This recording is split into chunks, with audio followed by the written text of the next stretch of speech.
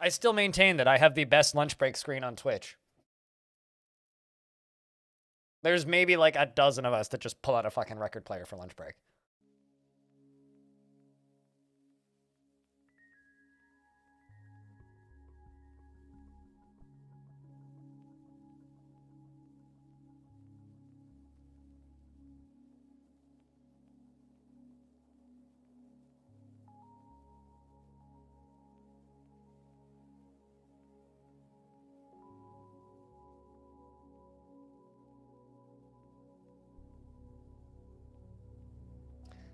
And now there's just a pallet of mayo on my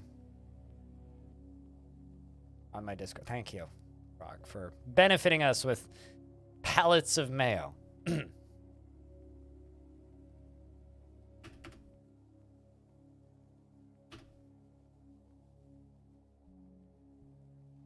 not a pallet of ketchup. This is true. This is true. Maybe like one step away. You're definitely like grazing the fine line. All right, so we need to make more bedrooms for these dwarves.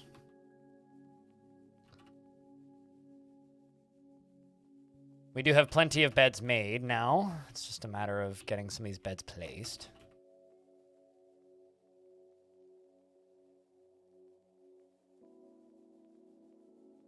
Yeah, that may require a ban because ketchup is illegal.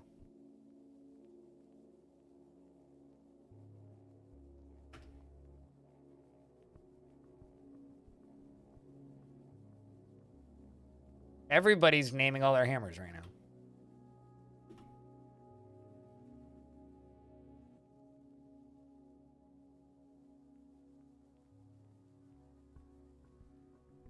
Wow. And their shields.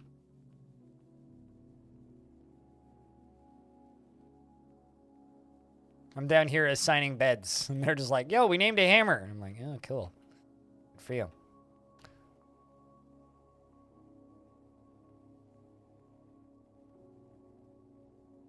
Those are considered artifacts, though, technically, which just means they're almost as important as an artifact, but... It's always been legible. Arch. Come on, man. Dwarves are placing beds. I've said this to you before, I think, but the vast majority of Dwarf Fortress's learning curve is people's own placebo. Because they just never put in the effort to try.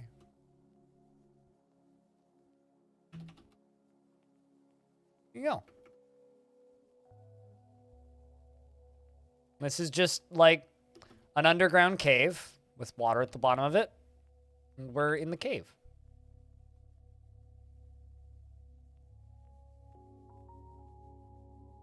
And I'm legally blind. I need things to be legible.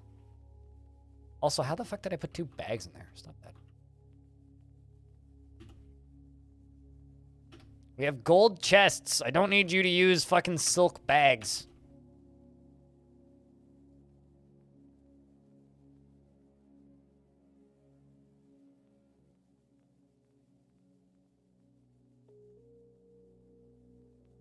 But yeah, no, people just take all of the memes and jokes and chats about Dwarf Fortress being this impenetrable Matrix Fortress game, literally, and they're not correct. It's really not that difficult to visually understand Dwarf Fortress. It's just a matter of finding a tile set that you like looking at and then looking at it. Let's do some digging.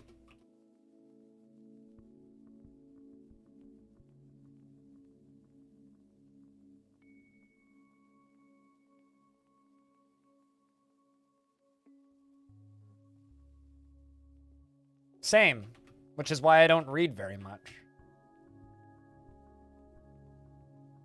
But can you look at graphics and comprehend it? Because this has graphics, they're just very simple graphics. You like pixel art, right? That's also simple graphics, it's just a different type of simple graphics. Anyway, I don't feel like having the discussions about whether or not DF is legible, because it just makes my brain hurt.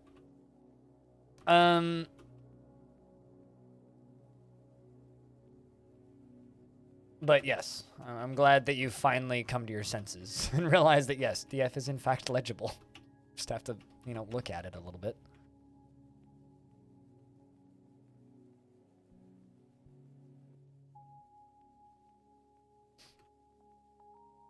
Yes, and a me brain thing is just getting annoyed at people's incompetence of, you know, having working eyes. So many people have perfectly functioning eyeballs, and they're just like, I can't look at this. It's like, I'm legally blind, and I can see it just fine. Sod off with your sorry excuses. If you don't want to put the effort into learning something, don't. Shut up. Don't complain to me about it. Although, here, I'm going to read a thing that's going to make you lose brain cells, chat room. So this is a comment that I got yesterday on a video. And I'm going to read this comment word for word without, like,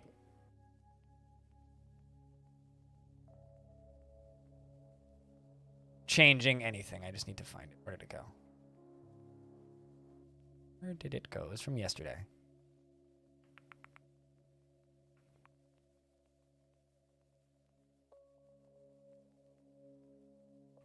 Okay, so this is a comment that I got yesterday. I won't say who this is from or what video it's on. Sad face. I would love to see this game in early access so I can just play XD. No, it's selfish, but I don't play random internet games and download unknown files, ... I use Steam to check it all for me, ... And I'm not the only person to use it that way, ... It makes Steam Workshop so amazing. One click and you're done. No need to know all that fancy IT file stuff.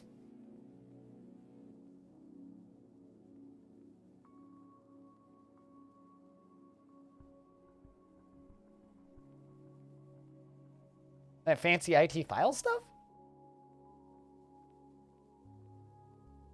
Anyway, they're also talking about bay12games.com like it's sus. I mean, come on. How does this look sus? This is a perfectly normal-ass website. It's an infinitely scrolling blog. It's fine.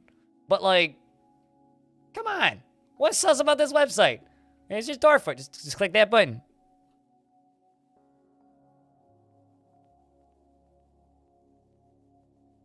Speaking of, ... What's up, Squug? How goes floating? Zakos, I need to, give you sound commands. Saw your name and it reminded me of that. Viewer roles. Boop, boop. There you go. Should be able to use sound commands. Exclamation point annoy me. Or just type an exclamation point bacon and see if it works. Let's keep making bedrooms. Anyway. No download unknown internet files.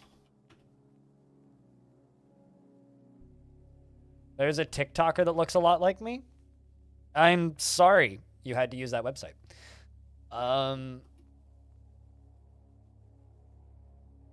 mean, people have said that I look like a lot of people. People are okay, so there's a small group of borderline conspiracy theorists that watch me on YouTube that are convinced that I'm actually Linus Tech Tips, which I think is kind of amazing and also very funny. Because I am like from the same part of town as him. There's like a few people that have started leaving comments going, I think this guy might actually be Linus. As a conspiracy theorist stoner friend, I thank you. Unless they're like a QAnon conspiracy theorist. In which case, yeah, no, I'm nothing like that. Definitely not one of those. Do not convict me of crimes, please. But I'm definitely like a, I don't know. What's a harmless conspiracy that I can joke about for 10 seconds? No, it's the voice. People think I sound like Linus Tech Tips.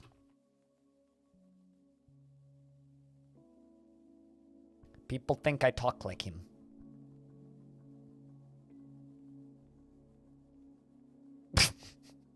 Kombucha making tips from? I've never made kombucha.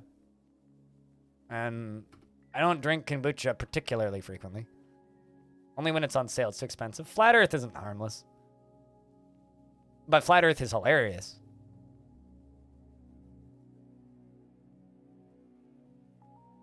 Of course lizard people's anti-Semitic. Jeez.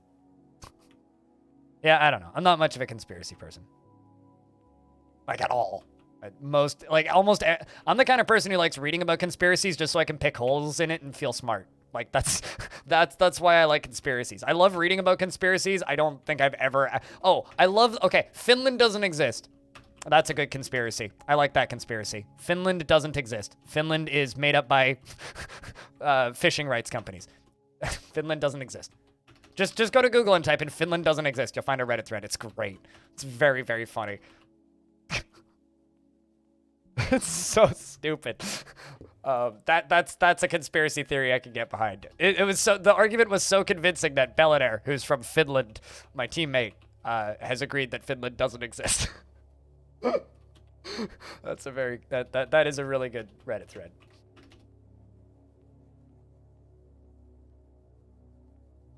Yeah, that's also a really good one.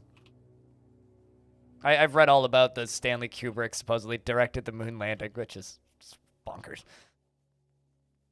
No, it's made of cheese. Come on.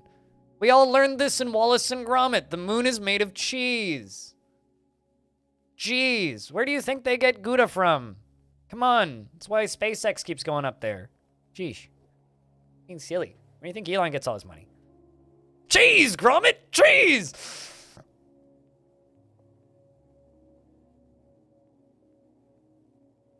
No, it's a donut. Dragon Man, come on. Cheese for everyone! For everyone!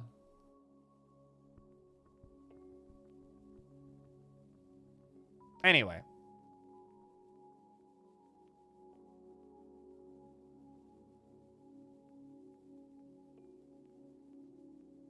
I don't know. I was just bullshitting. Also, I haven't seen that episode of Wallace and Gromit in a very long time. Eurist has given birth to a boy, and the dwarves have arrived to trade. So we should follow the dwarves or trade.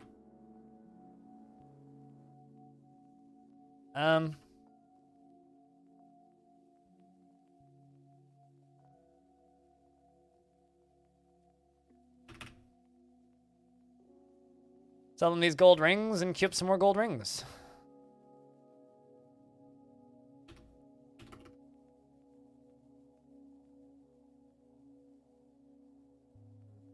No Earth Society? I'm sorry, what? Hold on a second. What? Earth does not exist. Sheeple are lying to us. What is this, a circle jerk fake conspiracy theory? Where are we? What are we? Do we even exist? These are questions that you need to be answered. You're in the right place because while you may not know the answers yet, we do know one thing. There is no Earth.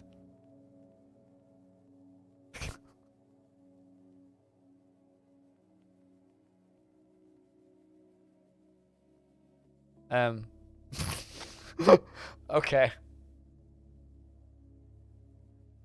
What? So my brain is sick. Okay, and I'm very sorry that my brain is sick. But I can't read the line somebody once told me without immediately falling into the lyrics of that one song. I'm sorry, what? Bruh. Dude. What? Why are you toppling my butcher shop, dude?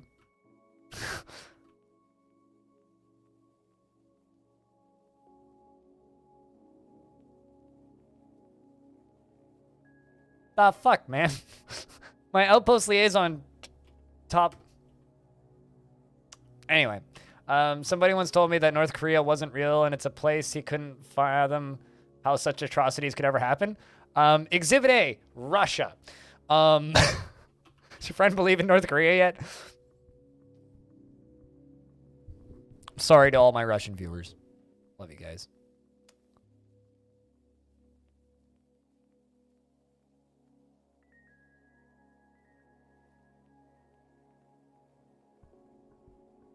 You can't have this conversation anymore. It's hurting your brain. You know what hurt my brain? All that mayo you posted on my Discord.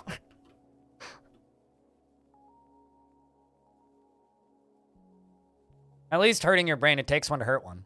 That means you have one. Something, K, comrade?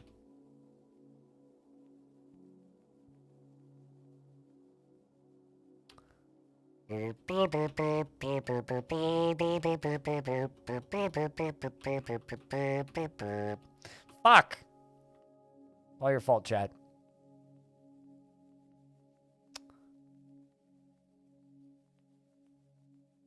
Oh yeah, people getting jobs. Good for Poland. And I think My Blind is Helping fundraiser hasn't done much this month. Did a much last month. Haven't heard that K Slider song. I mean, I'm trying. Yeah, we've raised $1,050.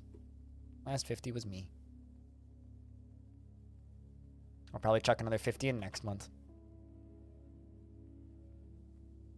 I'm merely Evan from the Mountain Homes. Let's discuss your situation. There's much to share. We've updated your world info. What requests do you have of our merchants? Spears!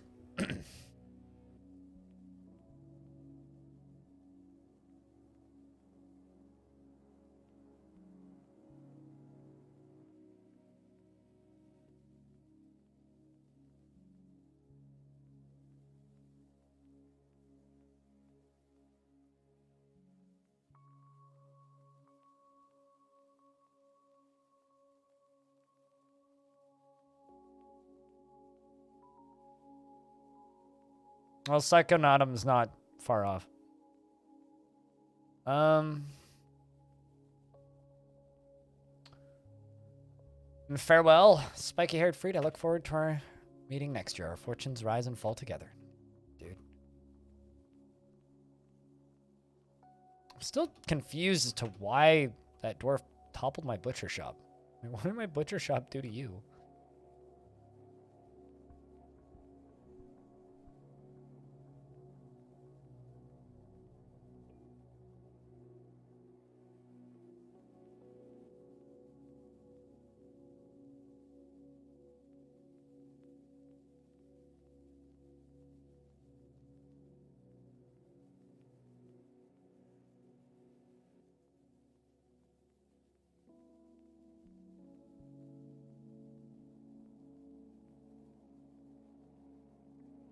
Also, not knowing much about conspiracy theories isn't exactly bad for one's existence, so it doesn't really matter if you don't know much about conspiracy theories.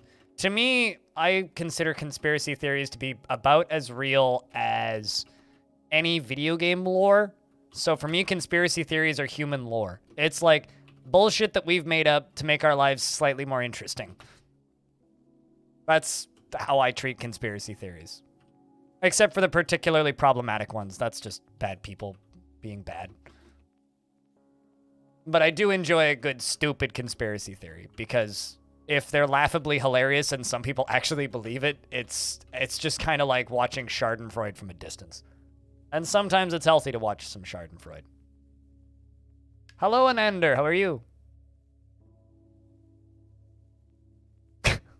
I think most game lore is more coherent than most of the... Yeah, I mean, Dwarf Fortress generates lore that's more believable and coherent than a lot of conspiracy theories.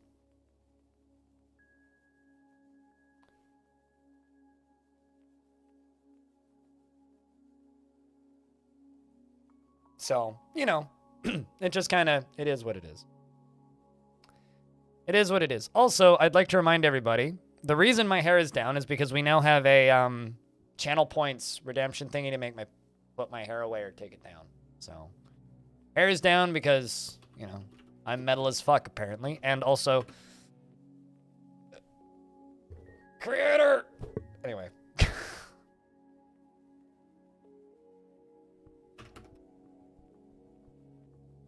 You wish DF angels were real because you want to see a horrifying monstrosity IRL.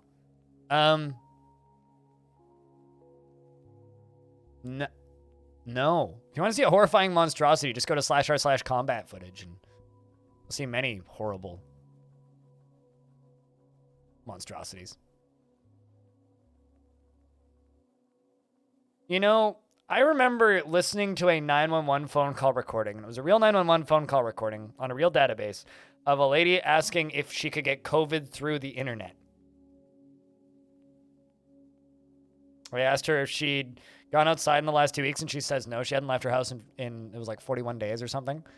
And she said that she had a sniffle, and they said, "Do you have any other symptoms?" She said, no. Have you interacted with anybody? No. And 100K points equals hair removal? $50,000 donated to Ukraine, and I would consider it in regards to hair removal.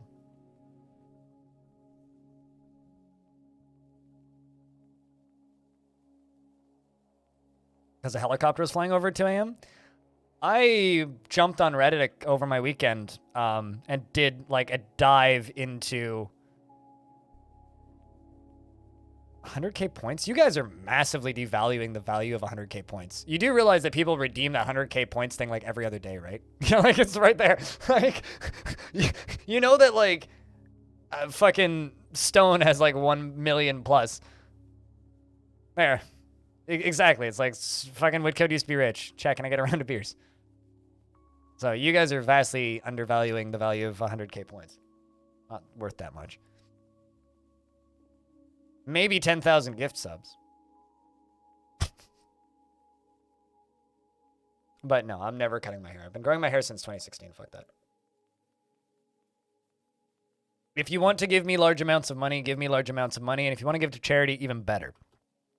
But I'm not going to do anything to my body because of your stupid fucking demands. Sorry. I live and look the way I want to look, and I do not give the internet control over any of that.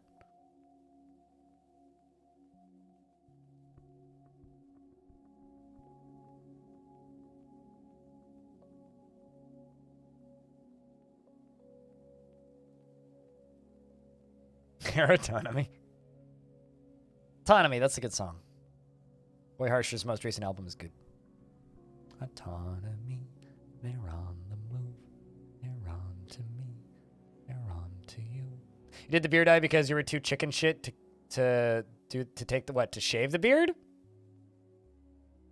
It's not about being chicken shit. It's like if you have a look that you enjoy, that you think looks good on you, it's not anybody else's job to tell you or control what you look like.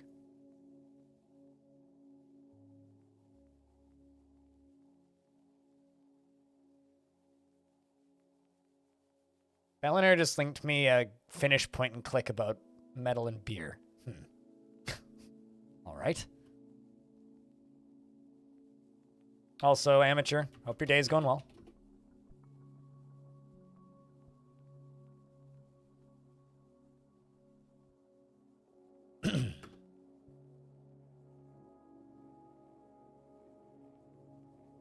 But yeah, no, I will never dye my hair, and I will probably not cut it aside from trimming the ends ever.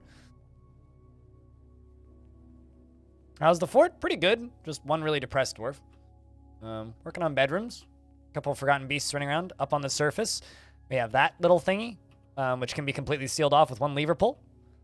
Building lots of silly stuff out of gold, because I have a lot of gold, and currently we're just working on bedrooms. You know, he just said that he dyed his beard, and you're like, you know that's full of lead, right? It's really mean. Be nice to the guy, come on.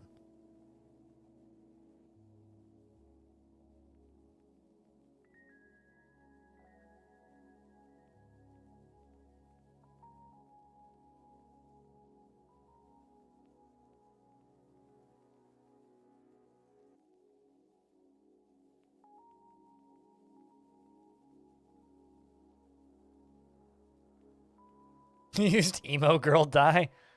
Isn't that the same thing? Also, emo girl dye, by the way, is my favorite synth pop band.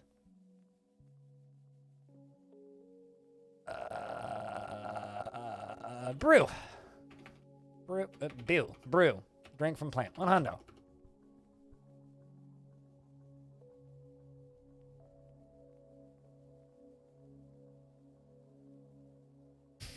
Eat hole needs to be a scientific description. I mean, it's probably a scientific description according to the Urban Dictionary.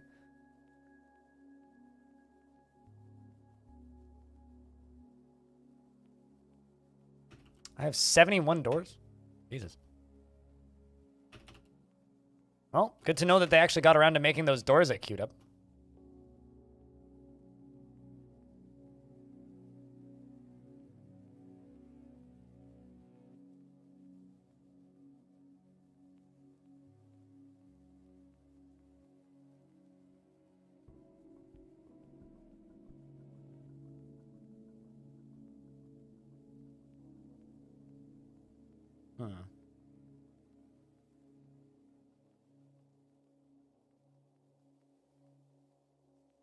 I mean, it's a very easy to understand description. Eating hole.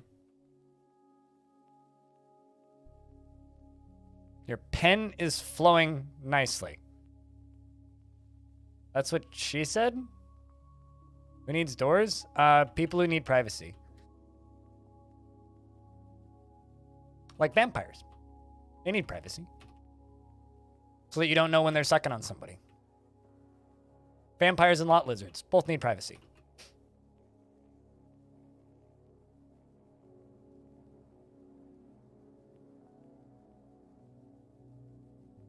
Pretty much the same thing, though.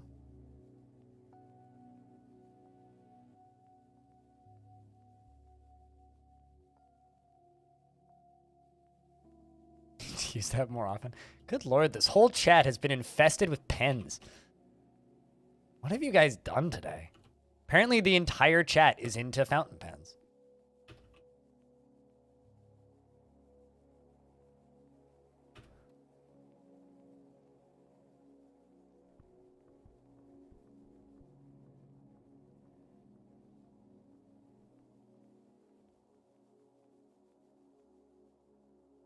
No, everybody's talking about fountain pens, though. Apparently. Pens are all the rage in this chat currently. Even though Rage wasn't a good game, people still talk about fountain pens.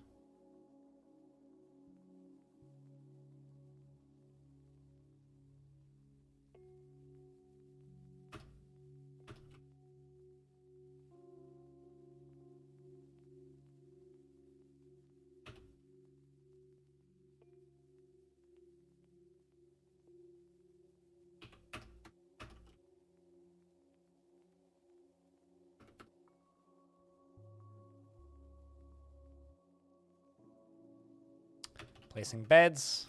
We have enough beds. Yeah, we got plenty. Rage against the pen. I mean, I'm not raging against it. I own one pen and it cost me about $1, and I've used it for the past few years the odd time I need a pen. And I don't ever have to refill it. It's just a little disposable pen. But my handwriting sucks, so.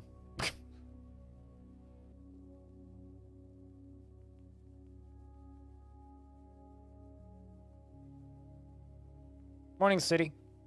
Hello. No, I'm just indifferent. I just don't really have an opinion. It's not that I'm against them. I don't have an opinion.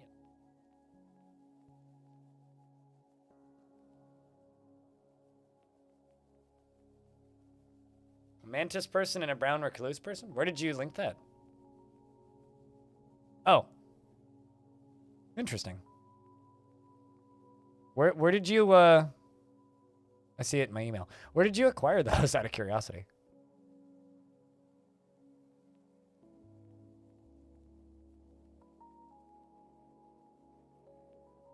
Yeah, that's me. Interesting. Huh. Interesting. Noted. Look at these guys. It's Mantisman. And a Spoderman. Spoderman's kind of adorable. That is kind of adorable, actually. I wouldn't want to... You know, okay, so if I could make a mod, I'd move this pixel 1 that way, and this pixel 1 that way, so it was cross-eyed, because I think that would be very funny. But, those are adorable. Look at those.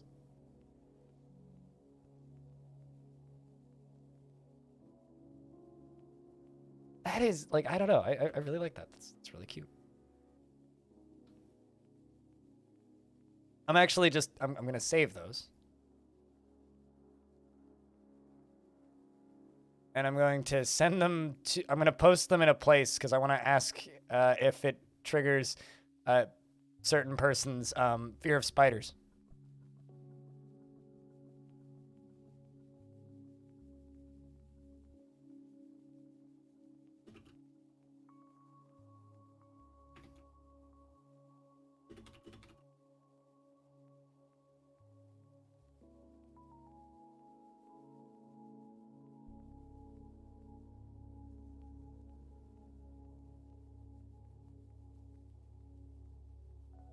Reminds you of a masked peacock spider. I like jumping spiders. Jumping spiders are adorable. There's that one person on Reddit on /r_spiderbro that posts pictures of all their pet jumping spiders and their tiny little, they have little tiny eyes and they've got little fingers and they're so cute. Want to give them a little scratch on their head. They wear water droplets as hats and they run around. They're so cute. They put out their little hands and they try and reach to give you a hug if they can't climb, and then they just jump anyway because they don't like jumping, but they will if they have to. They're adorable.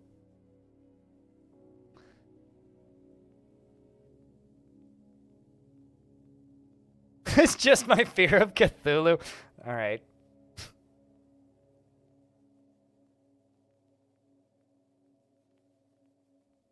Although, I might actually make a mod for the Steam version of Dwarf Fortress, like, immediately, and it's just going to be replace every single spider sprite with variations on this. So different frames of Cat Jam are going to be every single spider in Dwarf Fort, and I'm just going to send that to, like, Jess and Kiri and all before they play it. Just be like, here's the arachnophobia variant. So giant cave spiders are just giant cave cat jams. I mean, if you were a hamster, wouldn't you sleep 17? Like, if you had the ability to sleep 17 hours a day, wouldn't you? I know I would.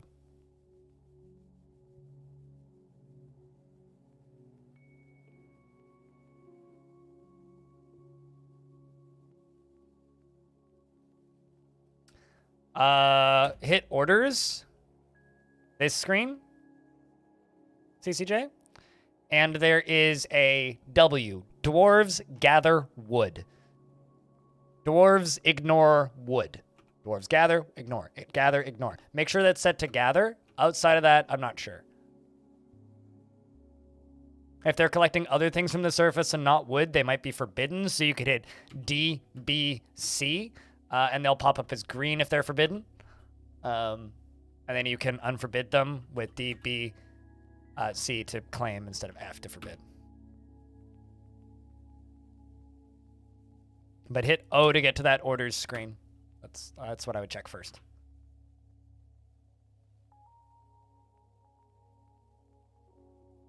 We wouldn't get much done if we slept that long. Yeah, but life would be so much better, dude.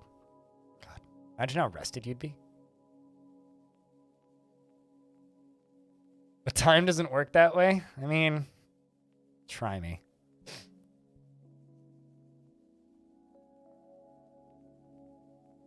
Are pretty wild and vivid. If I have a wild and or vivid dream, usually I'm dying in them, so I don't like my dreams usually.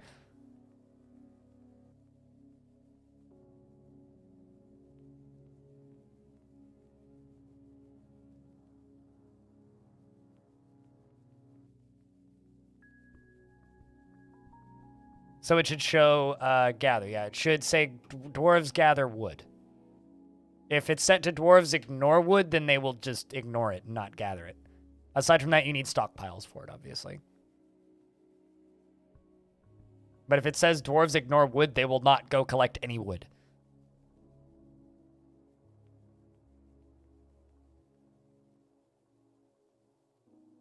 I feel like when most people retire, they must just spend a month sleeping. Dude, if I retired, I would fucking go and party. If I was like old enough to retire and retired, and actually had like enough money to retire, which definitely won't happen, I would immediately just be like, I'm going to the fucking bar for like a week straight. And then I'd wake up and come to my senses, and then I'd sleep for a week, and then I'd probably just go back to working. Because I'd get bored. I'd have like a 2-week vacation, and then I'd just go back to normal. Go find a new job somewhere. But I don't ever really expect to retire.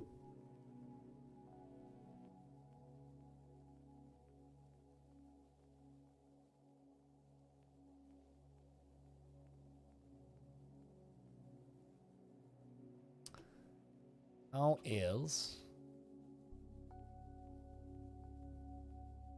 Working on those helms. Working on those rings. Still working on those bars. Still working on those gauntlets. Still working on those mail shirts. Still working on those shields.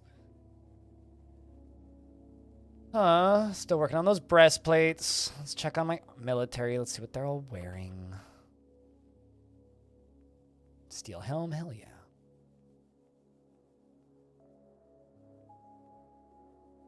Copper battle axe, ugh. But, steel shield. Let's make steel battle 10.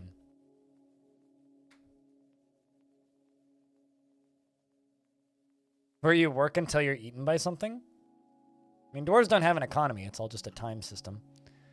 All right, we're going to go and start exploring stuff. And by exploring stuff, I mean raiding stuff.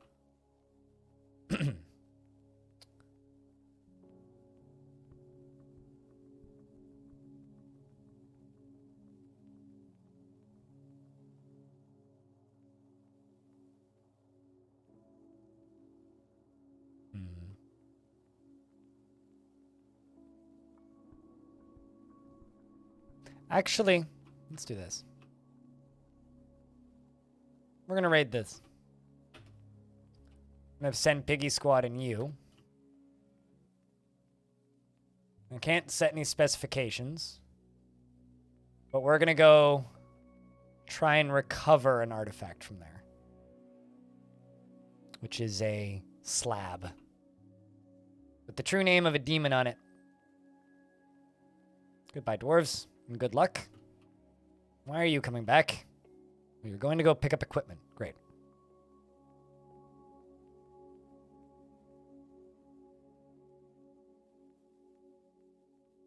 Now you're going to go raid. Wonder what you picked up. Probably that shirt.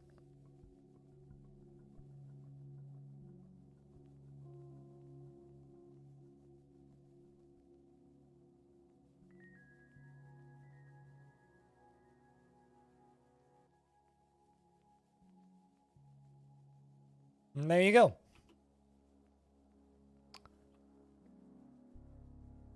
All of the dwarves leave. Good luck, boys. I'm going to just make music and produce until you die. That's all you want to do. Similar feelings, yeah.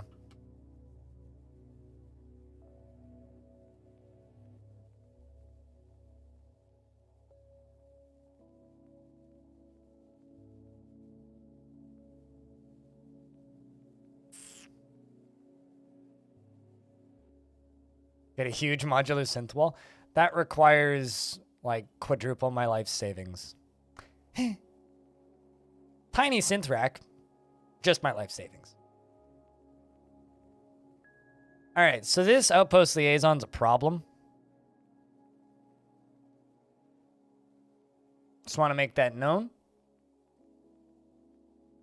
Also, trying to hit my hammer lords. And fight with people?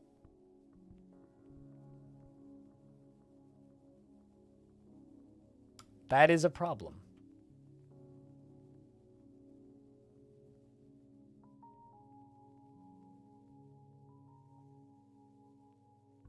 I should make an above ground tavern.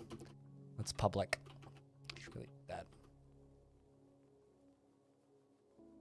Part of the reason he's tantruming though, or the outpost liaison's tantruming, is because none of my taverns are public.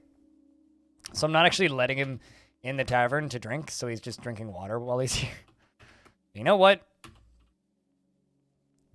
Let's make our tavern public. I really kind of wish that the outpost liaison counted as a long-term resident. I was kind of curious as to what kind of visitors we get here anyway.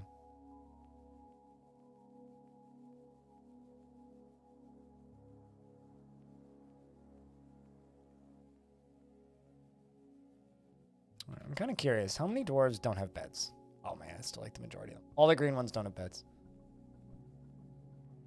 But they should just go claim beds as they are needed.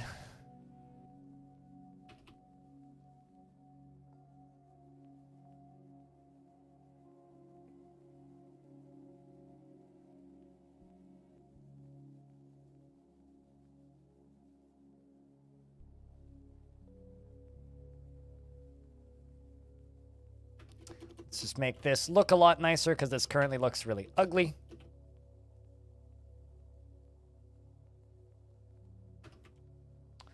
Giving this a full walk around so that they have multiple ways of getting around the fort.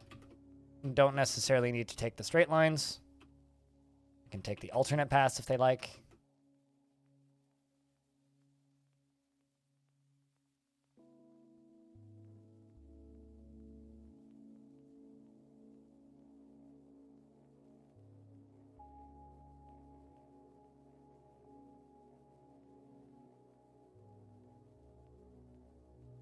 All right, let's do that.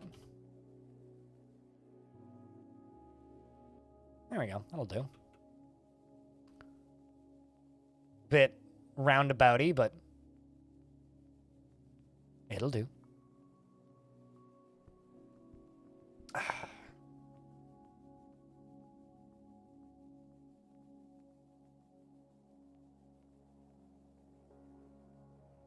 Most of my dwarves are just like still putting furniture away.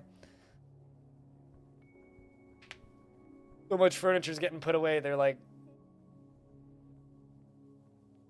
starting to get thirsty. Winter's arrived on the calendar. Hell yeah. Chad, do you have any plans for the weekend?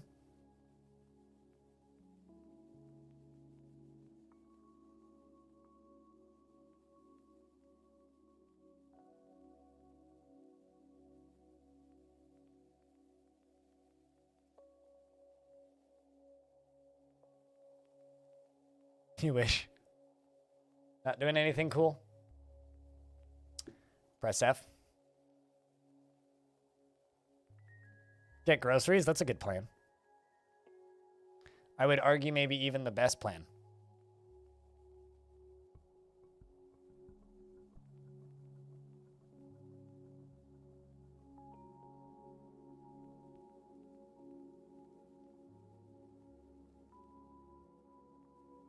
Also, thanks for the host arch, by the way.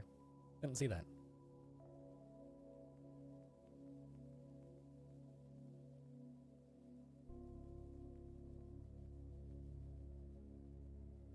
Maybe celebrate with weed because your new employer doesn't screen for THC. Can I just say that employers screening for THC is so fucking draconian to me now?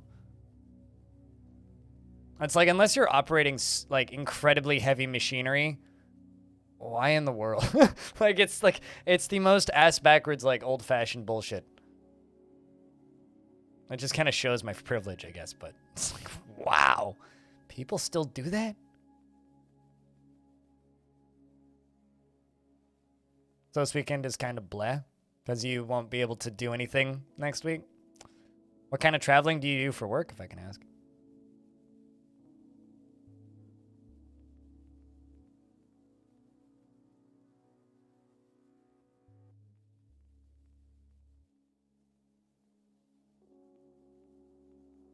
American workers' rights are messed up. That's like understatement of the stream, but yes.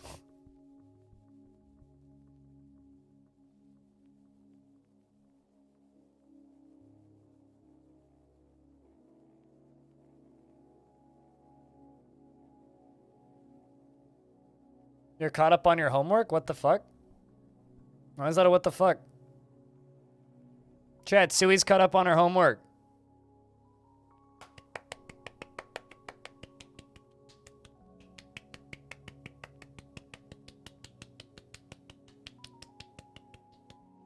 Well done. Always turn stuff in the dates, dude. That's so anxiety-inducing. What? I don't know how you tolerate that. Like, I would have panic attacks if I had to wait that long.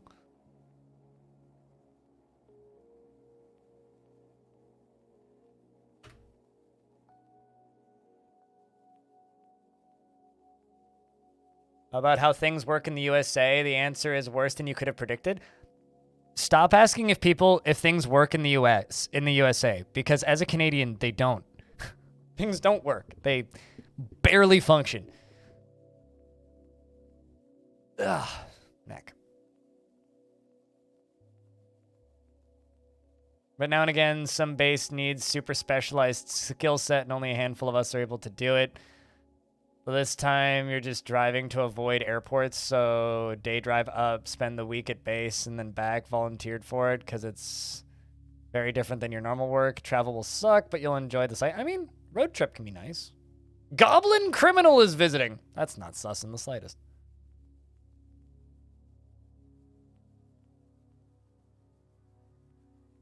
You know, my mom used to tell me that I'm multi-talented. I can talk and breathe at the same time. While I'm blinking. Glad to hear some people still have useful skills. Human Monster Sunless Stalker is visiting. Man, these guests are questionable. I'm going to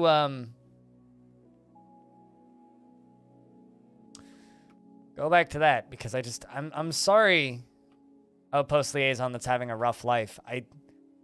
It's not worth letting these goblins in here. It's really not.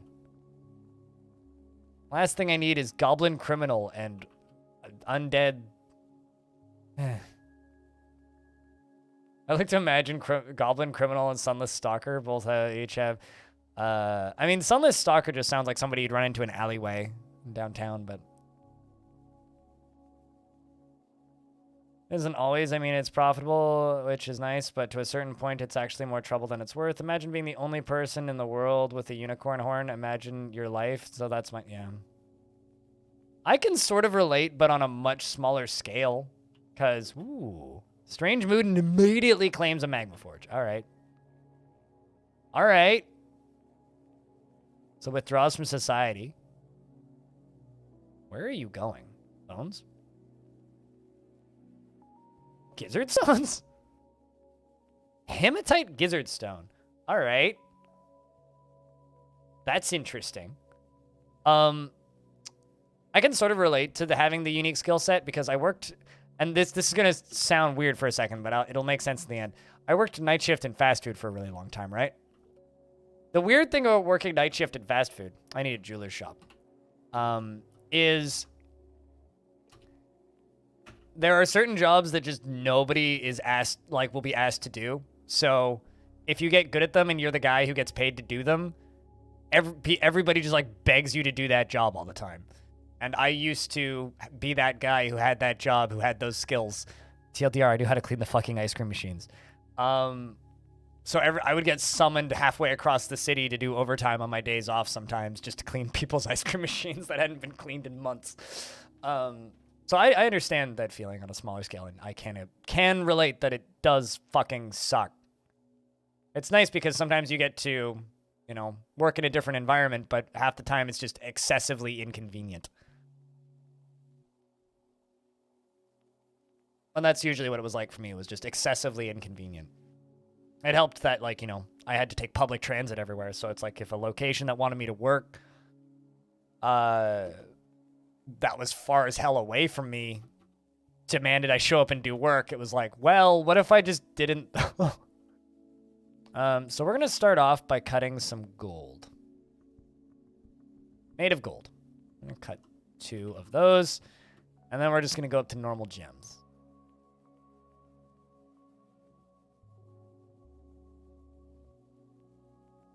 Let's see if that's what we need.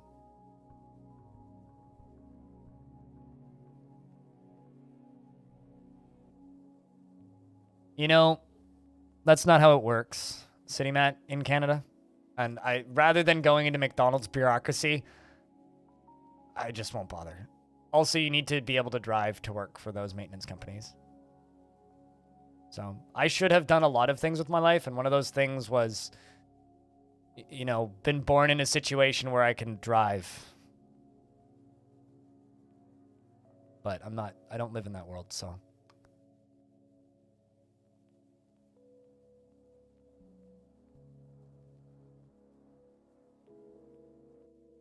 Yeah, and it's largely false.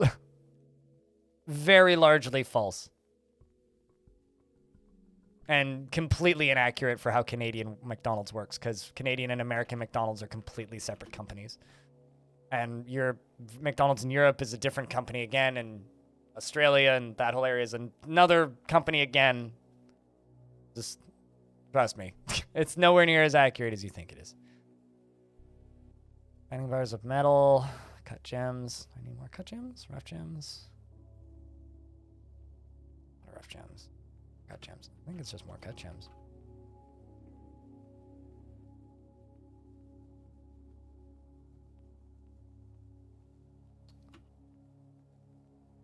Like a gem stockpile. Not a big one, just a gem stockpile. What are these? Rough paradots. We'll cut paradots.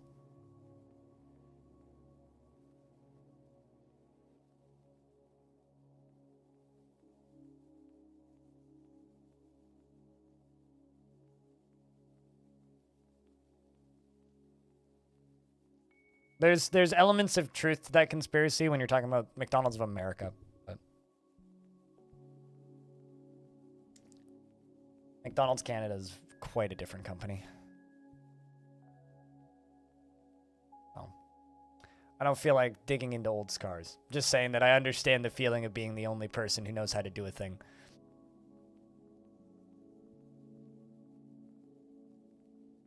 Anyway, can we talk about something that doesn't make me wish I wish I died 15 years ago? God. I don't want to think about my old job anymore. Where the hell is that gem cutter? Come on, dwarves.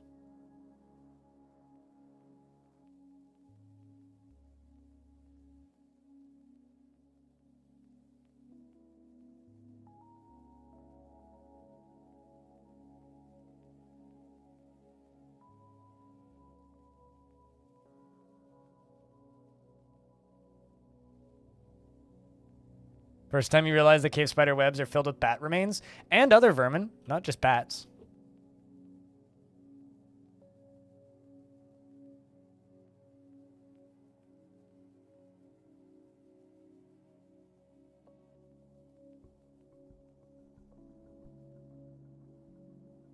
No, I would say it's necessarily complicated because it's complicated for a reason. There's nothing in Dwarf Fortress that's complicated for the sake of being complicated. It's complicated because that's the way the brothers wanted to make it. I would say it's perfectly necessary. But no, the gem workflow is exactly the same as every other game like this. You put the gems into a stockpile, and then you cut the gems. It's only unnecessarily complicated because it's not 2 button clicks on a mouse. It's 2 button clicks on a keyboard, so people perceive it as more complicated than it actually is. And artifacts are intentionally complicated and convoluted and obtuse because that's the point of them. They're supposed to be like a little mini puzzle.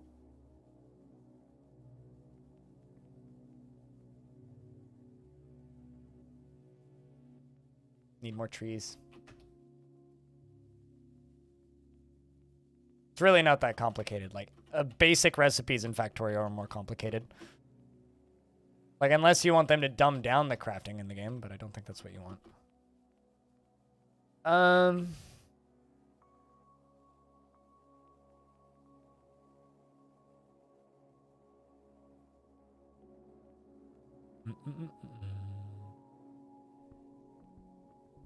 Too depressed dwarves.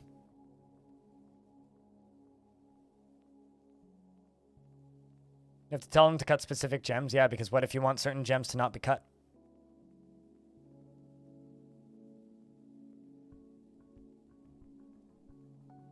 I don't think that's convoluted. It's just giving the player options.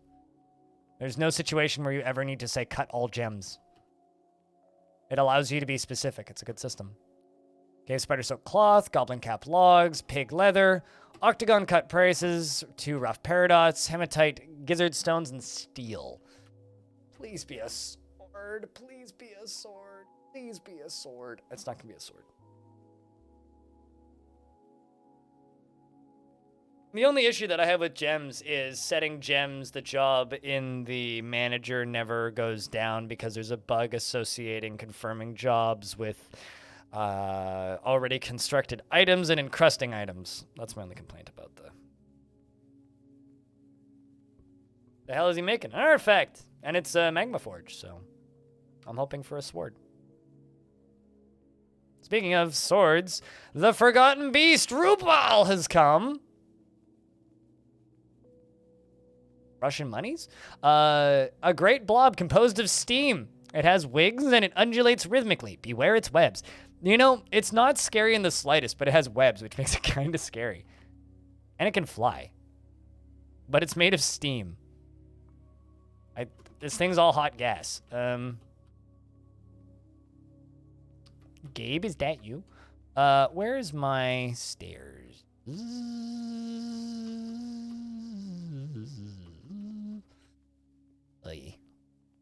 Where's my stairs? No, like, seriously, where's my stairs?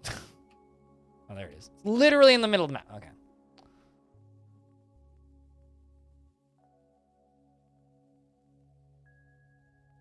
Watch this thing kill my whole fort. Because 2 of my squads are not here.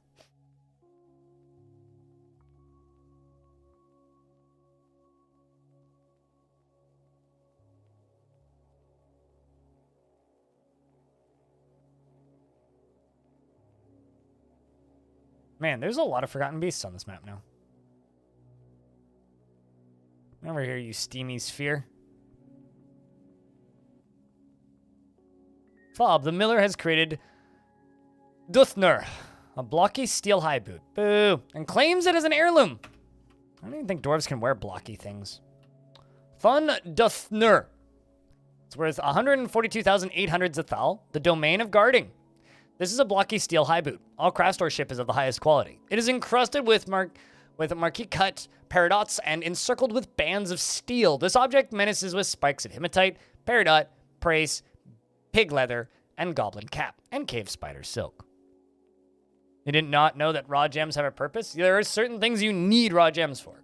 This is actually why I advise people to learn the game without DF hack, because DF hack makes you fall into a lot of really bad habits that are then difficult to get yourself out of once you've, like, ingrained them in your brain. Yeah, it's a single boot, so I'm not going to do anything with it. If it was a pair of boots, then I could, but because it's a single boot, I really can't. Hope that squad comes back.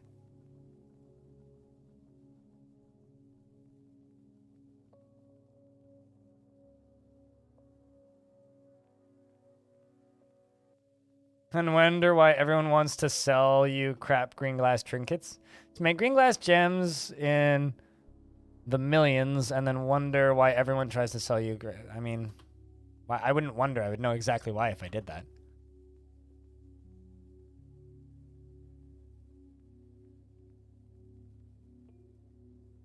Oh, here it comes.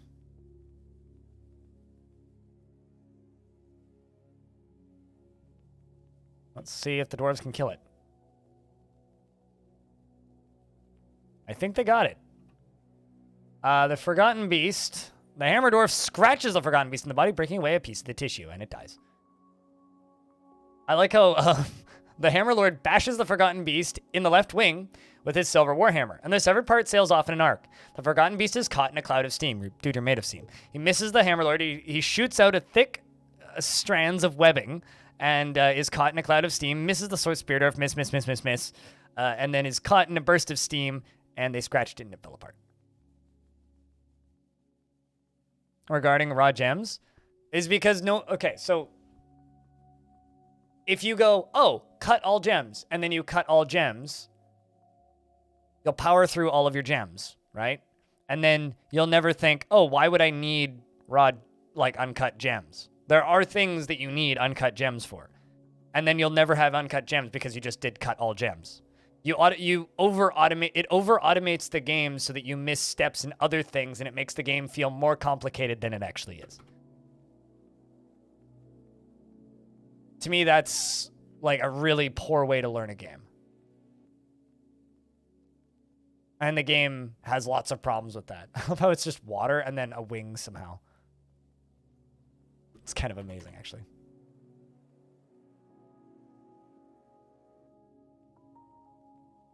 It's just like you never learn how the game actually communicates which dwarves have beds assigned. You also never learn how to use the military screen correctly because you just automate it all. There's a lot of like obtuse little mechanics that you'll learn a lot better if you play the game in vanilla a bunch.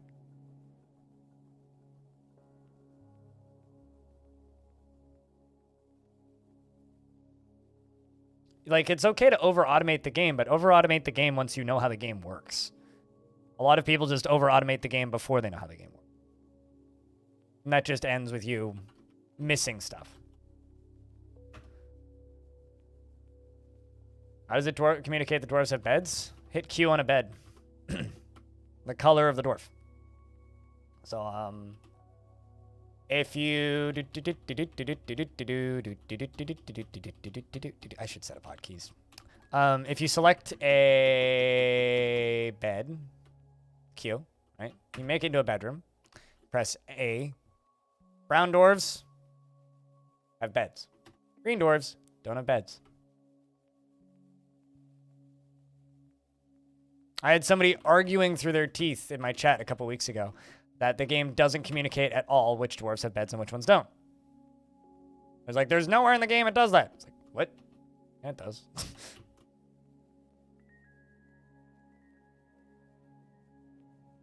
Like, the person listed off a list of mechanics that are only shown in DF Hack. Like, what jobs are currently being done, like this menu. And they're completely convinced that the only way to see certain tasks is with DF Hack. It's like, no, what? I'm sorry. That's just not right. They also claimed that it was impossible to assign specific armor types to your military without using Dwarf Therapist. It's completely impossible. All right. Surprise Pikachu.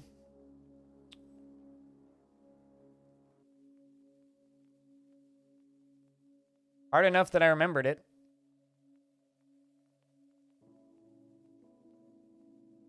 So, I don't know. It's a frustrating thing sometimes.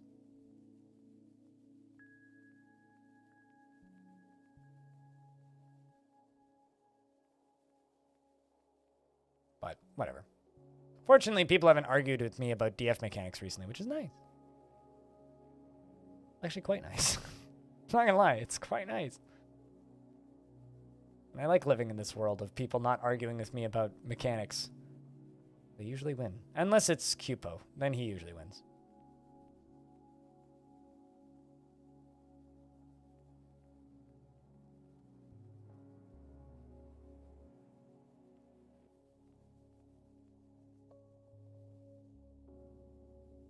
I am currently $105 off of my Twitch income minimum for where I like to be to comfortably be able to afford rent. Although we'll probably get some resub revenue over the next few days. Probably about $50. So I'm probably actually about $50 below my minimum. Not too bad, considering how bad we were a week ago.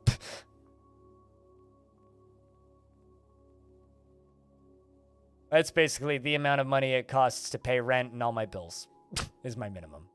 So groceries, power, internet, phone bill, all that shit. $100 beneath that. But like I said, we'll still get some resub revenue over the next few days, so it'll be okay, I think.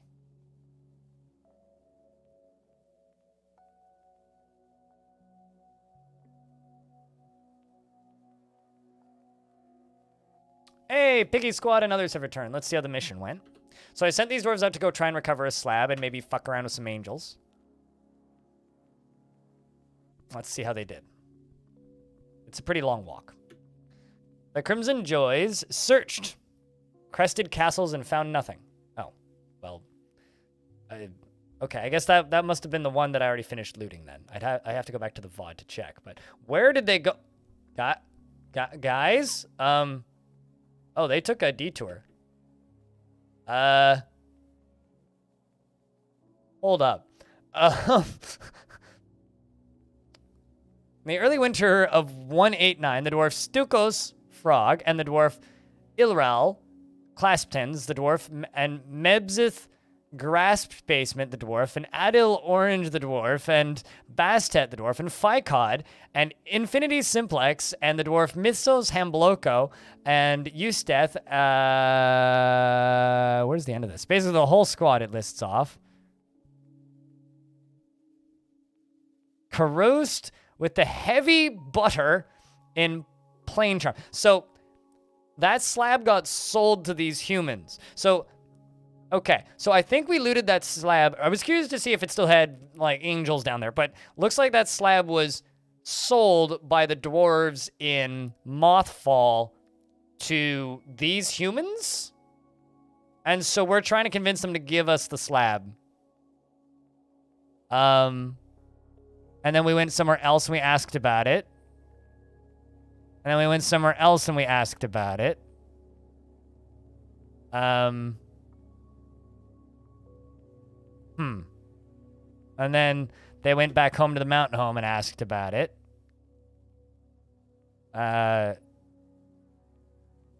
They went elsewhere and asked about it. Heavy Butter was the name of that human place. So that's why it took them so long. They literally went to the entirety of our faction and asked about this artifact. Huh.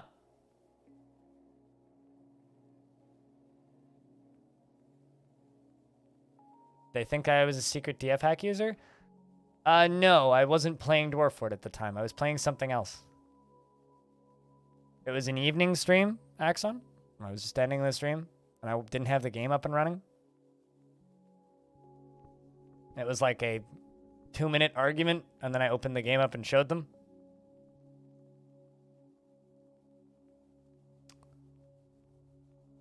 Well, I think it's pretty safe to say that these dwarves did not have a very good luck finding this artifact. Hope this doesn't start any weird wars. Heaven Stakes! That's a really good name for a Dwarven fort. I think that they just went on world tour, dude.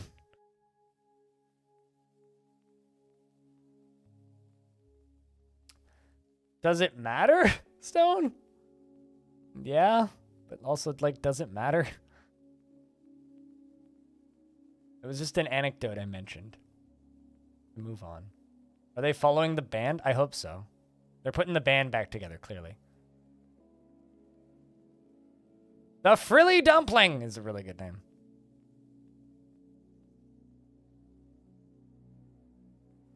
Oh, shit. Wait. The Crimson Pulley slipped into Mothfall undetected, so they did find it. Oh, shit. I didn't just start a civil war, did I?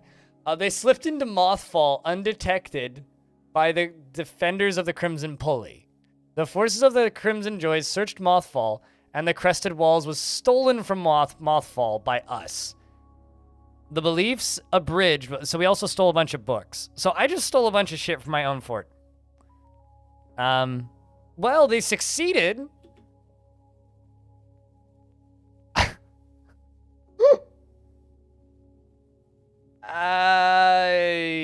Boy. Okay.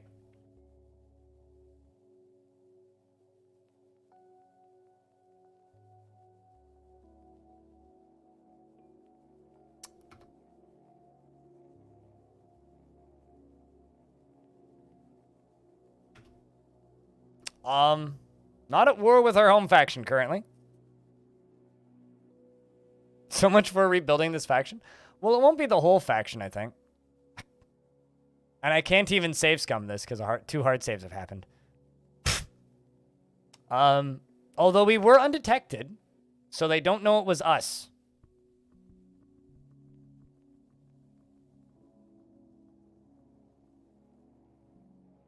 So there is that.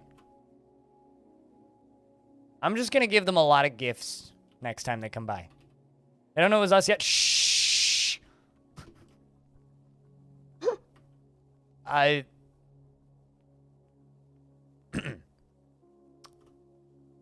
didn't think they'd... Hold on a second. I'm even more curious. Okay. So it's no longer shown as... That's a weird bug, but also I kind of love it.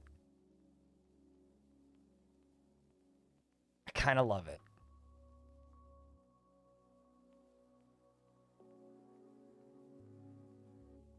I kind of love it. Let's go after this. Let's go after another slab, though. Let's go after this. Maybe not that. Let's go after this one, this conglomerate slab of I am Stosip, the fatal once of the underworld. I bind myself to this place. We're going to go recover this artifact. We're going to send the same dwarves. Good luck, dwarves.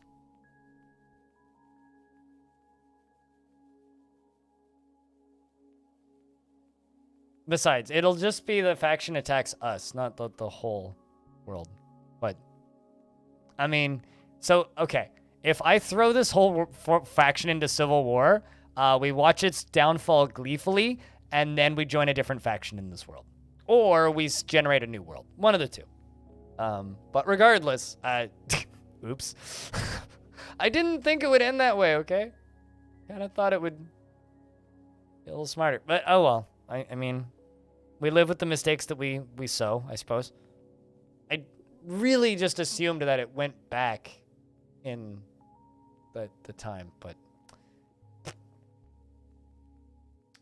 I already know the lengths that they will go for a recovery mission. I mean, to be fair, considering they asked around the half of the world and then eventually made it back to Mothfall, slipped in undetected, and stole the thing, plus a shit ton of books.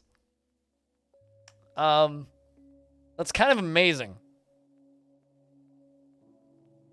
All of the broken pieces are yours. This is true, yeah. And the 2 forts that broke it literally belong to me, so... Chad, are you as amused by this shit as I am? No. You know, you're going to be a problem in a minute. I'm just going to boot you out. Sorry.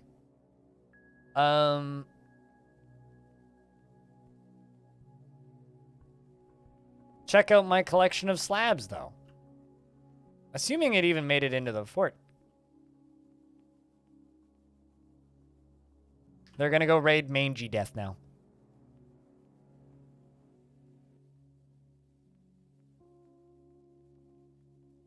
Can I send them as a tribute? Because that wouldn't be sus in the slightest.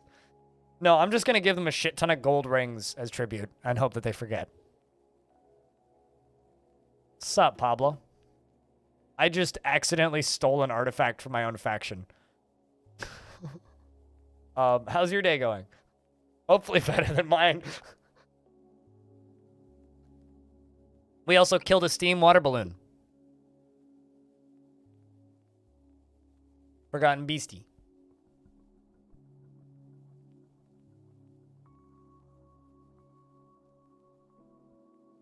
We asked around the entire planet and repossessed our own stolen artifacts. Okay? We didn't fuck anything up. This wasn't our fault. You can't blame us. A thief has stolen a golden goblet. My God. I know exactly who did that. It was the dwarf I just expelled. Forgotten Beast parchment scroll. Really?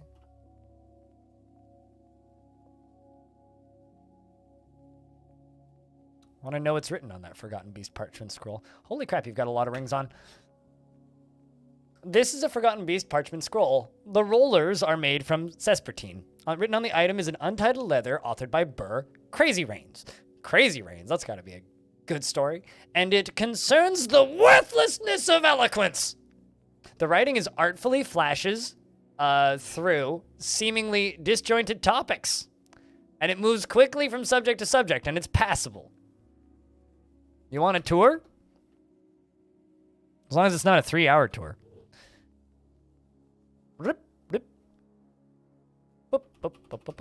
This is what the fuck did I name this? Angelrazor. Yeah, that's the name of this fortress. We named it Angelrazor. This is Angelrazor. This is where we mined out a bunch of iron. This is where I mined out a bunch of flux. A bunch of marble. That's the fort itself. In the second cavern layer. And it goes all the way down to here. That's the bottom of the fort. And that's where I oopsied daisied killed somebody. But yeah, that's the fort itself. Marianne of that era, fair enough. After that, it was Gilligan's Planet. That's much more than a 3-hour tour.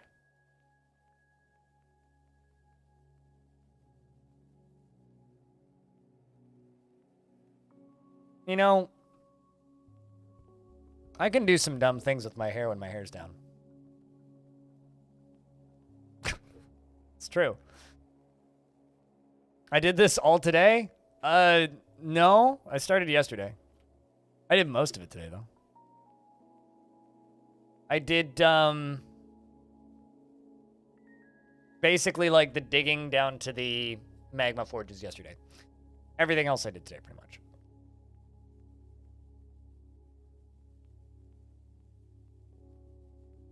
This fort's about 3 years old now, I'd guess.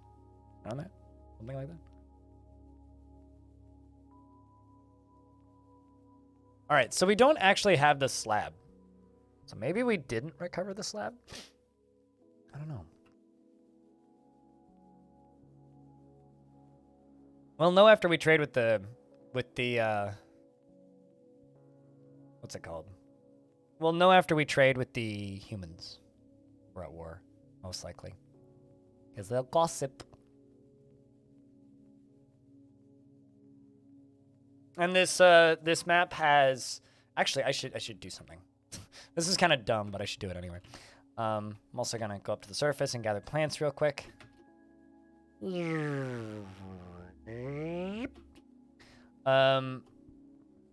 I should... put a food stockpile down here.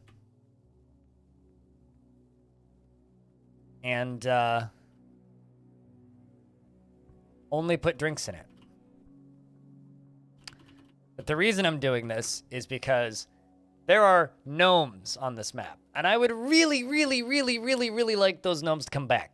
And I want to see them guzzling booze. So I'm going to make them booze. And I'm going to make it available right there. And hopefully they will put some booze in there.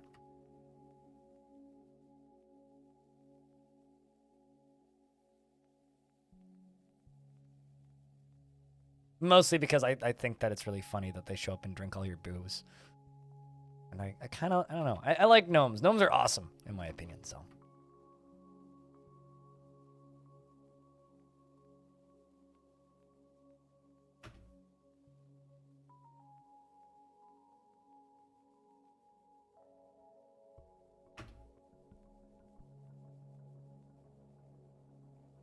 You're currently going on 3 years of not cutting yours, Crow? Hey, Crow. What's up, dude?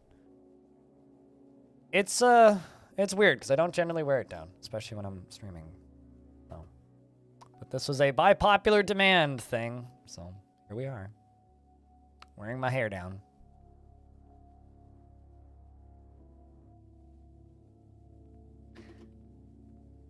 Chat, I have a dumb question that I don't actually want an answer to, but I'm going to ask it anyways because I think it would be funny to say it loud. Is it in poor taste to say that Will Smith's kid's song, I Whip My Hair Back and Forth, slaps? Well, by popular demand, we now have a channel points thing where you can make me put my hair up or down. But yeah, chat, a serious question. Is it in poor taste to say that her song, I Whip My Hair Back and Forth, is in poor taste? It inspires too much jealousy? All right.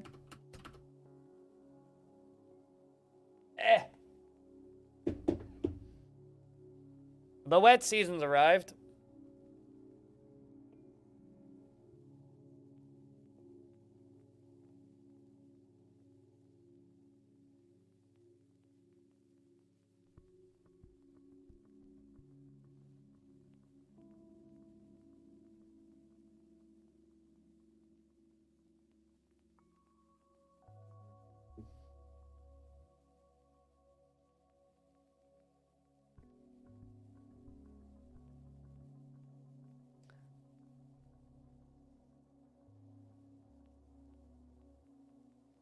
Just wait until the next time he gets angry about something. True. Almost a year of not cutting yours. That's the time when it's the worst, though.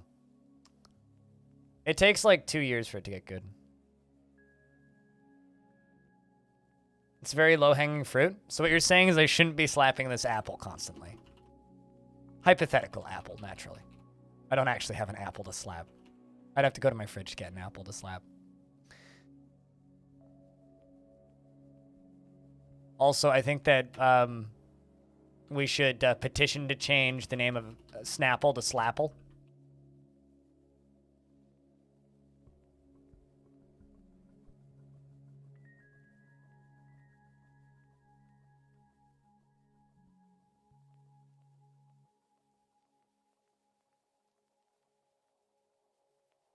It looked better an inch shorter. Yeah, it's that awkward. Is it at that awkward stage where it's like too short to tie it back, but too long to wear it down, and then half the time it's just annoying and in the way? Because my hair was like that for a good like few years. It was a good few years where it was like that, where it was just.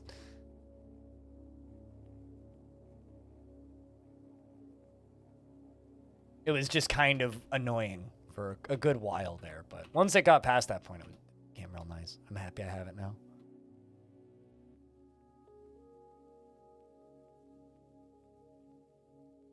Tying it back is great. Yeah, no, I like how that's normally how I wear my hair. Unless I'm just like hanging out on my sofa and not giving a fuck. I normally just have my hair back.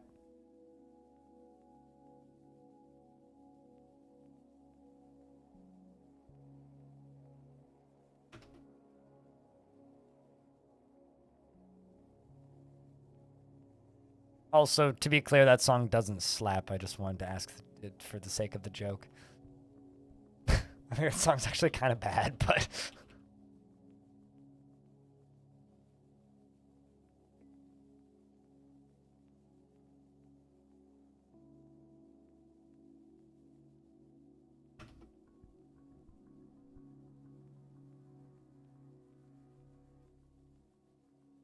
my hair is very frizzy when it's shorter. It's very frizzy, very fuzzy, and it gets everywhere, and I don't like it. Also, my head is shaped like a pear, and if I have short hair, it really shows.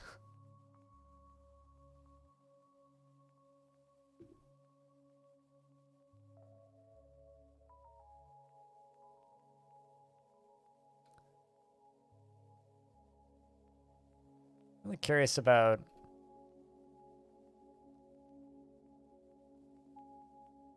how well those dwarves do at that siege.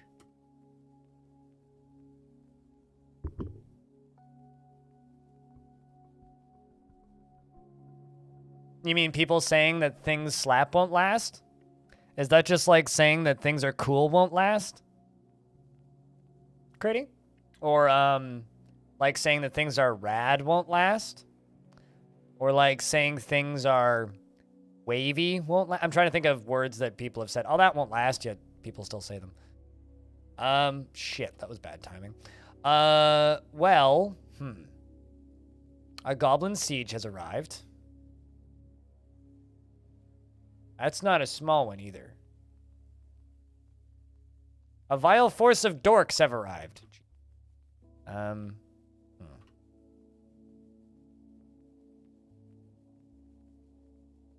So basically the way I'm going to have to do this is lock everybody underground.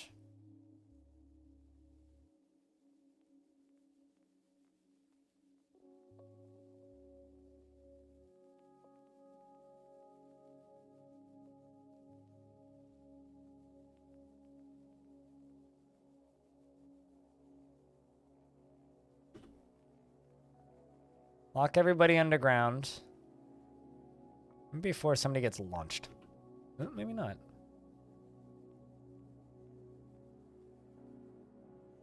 Oh, I see my problem.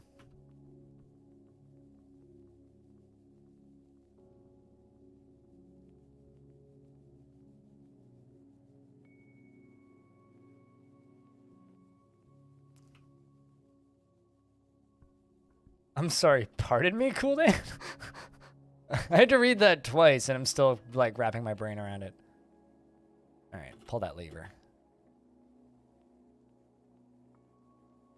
Uh-oh. Axon, no! All right, well, shit. Guess I have to do this again. Open that lever back up. This is all for Axon. That's a lot of beak dogs. Actually, how many is there? There's only 97. All right, so basically the strat for this is wait until my army comes back and then just run out and fight them.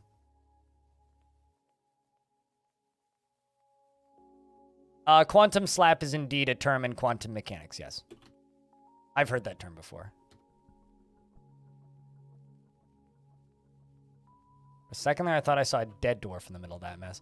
All right, let's pull that lever.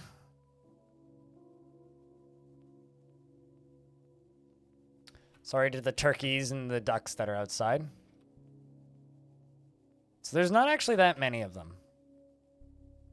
But I do need to wait until my squad is back. Or until the other two squads are back. Because there is 97 of them, which is quite a bit. I think we can fight that, though. Because my dudes that I have are very well geared.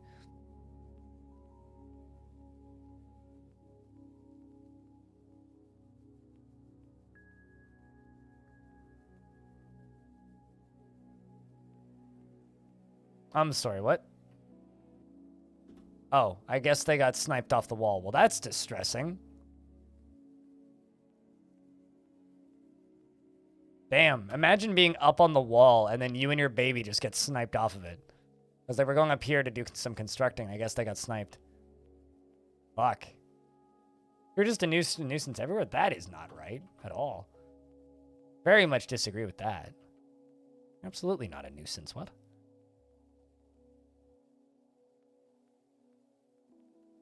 I'm just going to suspend all of these constructions.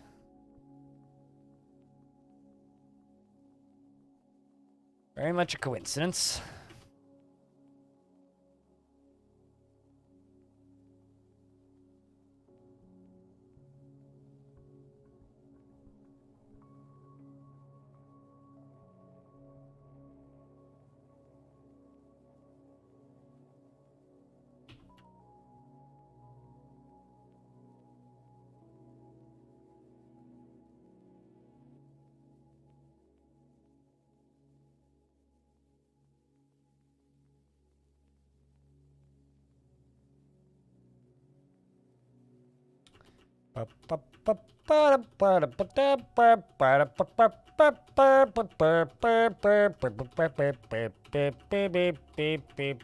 Okay. No more concern with that. What are they? Oh, they're fighting with a duck. Sorry, duck. Man, that duck is holding its own? Holy shit. That duck actually fought back against a beak dog for a few seconds. And injured the beak dog. Dude.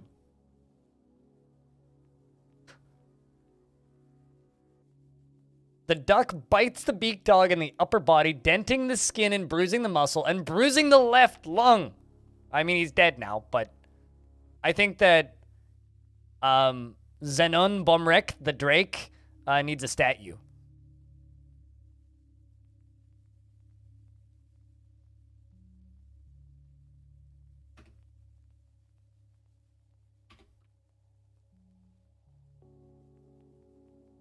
I think that's him.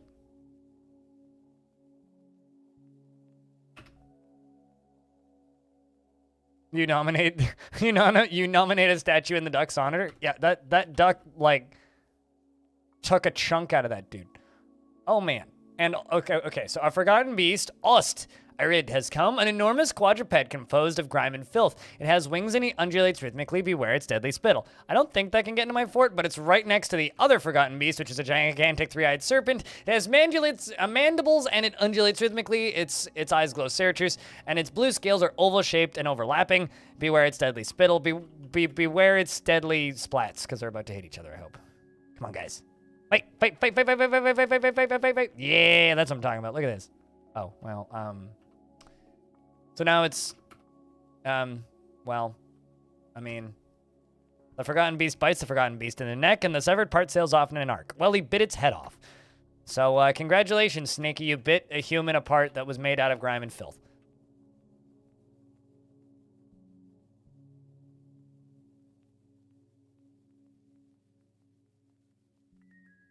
So now we're just waiting for my squads to come back. When my squads come back, we can fight with these. Ashes to ashes, quacks to quacks. And these dwarves up here on the surface are just training. And gearing themselves out still. Like, they've got steel breastplates, steel helms, silver warhammers, steel shields. So we just sit here and wait. That duck just beat up a crocodile. Yeah, imagine a duck kicking the shit out of a crocodile. I mean, I know Teenage Mutant Ninja Turtles. I don't know Teenage Mutant Ninja Ducks. So. Uh-oh, shit. My military's back. Okay, so this is where we need to be quick. So, first off, let's see how the fight went. They run all the way across the world.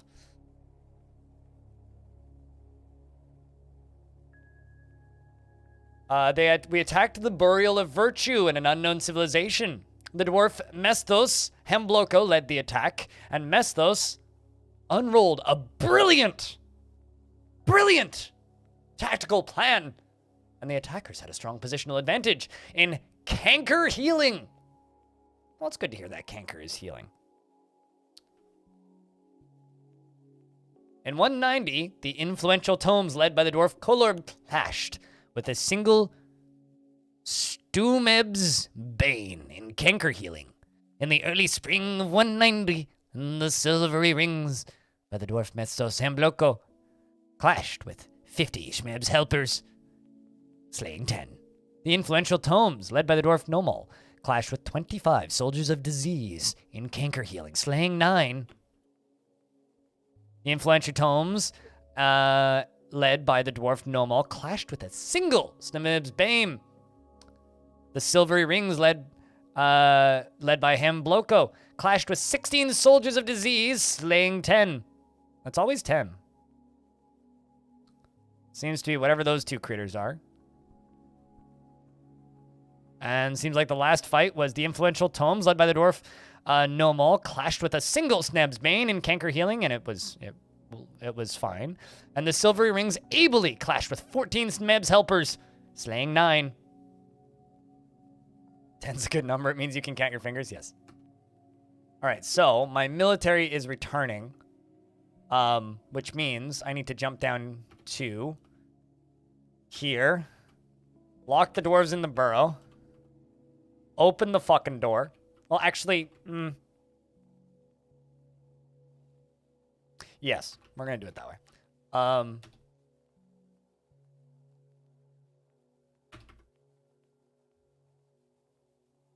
Axon's been missing for a week. I'm sorry, what? What? You didn't get crushed in the drawbridge on the way in, did you? All right, well, sorry, Axon. I got bad news for you. We got not a lot of time, dwarves. My dwarves are fighting with beak dogs up at the top up here already. But at least they are set as hammer dwarves. And the bridge is open. Where's the majority of the bads?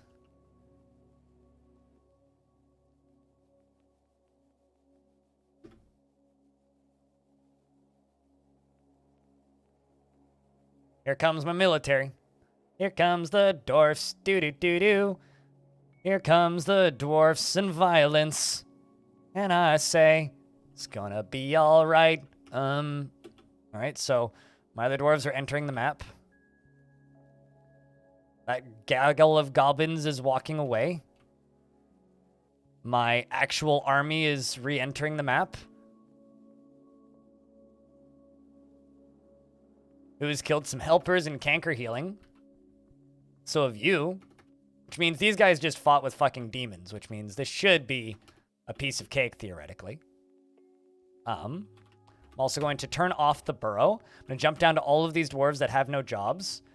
And I'm going to open this up as a hospital, and I'm going to place a chest in this hospital.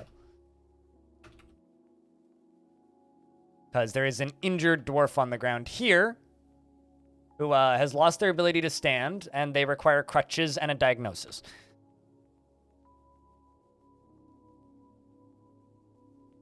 The dwarves are all hanging out here by the entrance. And it looks like the siege is leaving. I'm going to send my military up here in the general direction of them and follow the bads that are running. Or follow my dwarves that are chasing the baddies. Not the one who's trying to go heal, you know. You love this emote? I love it when combined with the emote Bop and then Crypt Pog. It's like a hammer dwarf. Give him whiskey and he'll walk it off. We'll give him what he needs. It's for the best. There's a goblin maceman right here. Kill him. And a goblin maceman there.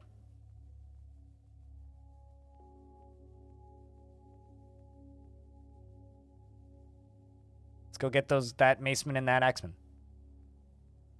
We have a mandate. Apparently that just ended. Hopefully it wasn't anything important. Here come the dwarves. Looks like Bastet's got one, and the other's got the other one. And now they run around in fear because they do that for some reason. Anyway, we won. So, yay! And then you do the flat one after it.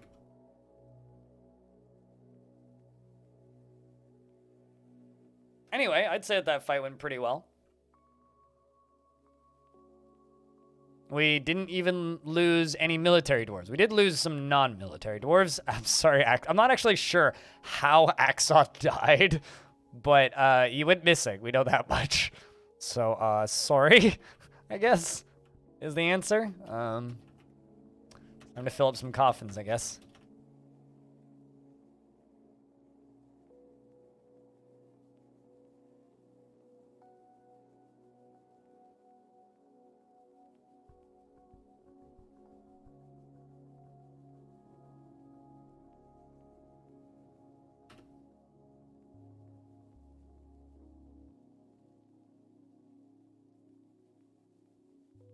You did one of those Tom and Jerry accordion things in the drawbridge? Yeah, pretty much. Just squelch. The thing is, you were carrying a bunch of plants into the fort, so you must have just been walking slower than my estimate. And then I was kind of in a rush to close the gate. Admittedly, I did try to save you. I did open the gate up and give you the opportunity to, make it out. But oh no, the fortress attracted no migrants this season. That's not good. Oh, please. Don't be a war. Hold up.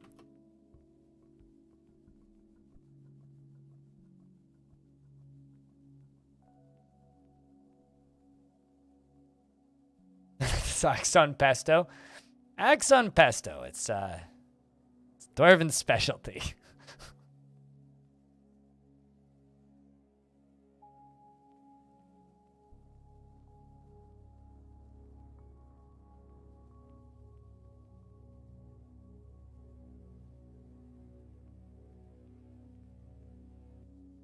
I'm still kind of proud of our dwarves. We did good work.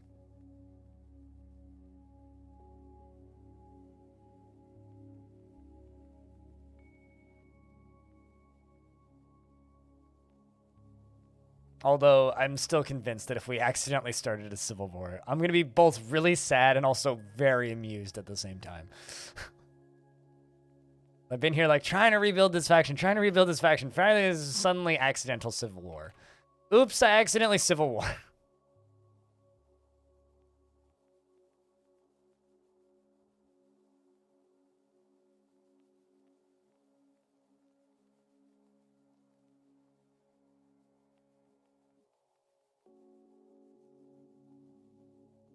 Because sometimes you just oops, accidentally civil war.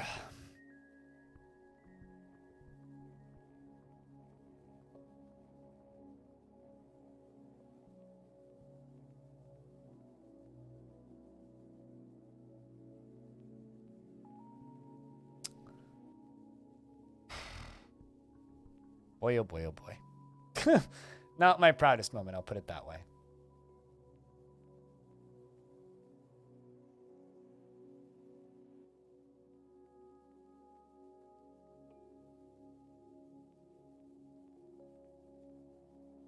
Place item in tomb.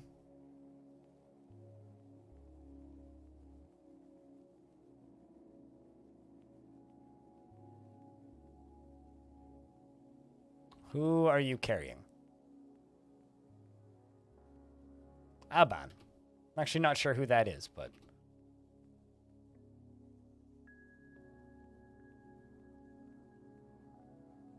Just like Urist over here is also getting put away.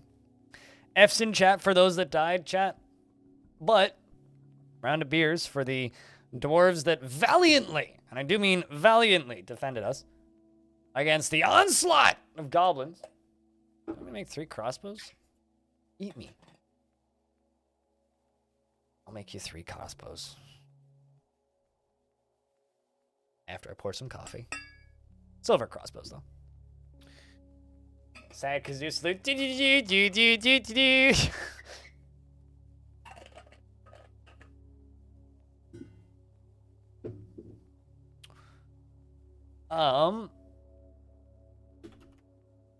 you not make silver crossbows? Can you make steel crossbows? Okay, we'll do that then. Heal, damn it. They're all dead already. I can't do that again. Hiya, wait, what? How's things? Also, for those of you who saw that Jupiter Hell run the other day, Epion was very pleased with the pacifist drone.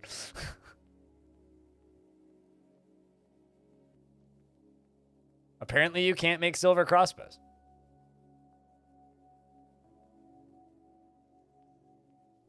Can you trade them? I mean, can you trade them? Doesn't matter if I can trade them. I can't make them.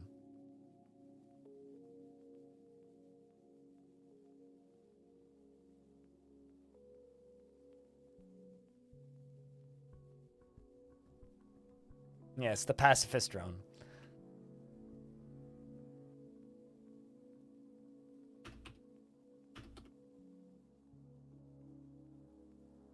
I mean, there's lots of things that can be made that just dwarves can't make, right?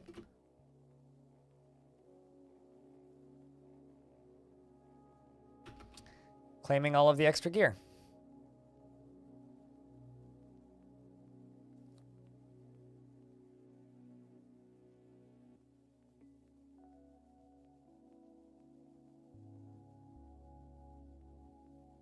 Okay, well, since we're getting sieged by goblins now, time to go start attacking goblin pits. Since they're hitting us anyway, might as well hit them back.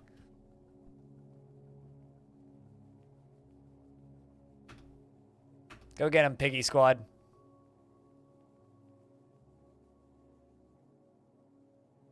And there they go.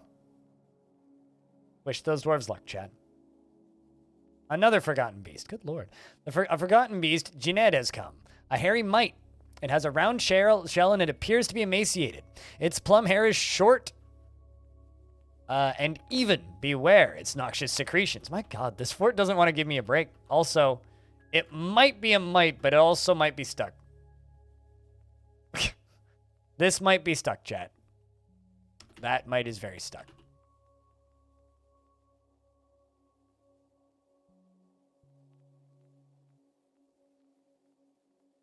Oh, shit.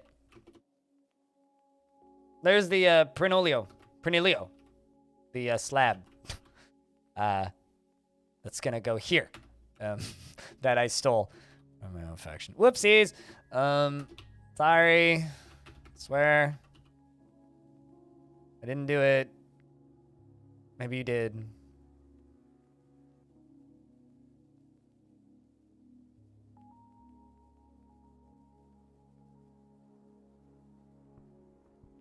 I was all picking up equipment from the goblins.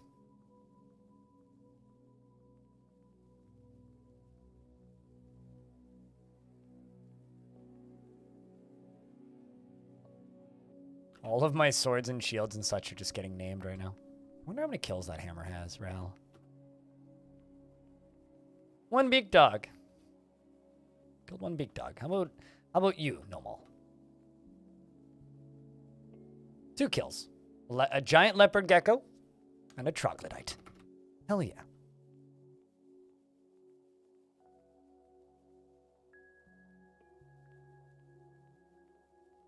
My favorite descriptions are when, like, silly inanimate objects like a boulder have kills. Ah, that mace killed a cyclops. It's amazing.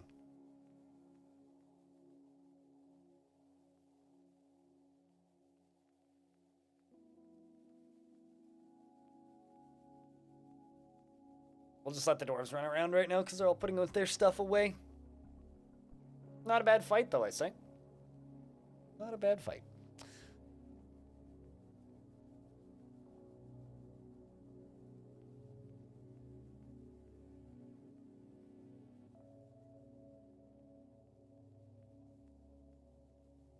Looks like somebody left some rotten cheese in their bedroom. Well, they started making those crossbows, so that's good.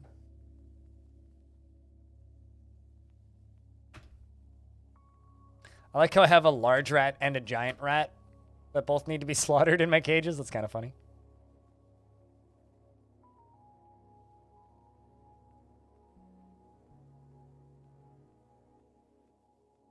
But also, to be clear, the reason I wanted to make silver crossbows is I just have a surplus of silver, Axon. And I knew that humans and other people bring silver crossbows sometimes, so I was like, I'll just see if I can make silver crossbows. But apparently you can't make them, but yes, you can in fact trade for them. A little bit annoying that, but what are you going to do? Not much would be my guess.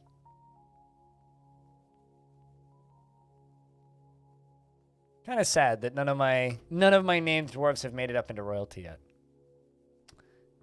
Imagine how good they'd be. No, that's silver bolts. And you can make bolts out of silver. See? Silver bolts.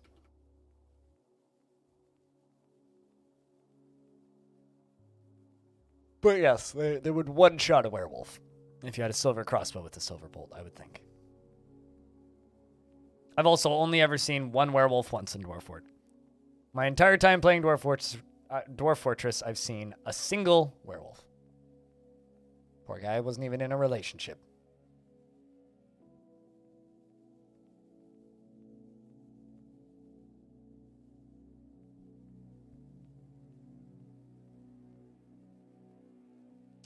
Piggy Squad has returned from raiding the Gubbins.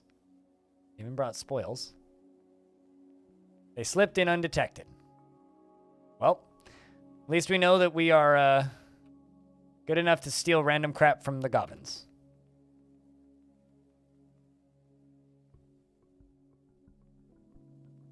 Feels that it was unintentional.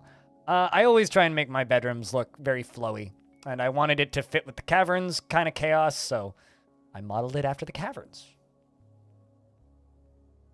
I always try and do that with my bedrooms.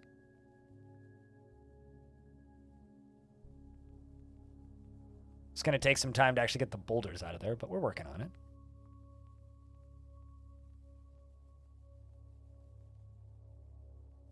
I'm sorry, what?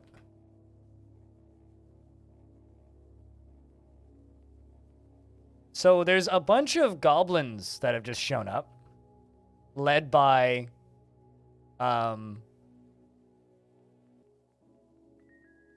Belai Okonuikra Rive, which is a extremely long-haired, very convex nose-bridged, high cheekboned, and her ears are somewhat splayed out. Her head is somewhat broad, and her hair is fuchsia, and her skin is emerald, and her eyes are red, and her nose is somewhat long. So a goblin diplomatic group just showed the fuck up? What is happening? I don't have any public visitors allowed anywhere in my fort. Why is there suddenly a whole squad of goblins in my fort that has visitors? I'm also a human. So Goblin Hammerman, Human Spearman, Human Maceman, Human Crossbowman, Goblin Swordsman, and Goblin Axeman. Spies, probably. Well, I have no visitors allowed, so they can't actually show up to just visit. Kind of expecting them to ask for something. Or make a demand or a request. Well, they're heading to the... They're trying to attend a meeting, so they want to meet with my mayor.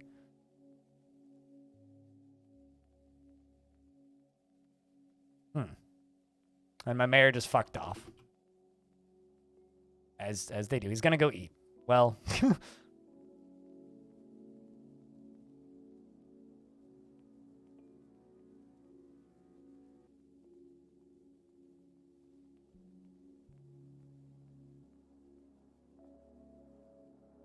They're here to diplomatically steal shit? Probably. Just curious as to what shit they want to diplomatically steal. Also, I wonder, what faction are they from? Do you have any icons?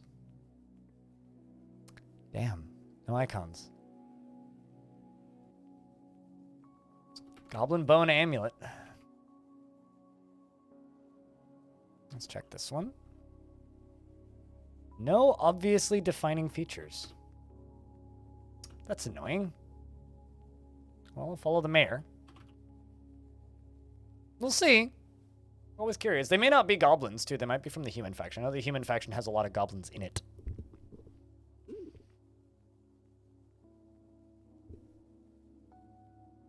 Alright, them goblins are coming over.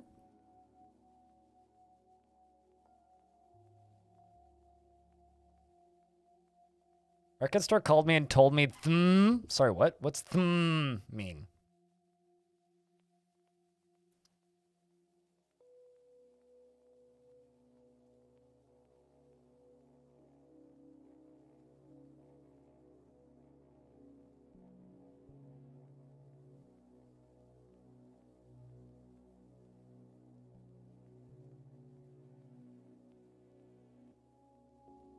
All right, let's see what this meeting has to be about.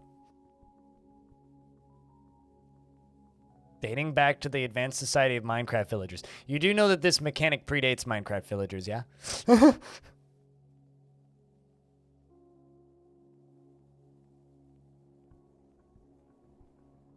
I'm sorry, what?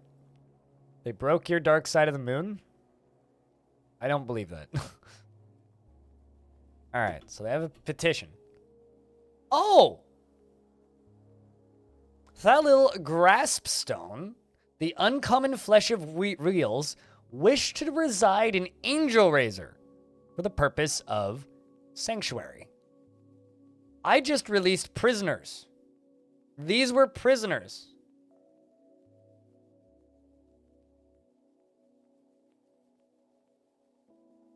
From somewhere. And if that's not true, you should never shop at that record store again, Orange. Just period. That is a level of incompetence I've never seen before. So we now have a bunch of goblins in my fort.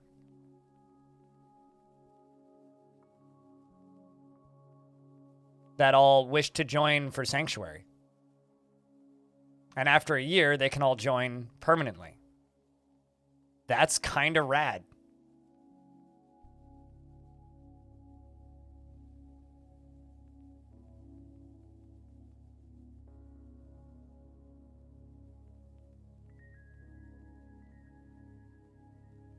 Also, Orange, the Hammerlord, has bestowed the name Vush Dilath upon a Warhammer. No idea what that means. But, so we now have goblins in my army, or that will join my army in a year, because they were prisoners at the last place. We say emergency food supply? You know dwarves don't eat intelligent life, right? Also, why do we need an emergency food supply?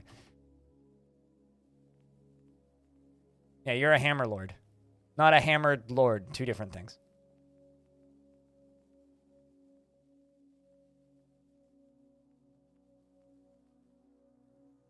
I'm making a dormitory right here. Well, you said, did someone say emergency food supply? No one said that, right? We have political prisoners in my fortress, and you're suggesting I eat them. So I'm calling you nonsensical for it.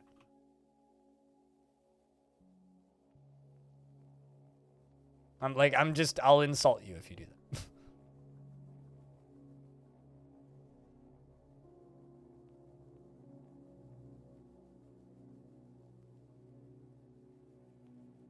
Come on, have some class, dude.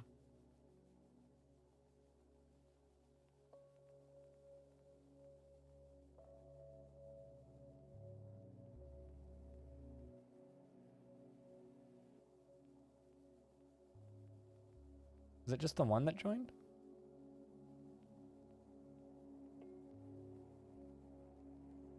I think it was just the one. Which means the rest are all just guests, which are probably going to ask for... Because these are all... this is the whole group that showed up. Yeah, they're going to ask one by one. Cool. Okay, goblins are cool. What's wrong with goblins? I have a question. Why are you being so fucking racist against goblins? What did goblins do to hurt you? Goblins are rad, dude. You're just making yourself sound like a role-playing bigot, which is not welcome here. The beak dogs. Now, those are a food supply because they're livestock, but... Goblins are talented warriors. Goblins are more or less the same as dwarves. The difference is they don't need booze, which means they're easier to care for.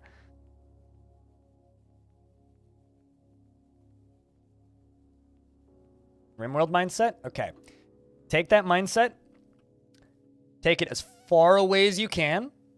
Throw it in the dumpster, and then come back when you're done.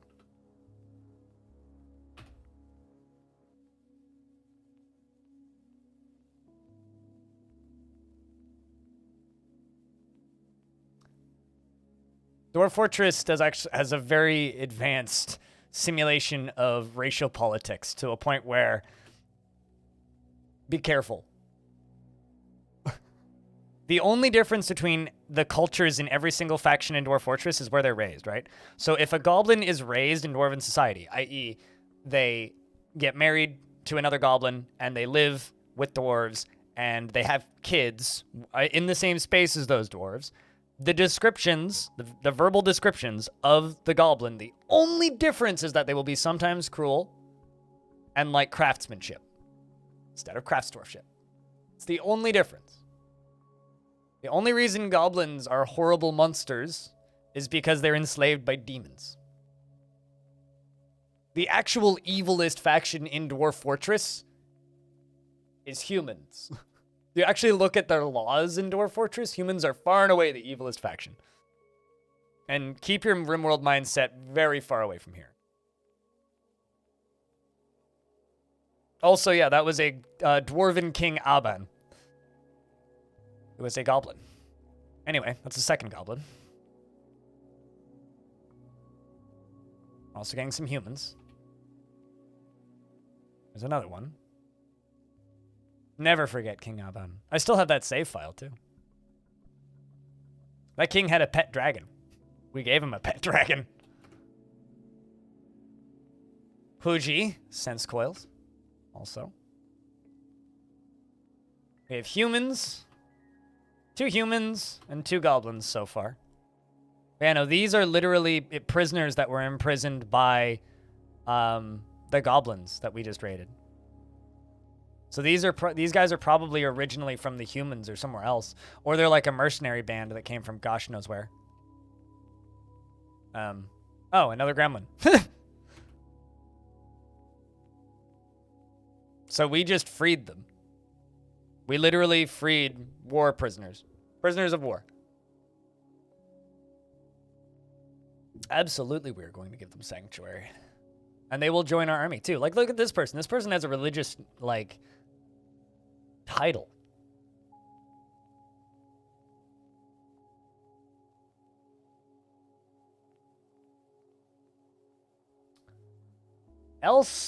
Elsloam Loot-Riddled, the Cradled Paper of Deities.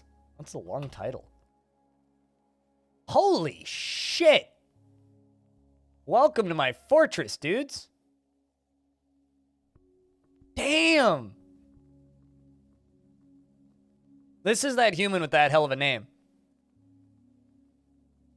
Can't wait to get these good dudes in my squads. Look at that.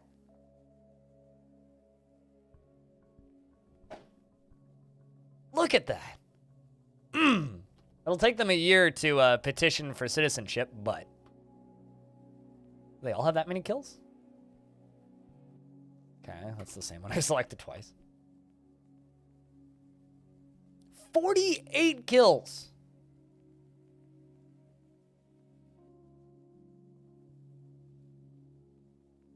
These are some talented warriors, too.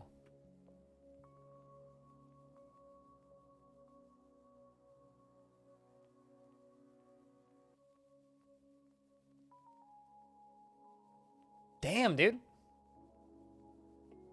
Okay, that's the newbie there. Gotta wonder, where is Strapped Scorpion? I really wish I could search names of holdings.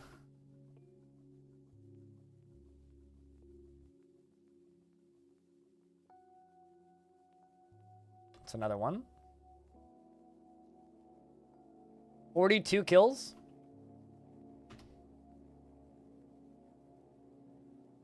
Of course you'd feel uneasy and bitter. Their right ear is gone. Former prisoner, there you go. She is a member of the Anguished Band, so that's probably like the mercenary group or whatever that they're part of, and is a former member of the Devil of Ghouls. He is a former hearth person of the Anguished Band, and arrived at Sedil Stukos on the 15th of Felsite in the year 190. 66 years old. Let's take a look at that human with the really long-ass title. Member of the Anguished Band, a former prisoner of the Devil of Ghouls, former hearth person of the Anguished Band, and arrived here. So, okay, same time. How about that Goblin? Member of the Superior Coalition. Ooh, that's a name. And a former prisoner of the Devil of Ghouls. Who's the Superior Coalition? I don't have any knowledge of a Superior Coalition. Hold up.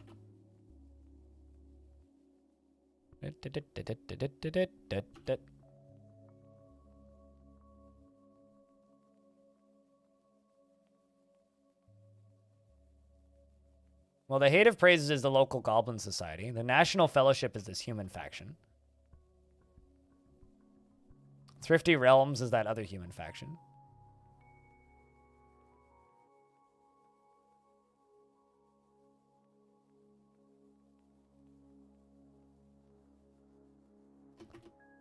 Lilac of something. Empires of Diener. Blade Busts. That's us. That's the Crimson Pulley, obviously. The Eviscerated Seal of the Book of Conjurers. Flowing Release. Mighty Scorpion. That's a good name. The Rhythmic Tick. Those of Gladness. It could also be just a mercenary band. Dread of Scrapes. Closed Demon. The Work of Seeds, that's a Dwarven Civ. The Safe Realms, another human civ. The Spider of Bucks is a really good name. The Curse of Entering. Goblin Civ, I think. Curse of Aging. Of Seeds. The Light Seals. Mirror of Roasting. Sacrificial Nations. Hey, Jack and Rick, what up? There's two of you in the fort. That's how the fort's going. Confederacy of Meeting. I like meeting people. Empire of Balls. All right, that's the best Goblin Civ here.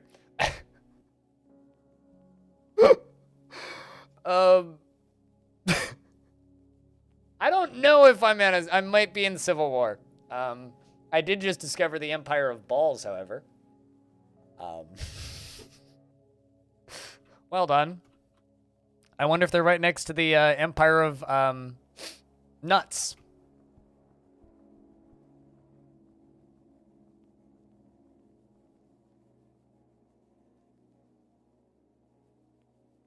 Yeah, okay, so from my searching around, it's gotta just be... It's gotta just be some... Some mercenary band. Like, they must just be like hired mercs. Which is cool.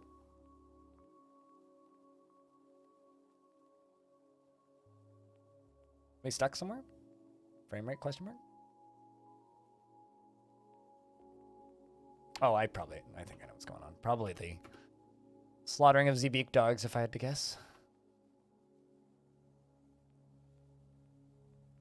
Yeah, frame rate fixed itself.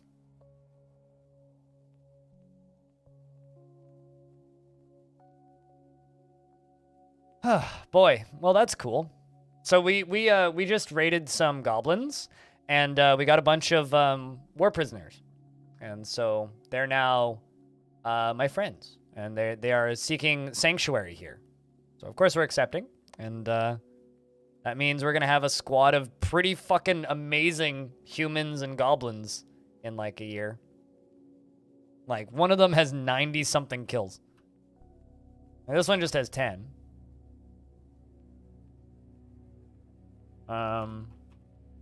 But like this human, look at that. This guy just joined us. Look at that title, Esloam. Did a whole lot of work in Scrap Scorpion and Nasty Devil and Menace Parches. No, absolutely, it's super fucking cool, the best. So, yeah. Also, we fought off a siege of like 90 something. We're working on dousing things, putting stuff back together, and there's a very scared giant leopard gecko running around. Have I made clothes for them? They literally just arrived, so no, not yet, but we'll have to. Although I have to get my clothes making industry up and running in general. It's currently a little bit lacking, unfortunately. This fort's a little bit too young to still really have a clothes making industry.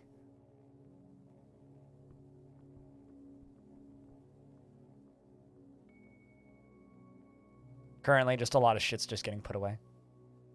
No, so I retired that fort because it got too laggy. There was too many dead things in the basement. So this is actually a joyous biome, double joyous, and we have mountain gnomes that show up and steal my alcohol sometimes. And you know what? Honestly, I'm happy to oblige. I've never seen mountain gnomes before, so I'm very excited to have mountain gnomes about, even if they're there just to drink my booze.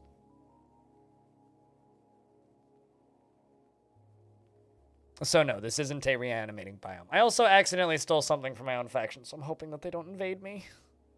It'd be really sad if they did. I didn't get any migrants, but it's also not too weird. So, also there's a werepossum in other news.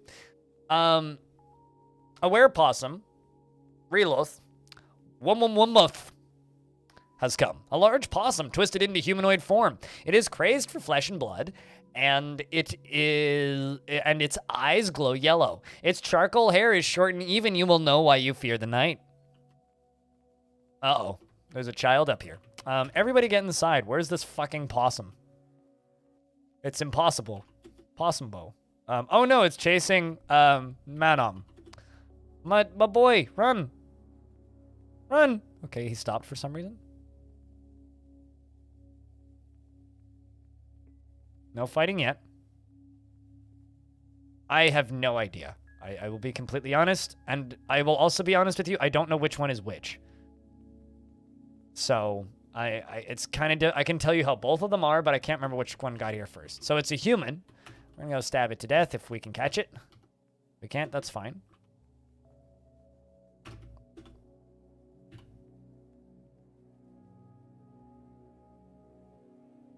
But when I checked in on him when he popped in, he seemed kind of fine. Some post-traumatic stress from previous fort, which I'm sure they're getting over due to the beautiful status that this fortress generally holds. Everything is kind of amazing. I mean, all of our furniture is made of gold because, well, I mean, if I go into my stocks, we have a little bit of gold, 1,196 of it to be specific.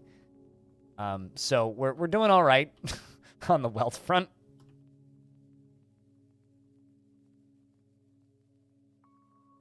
Hello, Brack Diesel. Used to know somebody who went by the name Brack on Twitch.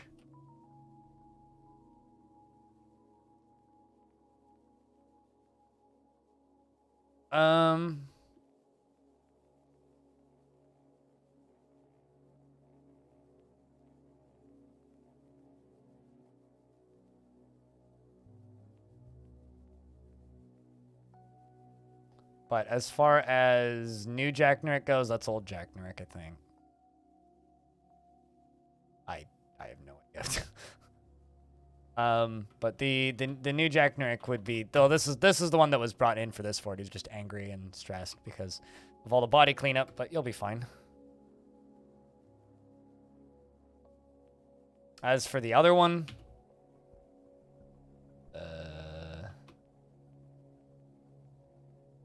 I'm looking forward to having a built-in search function by default for names. It's gonna make things so much easier.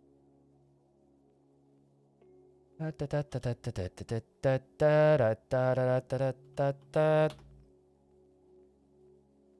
makes it worse.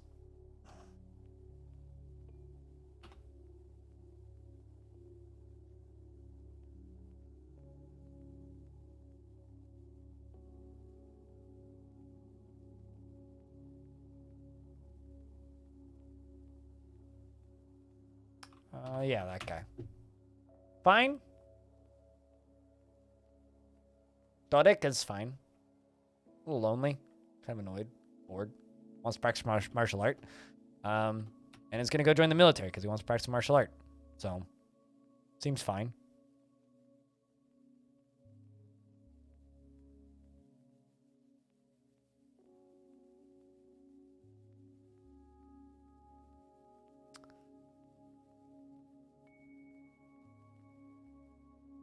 I would say fine, is my take on how that dwarf is doing.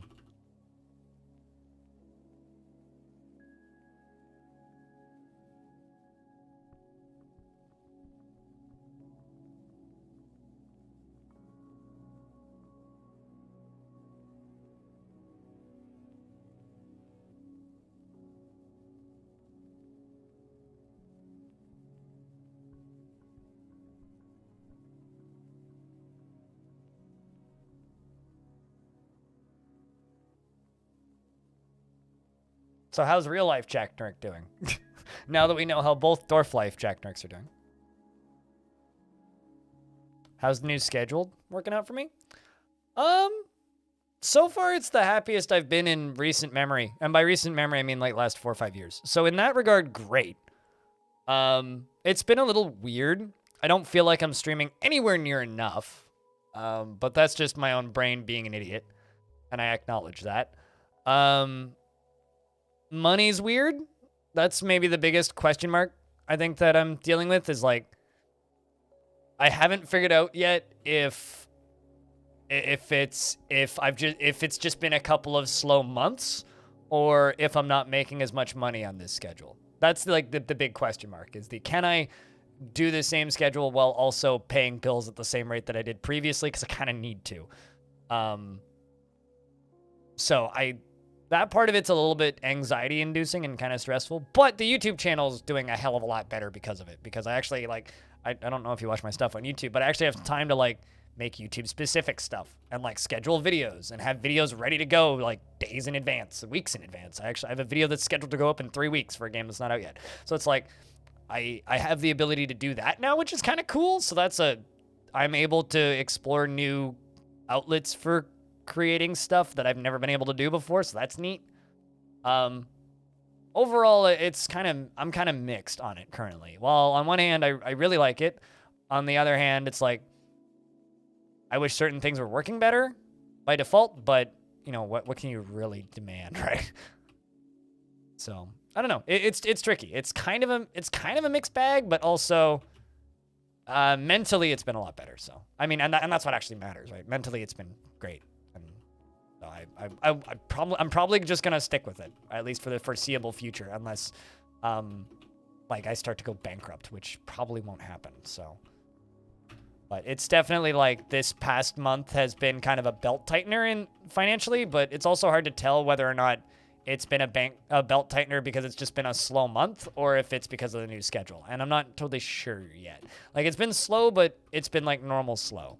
But at the same time, like, the average number of people watching has gone up, so that's good. I don't know. It's got its pros and its cons. The pros outweigh the cons currently. Is the new schedule. Well, the mini DF updates, I think, are the most popular things that I do, right? It's the thing that keeps my YouTube channel rolling. As the great poet Fred Durst once said, keep rolling, rolling, rolling what? So because of him, the great words of Fred Durst and, you know, just me being consistent, YouTube channel's doing a lot better. And look at these goblins hauling stuff for me, fuck you.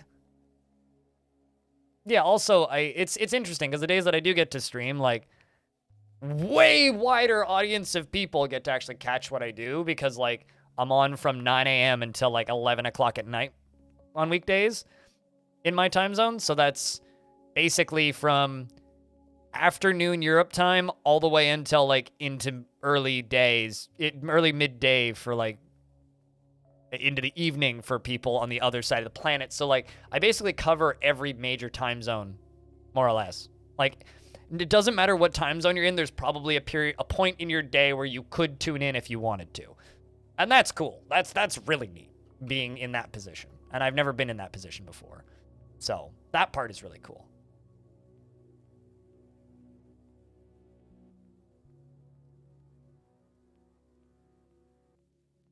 And I'm really happy about that.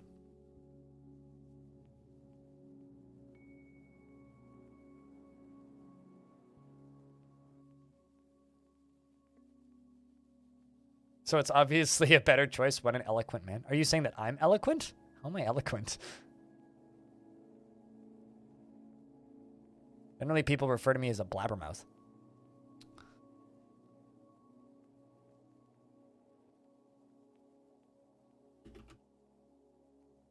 Let's make 20 gold wheelbarrows. I really hope you stop digging before you hit the edge of that. Okay, yeah, they did. Oh, Fred Durst. Yeah, okay, fair enough. Yes, Fred Durst is very eloquent. Keep rolling, rolling, rolling what? Come on! Everybody would do better in life if they just listened to the grand words of Fred Durst. You know? Like, you know, he's got dad vibes. They're not bad vibes, because they're my vibes. Definitely quoting lyrics from their most recent album. Don't listen to fucking Limp Bizkit. Terrible. Garbage.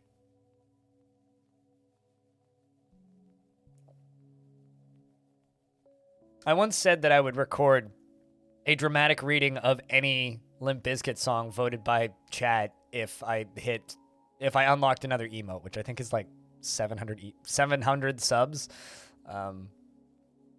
But maybe one day we'll do that. The new album was amazing garbage. My favorite song on that album is the one where he's literally just like, we're writing the same shit, shut the fuck up and go away. We don't care. Okay, so the humans have arrived to trade. Oh no. I've got 2 production order violations and I don't have a prison. So, I'm going to make gold chain 30. You ring a ding ding ding ding. Bring them all up. And also all shitty clothing.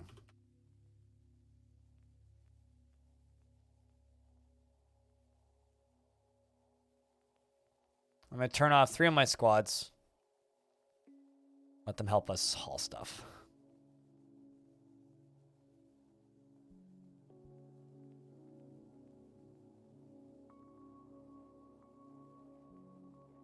Yeah, so like the pros do definitely outweigh the cons. And you know, I think at this point, as far as this schedule goes, I'm just going to do this schedule as long as I can physically do it, or as long as I can afford to do it. And if I can make it a financial equivalent to the schedule I was doing before, then it's 1,000% worth it. And that is the goal. because if I can get it to where it was before, it's significantly better, because the short version is I can actually build and do stuff on the YouTube channel, and I can also produce the podcast that I do on the side without time restrictions, basically. Because like previously, the way my week would work is I would stream 5 days a week. Friday, which was one of my days off, would end up just be YouTube editing and podcast recording days. And then Monday, which was my other day off previously, I would basically just crash for half the day and then end up working the rest of it. So I never really had a day of the week where I could just, veg, I guess. Every day I was working a minimum of 4 to 5 hours, which is fine to a degree, but becomes a lot when you need to do stuff like grocery shopping. And I just kind of crashed at a point. And I was always like on varying levels of burnt out. And with this schedule, it's like, it's kind of crazy because I stream 14 hours, right? Which is like a really long time, but it's really condensed. I meal prep 3 days worth of meals beforehand, so I don't need to worry about cooking. Grocery shopping's all done. Bills are all done. Bank stuff, hospitals, doctors, all that shit, all the stuff I need to do for like my disabilities, fucking pharmacy, all that crap's done on the other days. And so it's like, all I really need to worry about is I stream for those 3 days. I stream for the same number of hours approximately in 3 days instead of 5. And then Friday is all like podcasting and editing. And then Saturday, Sunday, Monday, I maybe will work for like an hour and a half. And by work, I mean sit down and play a video game for an hour and a half and then record something for 30 minutes. And that's mostly just playing a game, which I didn't even get to do previously on the other schedule. On the other schedule, I never got to play games off stream. Like it just didn't happen because I never had time. But now I can like, just sit down and play a video game for 2 hours and then record a video of it, which is a hell of a lot healthier. And I think I act happier. I don't know if I'm obviously more chipper or anything, but I haven't had many comments about that, but from my perspective, it seems that way.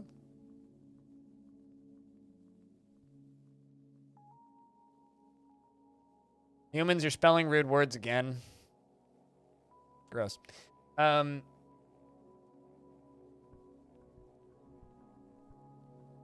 It's always nice to be able to just pop in a bit throughout the day. Yeah, and another thing, this is just something that this is my observation. I don't know, because like this is something that I almost never get feedback on, so I don't know if this is accurate, but from my observation, it feels like people look forward to my streams and go out of their way to tune in now, whereas previously I was just always on.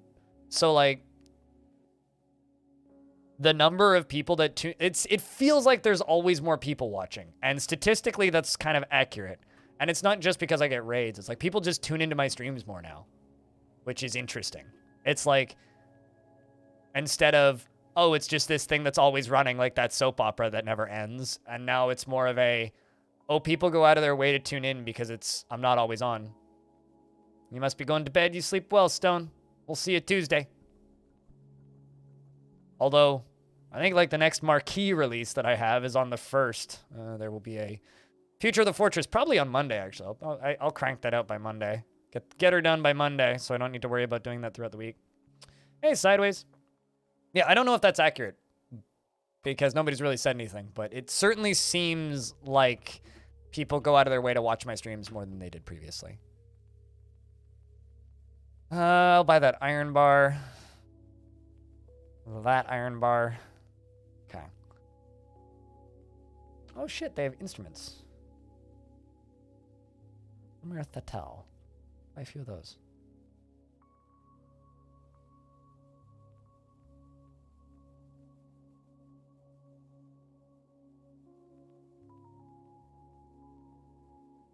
Which is interesting because higher engagement usually equals higher money, which is why I'm like very confused as to whether or not it's better financially yet or not, right? It's like more engagement and more active chat means more revenue statistically, usually on Twitch. So I don't know. It's weird because like revenue's been down, which is why I can't tell if that's because of the schedule or if it's just because of slow month. But I think my entire team is also like reporting slow months, with the exception of sponsorships. Apparently sponsorships are popping right now, but I don't really get offered sponsorships because I don't have enough people watching. I also don't generally accept them when I do get offered them, because it's not you guys, it's me. I really hate having to sell you guys shit, and I always feel like kind of terrible about it when I have to do it. So I don't generally go out of my way to try and sell you guys shit. I usually just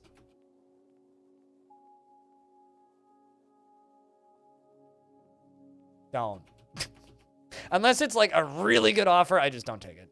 So I don't generally get offered sponsorships because I don't often accept them. Sponsored stream doesn't necessarily mean shilling something. This is true. And I've done sponsored streams where that's the case, but that's not the case for all sponsored streams. It is not the case for all sponsored streams. There are certain sponsors that require X number of clicks and such. And those are almost always the ones that I turn down. You're sometimes too poor to even pay attention. Brack Diesel, thank you very much for that tier 1 subscription. Now feel free to ad block all my YouTube videos. But thank you. Cheers. And chat, can I get a big round of beers for the brand new subscriber at tier 1? Hells yeah.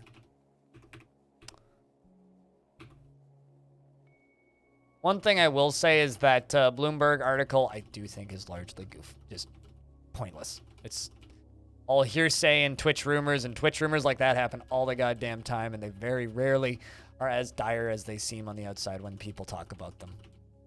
You remember bits? You guys know bits? The way of tipping people with bits? You know, there was a rumor within Twitch when right before bits got announced that Twitch was going to ban cash donations and ban people who used Patreon. There was a rumor about that. Didn't really get reported on too much, but there was a rumor. So, rumors about Twitch are very rarely factual. This one just seems kind of particularly harsh and is pissing off the big guns, but yeah, whatever.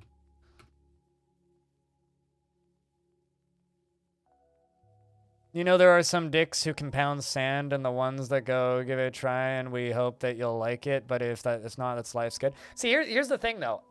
There's this thing called unconscious bias that I don't want to fall into, right? And I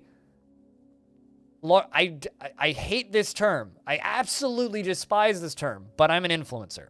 I influence people into doing things.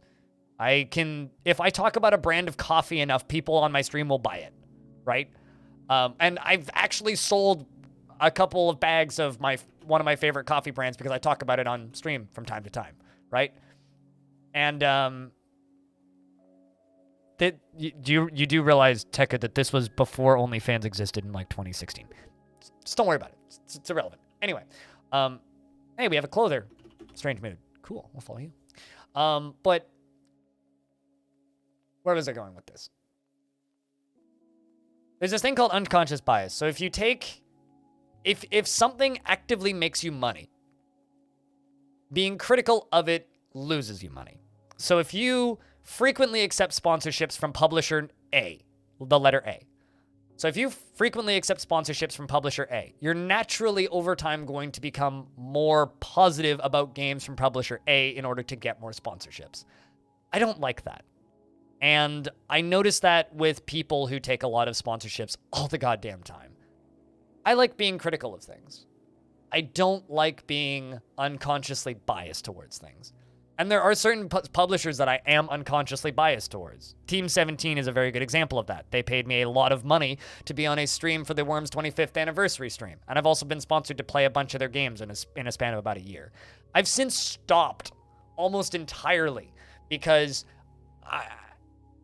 it was getting hard to be critical about their games because of how much money they've paid me. And when I say how much money, it's like maybe about $1,500 in a year, which isn't nothing, right? Like that's like almost 3 months. That's 2 months rent for me. Like that's quite a chunk of money. Actually 3 months because it was $1,500 US. 3 months rent for me. So it's like, I would rather not have that concern of, do I actually like this, or am I being accidentally biased towards the thing? A game like Ultimate ADOM, which I know isn't good, and I know I don't like, and I know that I'm pissed about, absolutely I will take 2 sponsored streams for it, which I did. And absolutely I got paid a decent amount of money for those 2 streams because I already knew that that game was bad. And I'm totally, and if they want to pay me to remind more people that it's bad, fuck yeah, I'll do that. I'll also tell them that it's on sale if for some stupid reason they want to buy it.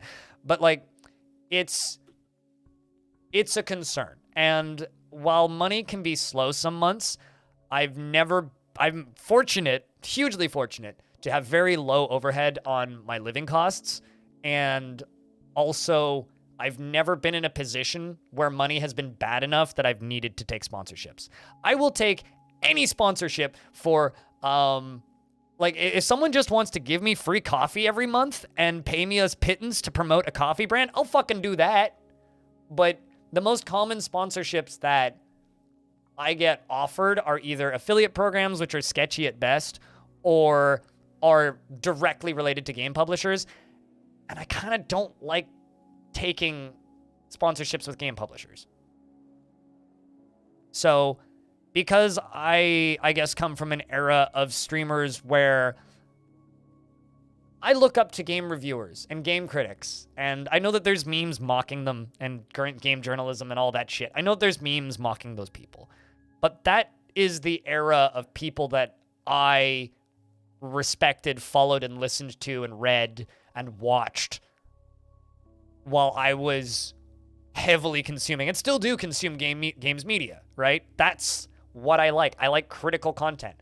And I want to be able to produce relatively critical content. I'm not a reviewer. I'm not going to release an hour-long, like, articulated review of a video game. But I don't want to be biased, right?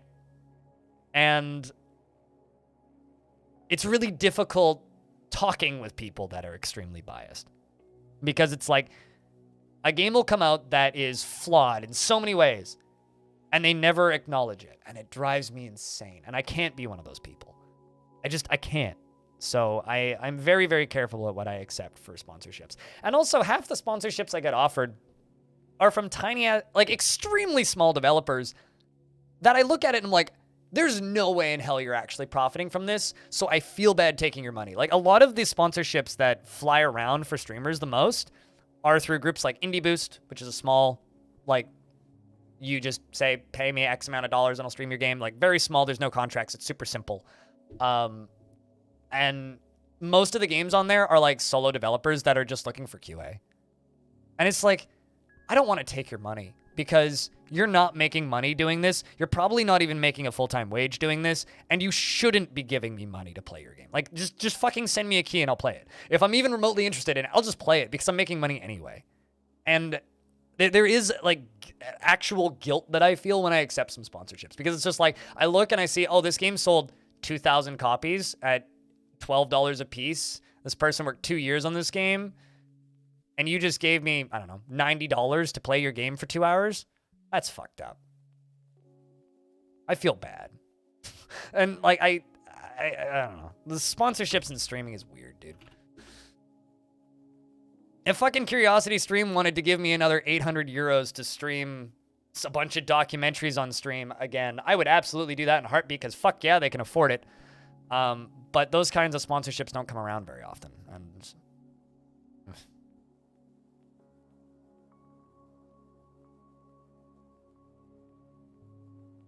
standard monthly net salary in Germany, that's pretty good. That was over like a year though.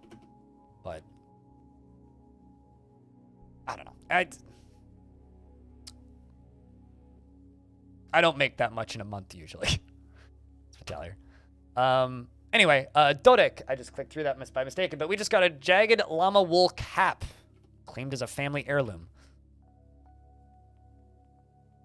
This is a jagged llama wool cap. While craftsmanship is of the highest quality, it is decorated with high wood and encircled with bands of sheep's wool. This is made from llama wool cloth, and on the item is an image of Muthcat, geared springs, the dwarf in llama wool. Going zzz, you have a good night. Zzz. Thanks for hanging out, dude. Yeah, I don't know where that rant came from, but I don't like accepting the vast majority of sponsorships. It either ends with unconscious bias or feeling guilty. And I don't like that. That's not a stress that I need in my career.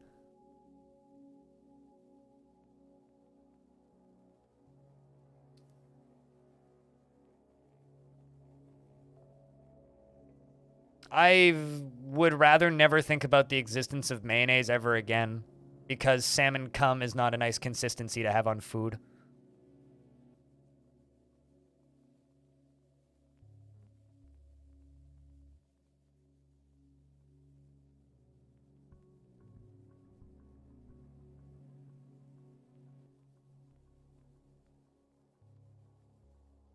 And if you don't think it looks like salmon cum, you should look up some salmon cum. As someone who's worked the salmon spawns, it's part of my reason for not liking mayo. I'm not actually joking. It's completely truthful.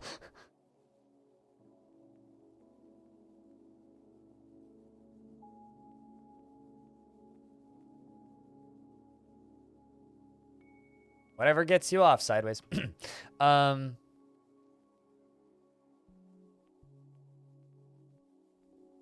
My phone just vibrate. Why my phone vibrate?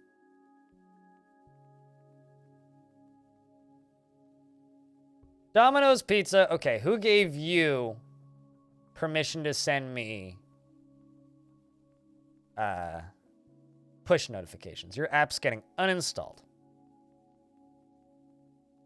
Hold up. Gotta uninstall an app. It's very important.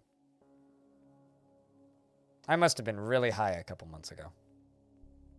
I installed that app and then forgot to uninstall it.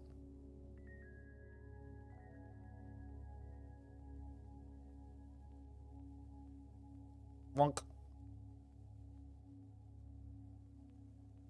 They want to give me a 50% off of a really crappy pizza. That's what they want to do. 50% off any pizza. No thanks.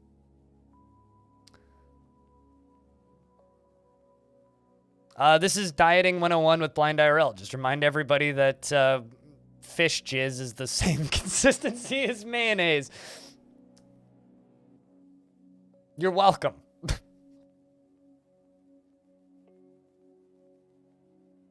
Lycott's given birth to a boy.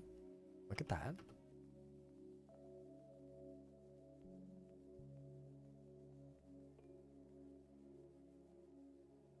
Have you ever seen fish jizz, Tekken?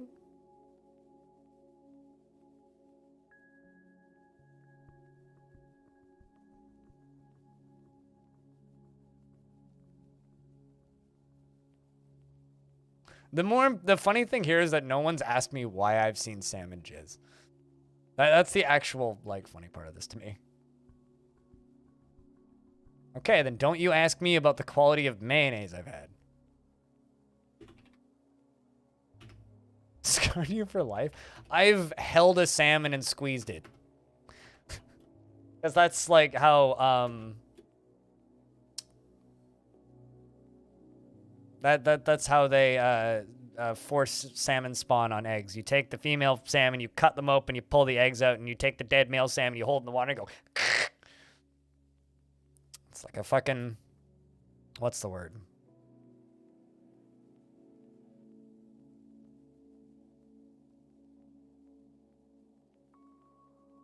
Poor fishy. The problem is a lot of the salmon rivers around here are too shallow due to construction and people damaging the environments around it and trash. And so a lot of the salmon don't actually make it to their spawning locations, so they die on the creek on the way up. So what they do is we have a bunch of salmon sanctuaries, and which I used to volunteer at, which is why I used to do this, where they would go out and collect the dead salmon, and they would spawn them, which is quite literally what it sounds like. You grab a salmon and you rip the eggs out of it, and then you take the other salmon and you make them make babies. And then it's what we have to do because we, as a society, overfish them so heavily they are going away and not coming back. And salmon are fucking important. We need salmon in the oceans. So, you know, it's some volunteering I've done in the past. It was actually like a neat experience, but it did permanently ruin mayonnaise for me.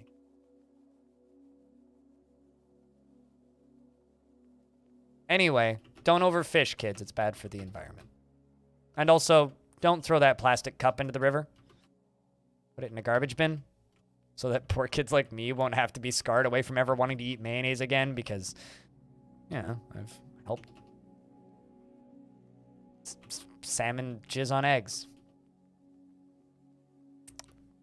Anyway, what is some traumatic moments from your childhood, Chad?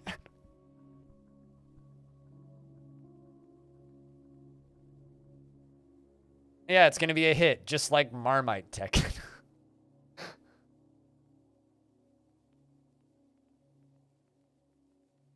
Tech, I have a question. Have you ever played Dwarf Romantic? Town romance, little town puzzle, city builder thing?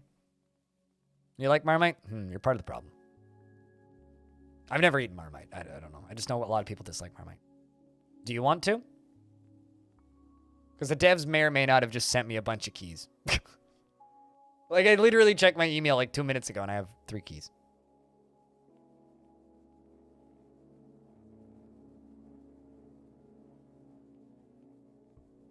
Around being shot at? That's something I've never had happen to me. I've never been shot at. That also sounds pretty traumatic and not to be fucked with. I'm sorry if that happened to you. What the fuck? You woke up to a spider trying to unravel your bed sheets as a child? I'm sorry, what? No. It's not even remotely related to DF.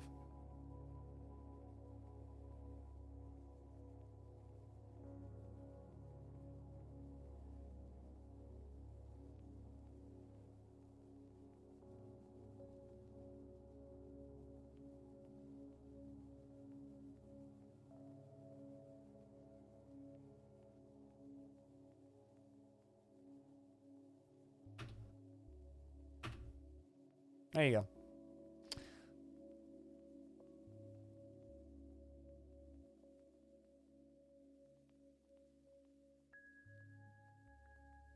You were in a helicopter crash? Bazalia, really? You just said helicopter crash with no other context, so I'm assuming you're referring to trauma. Jesus, dude.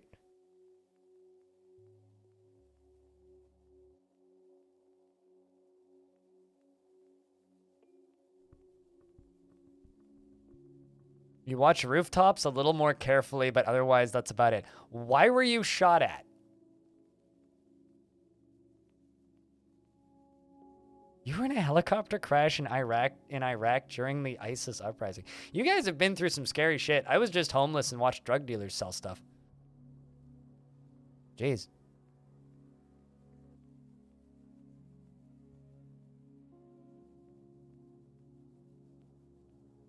Anybody else want a key for Dwarf Romantic? If you don't own Dwarf Romantic and you want it and you have you have a 1-sentence reason why you need it and it's compelling, I have 2 extra keys. Undead pangolins are OP. Undead what are they called? Wild boars are OP. I lost a fort to just a herd of undead wild boars once. They just showed up and just steamrolled my whole fort. I was like, what the fuck?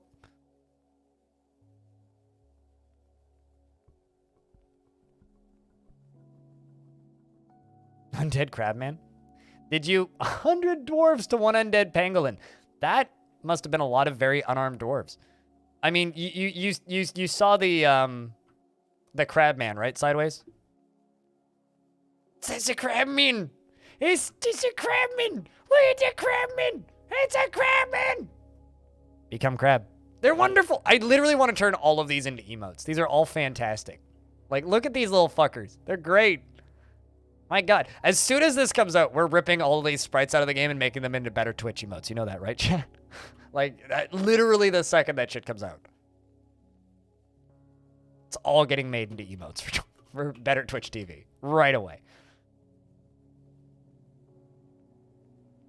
Wrong place, wrong time. One gang had started to sell in another's turf, and the home gang wanted to shoot the dealers, so started taking shots from the top of a nearby building towards the corner.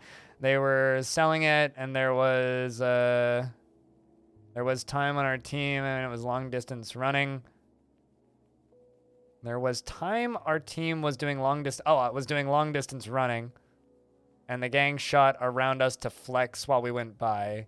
They weren't aiming to hit, just to scare. Nobody even changed pace. Fuck.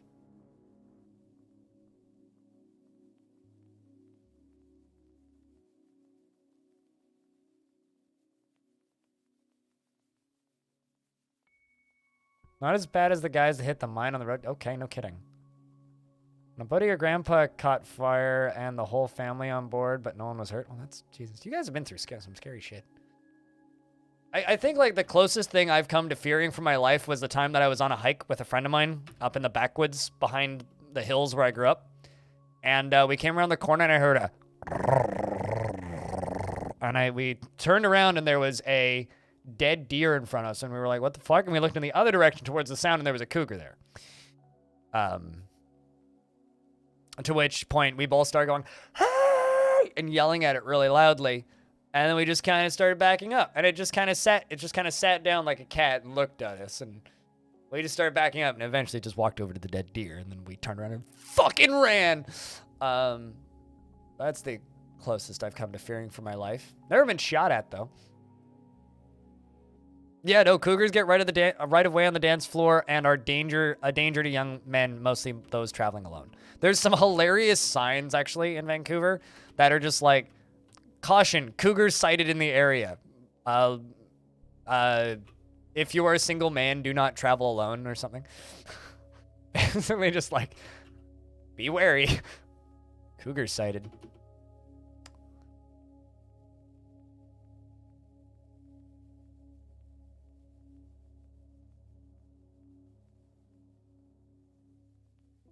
Yeah, cougars and bears are the closest I've ever come to fearing for my life.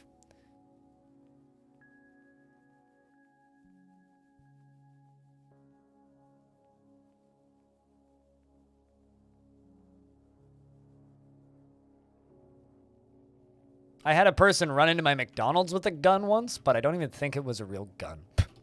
Pretty sure it was just one of those, like, give me all your money. This is definitely not a cap gun situations, because it didn't look like a real gun.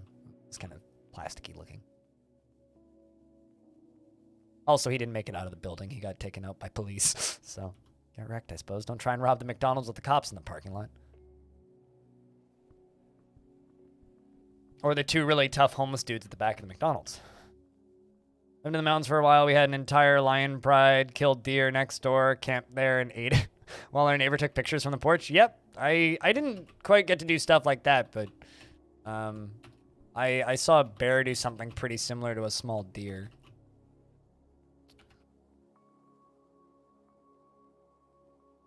Kind of amazing, though, actually.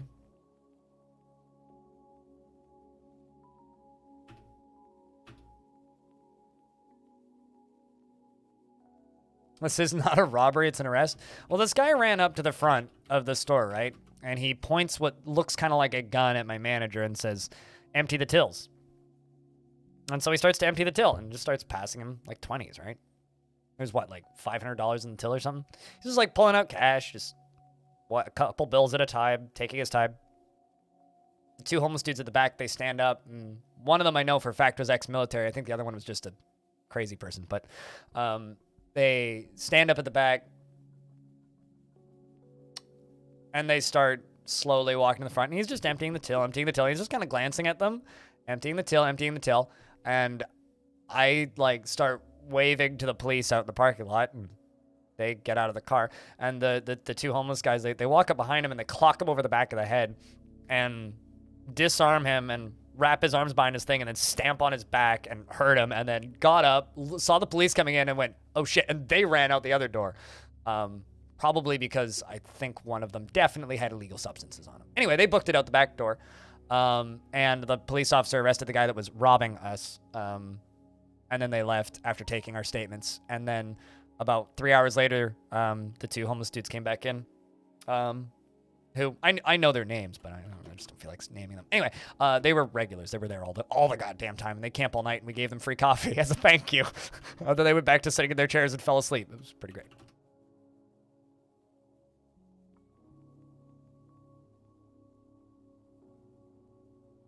Good old Crazy Eddie. It was Crazy Eddie and Mike. Big Mike and Crazy Eddie. Big Mike was like 7 feet tall. Any interaction with a bear counts as a near-death experience? No.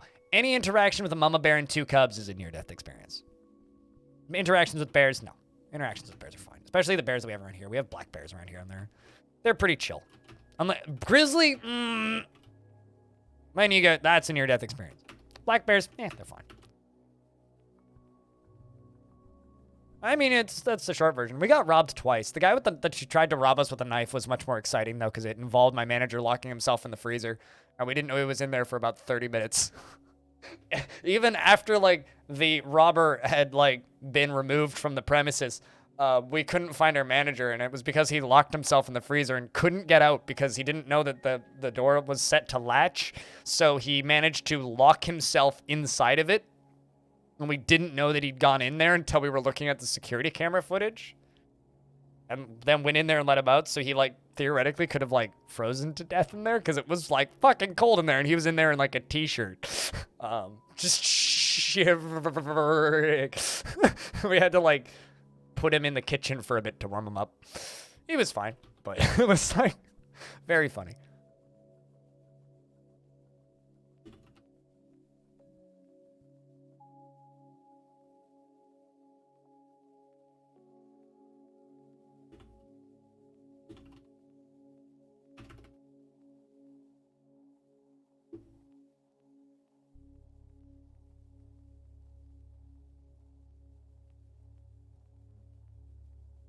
Well, I mean, he was running from a dude with a knife, so I don't think his options were too big. Also, he said that his plan was he was going to run into the freezer and then call the police, but he had no cell reception in the freezer and didn't realize that until he got into the freezer. Giant leopard gecko is fighting with my militia captain. Anyway, I think the militia captain's winning, so. Get him, dude.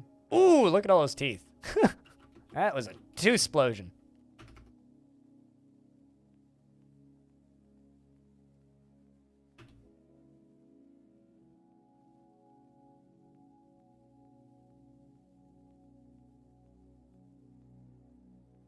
Yay! The dwarves from my home faction have arrived. We're not at war.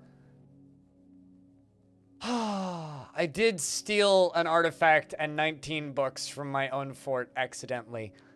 But we're not at war with them. Thank the Lord. Huh. Whew. Hopefully they don't notice the very inconspicuous, obvious, very specific, one-of-a-kind slab that's right next to my trading depot, but... Whew. Thank you. Thank you. I was very worried. What happened to the gnomes? They come back maybe once a year and try and steal my alcohol, and then they fuck off. They come by most springs. Also, the thing that I'm referring to is this. This is what we stole. This is the crest walls, a rutile slab.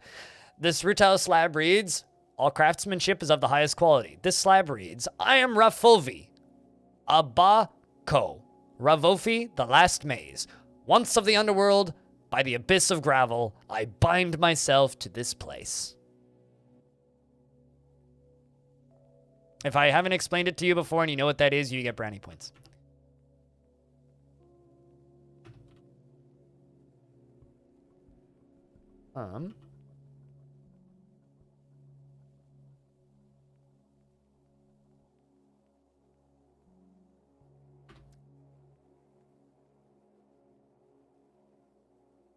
Let's sell all of those training weapons. And some of these. Some hammers.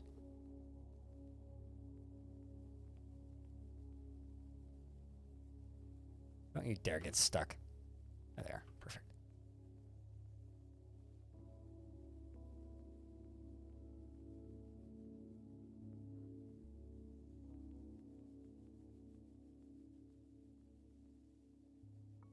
I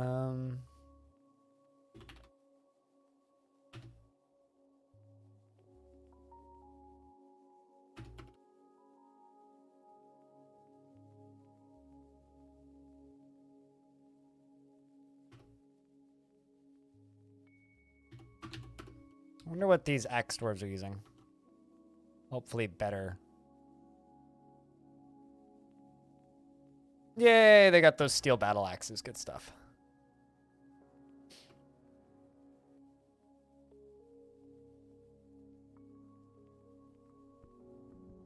It was a mortar that took off a coworker's head while on contract war zone. Just voomp. That's freaky. That's like not NSFL's shit. I've seen pictures and videos of stuff like that, but nothing in person. Don't ever intend to. Jeez. About 3 feet in front of you. Must have thanked your lucky stars that day.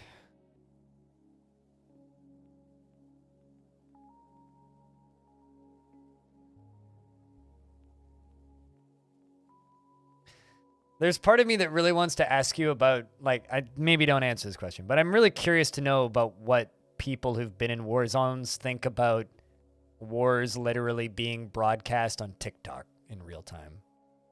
Because that's just the world that we live in now. It's very strange.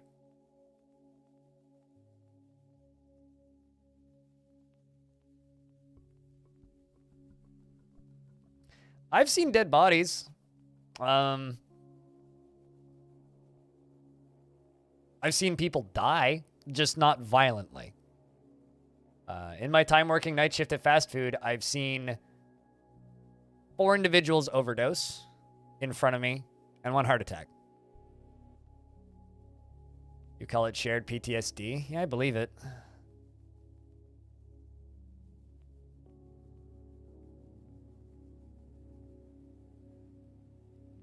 And a vile force of darkness has arrived. All right, hold up. Let's just jump down here. I'm going to expand this burrow. It's going to be all of the underground areas beneath here. So all the way down to the bottom.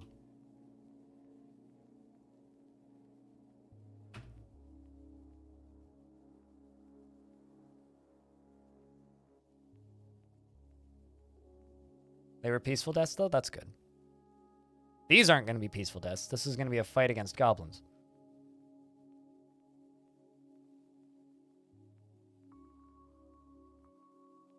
That's quite the army, actually. Sheesh.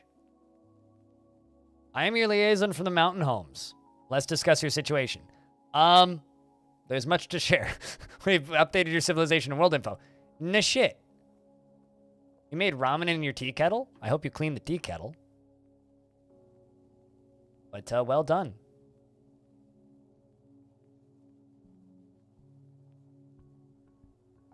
Free those goblins from slavery with my hammers?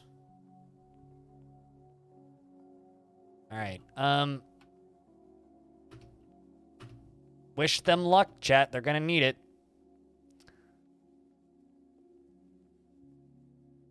Oh, just to boil water. Okay, that's very different. I thought you put, like, the noodles and the flavors into the kettle. That was concerning for a second there. You put the noodles in the tea... Okay, I go back to what I said, but I hope you wash that kettle. Don't want a moldy kettle. Or a noodly kettle. Well then, we have finalized the export agreement. Feel free to go over the documents. I look forward to our meeting next year. Our fortunes rise and fall together. Yeah, they sure fucking do. We might all die in a few minutes. Charge! Okay, so far so good. The militia captain bashes the goblin axeman in the right lower leg with his silver warhammer, chipping through the copper chain leggings. The force bends the knee, tearing apart the muscle and bruising the bone. And tearing the bone, and a ligament has been torn, and the goblin screams, "Death! I feel very uneasy." Naturally.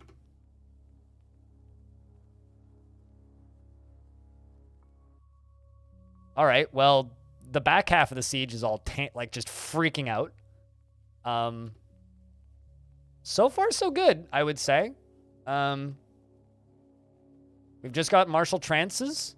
I don't think anybody's actually died yet on our side. The Mace Lord Id bites the Goblin Maceman in the upper lip and the injured part is cloved apart. The goblin latches on firmly. Okay, so this dwarf has bit a goblin in the upper lip. Got it? He's bit and latched on firmly with the upper lip. He shakes the goblin maceman around by the upper lip, tearing apart the upper lip's muscle. The goblin's skull has been torn, and the mace lord shakes the goblin maceman around by the upper lip, tearing apart the upper lip's muscle. A tendon in the skull has been torn. Literally, the kiss of death. They're like French kissing each other to death. That is some Looney Tunes shit. It's kind of great. Hey, look, some dramatic slow motion. It's not lag, chat. It's just bullet time. Let's see what else we got going on here. The Hammer Lord Adil bashes the Goblin Pikeman in the right lower hand with their named hammer, fracturing the bone through the copper right gauntlet. The force bends the right wrist, tearing apart the muscle and bruising the bone, and tearing apart the muscle and bruising the bone. A ligament has been torn, and the Goblin Axeman charges at the Hammer Lord and collides, and the Goblin Axeman bounces off him and is knocked over. Come on, dwarves, keep fighting. You got this, boys. That actually is a lot of dramatic slowdown, jeez. I think that we're winning. I'm checking squads. Yeah, literally haven't lost anybody yet. Haven't lost anybody yet. The Hammerlord punches the Goblin Maceman in the right hand with his right hand, bruising the attack, and the attack is deflected by the Goblin Maceman's right gauntlet. They literally just did like a... we're steel clad, and we're using mostly silver warhammers or steel axes. Yeah. So most of the dwarves have steel shields, steel breastplates, steel chainmail, steel helms, and steel gauntlets. And some of them have steel high boots. All of the dwarves with weapons either have silver warhammers, a few steel warhammers that we purchased, silver maces, or steel axes. No, he did not turn into a were-kangaroo. Biting a were-kangaroo does not make you into a were-kangaroo. Getting bitten by a were-kangaroo turns you into a were-kangaroo. Speaking of dwarves, Spitalier is sleeping through the fight, by the way. So, shoutouts to Spitalier, who's safe and sound in his bed, having a nappy boo, while his whole army friend is, charging into battle. Anyway, fight continues. We've got a few dwarves that are berserk, which is not actually a good sign. The beak dogs and trolls at the back are just freaking out. Look at all those teeth going everywhere. The Hammer Lord, Kick Roast, says, "I have improved my shield." That was not satisfying. And the Hammer Lord bashes the Goblin Axeman in the right hand with his silver warhammer, and the injured part explodes into gore. The force bends the right wrist, tearing apart the muscle and bruising the bone, and tearing apart the muscle and bruising the bone. A ligament has been torn, and a tendon has been torn. The Hammer Lord kicks the beak dog in the right upper... Wait, we're actually fighting with beak dogs? Where? Oh, I guess there is some beak dogs in the fray there now. Anyway, that's the majority of the goblins. Okay, so I do actually have some dwarves that are collapsing now, either due to exhaustion or injury. It's looking for the ones that are lying down. Okay, we're fine. Probably exhaustion. You're blinking back there. Are you okay back there, Shortast? Ability to grasp is somewhat impaired. Neck and skin and fat and muscle is going to need some treatment, but is like bruised, basically. Very bruised, so lost his ability to grasp in one hand. That's not bad for injuries so far. Dwarves are continuing to just fight through. Mesbet, the Hammer Lord, has bestowed the name Lakath Tokat Endok Bekar upon a silver warhammer. And that is you. And what is your kills? You've got 7 kills. That's pretty good. Let's see if I can find you in there. You know what? Whatever. They keep fighting. It's mostly just the goblin crossbow gobs that are left, and trolls. We're fighting through the last of them, mowing them down. Look at that. They pile onto the last few, and it's just the beak dogs left. Siege is over, and I don't think we took a single casualty. We got a few injured. Like Udil is back here with 4 notable kills and 16 other kills. And they currently cannot breathe. Oh, no. Exhausted. Winded. Okay, so it's just sensory nerve damage and is exhausted. How? Ooh. Broke a leg. His ankles were mangled. Ugh.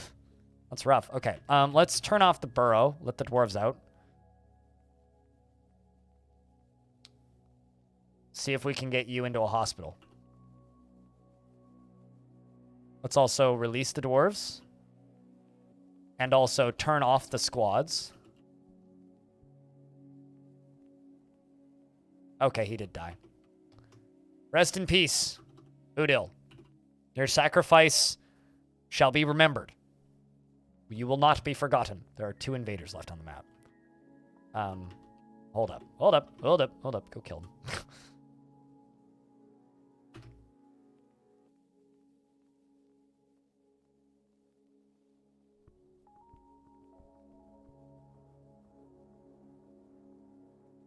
Go kill the last one. Well, I mean, we just won a glorious battle against, I don't know, 200, 100-ish goblins and beak dogs and trolls. Yeah. With 1 casualty, so far that I can tell. Yeah, literally 1 casualty. Did lose them out of the best squad, though. But aside from that, I think that went about as well as it could. We do have a few dwarves that are in hospital right now. Akre is in hospital, but is content after getting the opportunity to lie down and rest. And Shortast is also in hospital, with the ability to grasp somewhat impaired and ability to grasp and motor nerve damage and sensory nerve damage. So it's we'll hopefully be able to recover them quickly.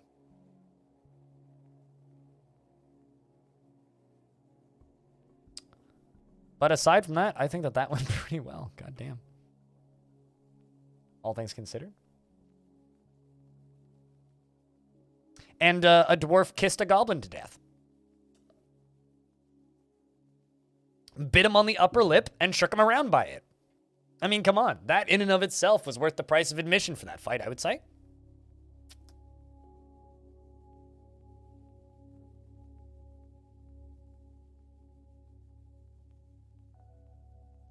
I would say that was worth the price of admission for that fight. A dwarf bit a goblin and shook him in the upper lip. So a dwarf bit a goblin on the upper lip, latched on firmly, and then shook him around by it.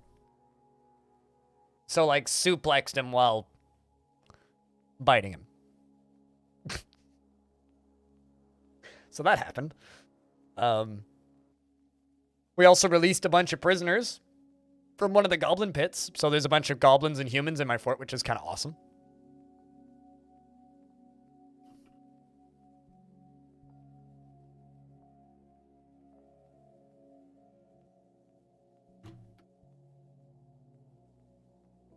Oh, there are no merchants trading right now. Well, the battle unfortunately seems to have canceled my trading date with my faction, which ain't great, but you will pay to see it animated? Anybody want to animate that? I mean, it was literally just Dwarf A bites onto Dwarf B and shakes Dwarf B around, or Dwarf A bites onto Goblin's upper lip and then shakes him around. I could have, like, asked Cooler for something like that, but I can't pay him to do things anymore.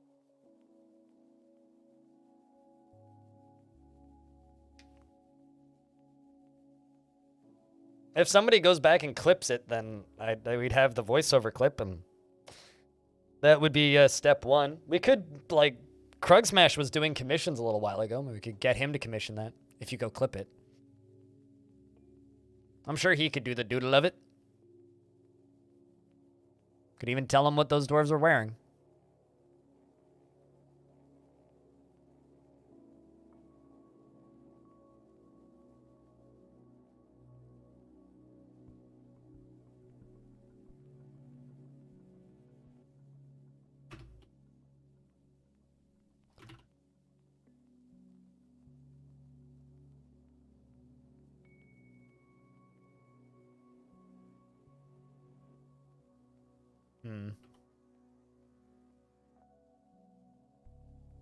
I think that we're just going to do this.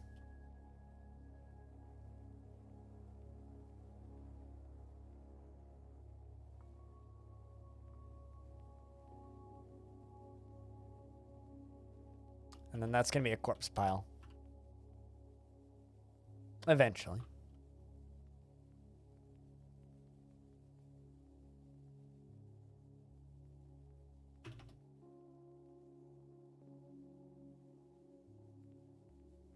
But yeah, this fort has been pretty successful in its antics so far, I would say.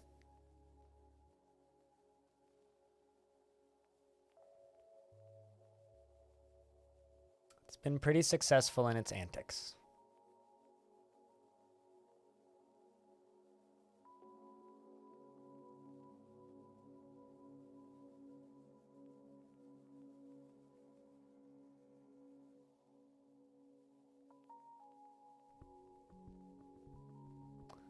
So, chat, today is my last stream of the week, which means we have about, I don't know, looking at the clock, we're 9.5 hours in the stream, about 4 hours left, I'd say. Tomorrow, I will not be streaming, but I will be recording an episode of my podcast, the Halcyon Frequency podcast, which will go up on Sunday. And there will be stuff going up on the YouTube channel over my days off.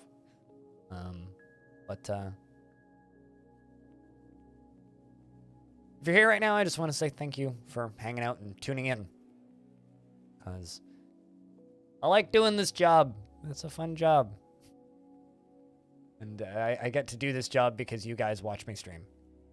I wouldn't get to do this job if you guys didn't tune in and watch. Thanks for tuning in and watching. Going to get ready for bed? We'll see you Tuesday, maybe. Or in the YouTube comments, or something along those lines. Cheers, dude.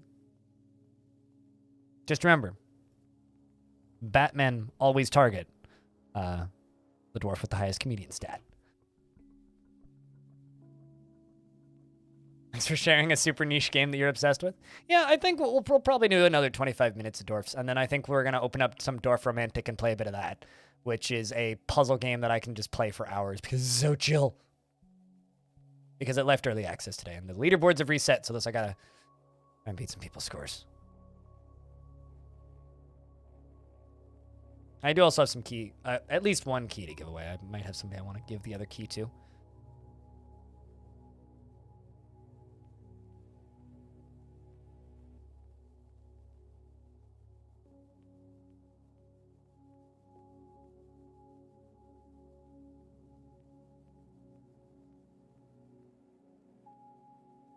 So that's kind of the plan for the evening. Oh shit, a woodcutter has been taken by a Fey Mood.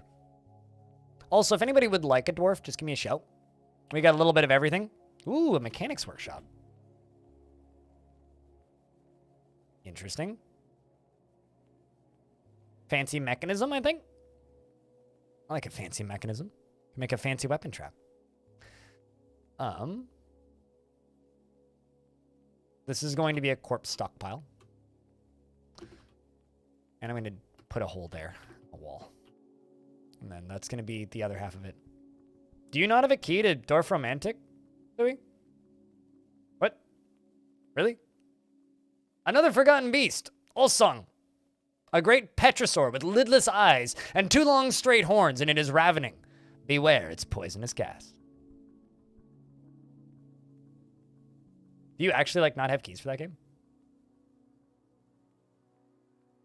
Oh, I mean, I could also give you a dwarf in Dwarf Fort, too. I just thought you were talking about Dwarf Romantic. All right, we have to send my army to go kill this forgotten beast before it gets too close. But what kind of dwarf would you like? I got a few.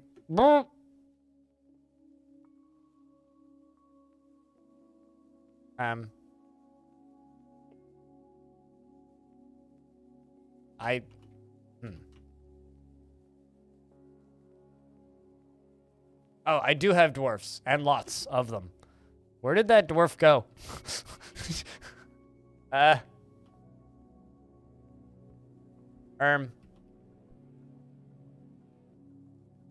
just saw a dwarf get thrown off the ledge. Did you go splat? Yes. Rest in peace, Rissen Bumrek, who just got knocked off a cliff by a petrosaur. Anyway, where's the rest? Suey, any type of dwarf you want? Anything in particular? Seems to have just fucked off. No way in hell it's gonna stay fucked off. It's gonna come back.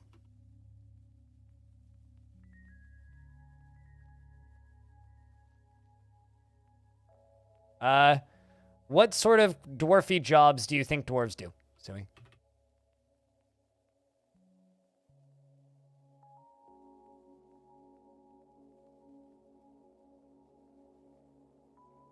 There are stone cutting dwarves, there are wood cutting dwarves, there are military dwarves, there are crafts dwarves, wood cutting dwarves, weaponsmiths. Can you be in charge?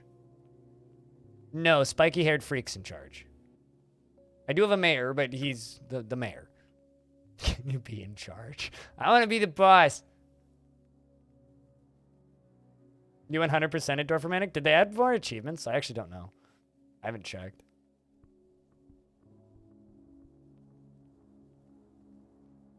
Can you be second? There is no second. There's mayor and then everybody else pretty much.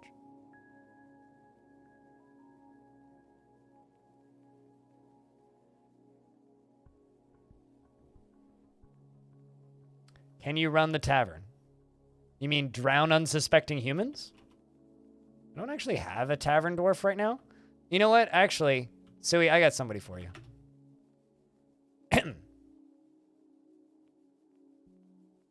Folly, Sui, you'll understand this in a second.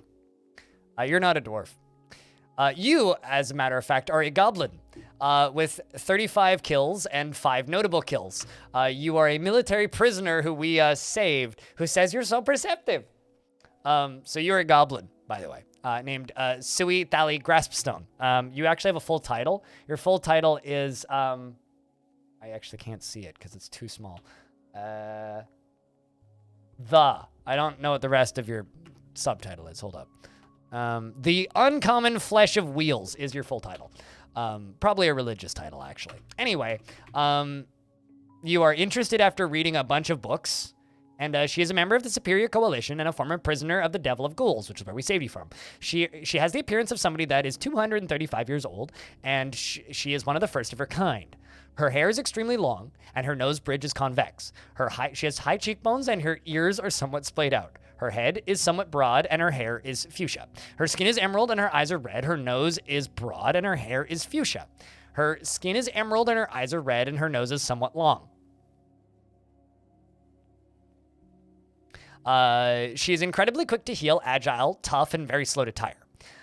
She likes cobaltite, gold, star sapphire, and apricot wood, and clear glass and gems, and gauntlets and alpacas for their wool, and the giant pangolins for their overlapping scales, and the sound of the embraces of satin, and the sight of the wondrous lark, and when possible, perfume, and when possible, she prefers to consume Nautilus and raspberry wine. Wait, are you saying they added many achievos and you've already 100%ed it against, Squawk? Because, like, what the fuck? She personally values dignity and proper behavior, and values loyalty, and views loyalty unfavorably, and dreams of ruling the world. Well, that checks out. She is never moved by the emotions of others, and she's very quick to anger, and she doesn't stick with things even if minor difficulties arise. Sorry, I'm not trying to be mean. She is prone to hatreds and often develops negative feelings, and she would never pass up a chance for a good fist fight. She dislikes helping others, and she doesn't tend to hold on to grievances. She isn't particularly ambitious. What? You dream of ruling the world, though. And she tends to be a little tight with resources when working on projects. She tries to do things correctly each time and occasionally overindulges, and she's a friendly individual, though she is conflicted by this for more than one reason. She generally acts impartially and is rarely moved to mercy and prefers to present herself modestly and is rarely happy or enthusiastic and is quite comfortable with others that have a different appearance or culture. She doesn't really care about anything anymore.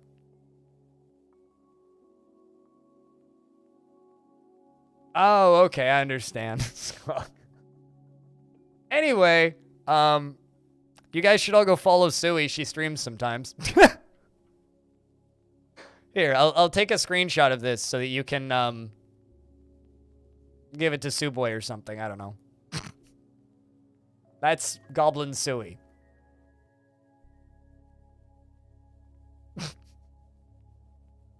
What do you think of you as a goblin, Sui? I'd like to know your full review. You did say basically anything, and then you said you wanted to be in charge, so I figured a goblin would be good. I'll put it on your... Especially the part about where you don't really care about anything anymore, and where you're not particularly ambitious.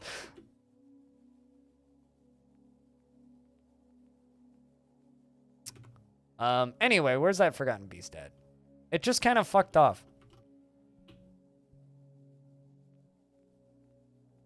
I'm sorry, Whalegasm? That's a hell of a name.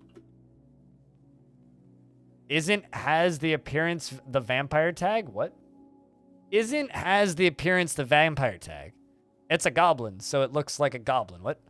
What do you mean by has the appearance's vampire tag? It's a goblin. Doesn't care about booze.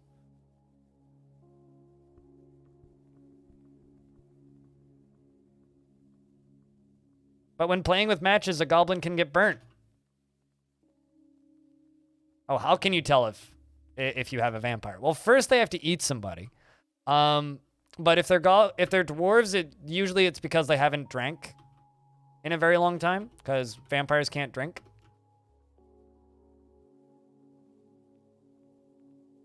Well, I lost a dwarf in a whoopsies to that Forgotten Beast, and I guess we'll just have to keep an eye on it.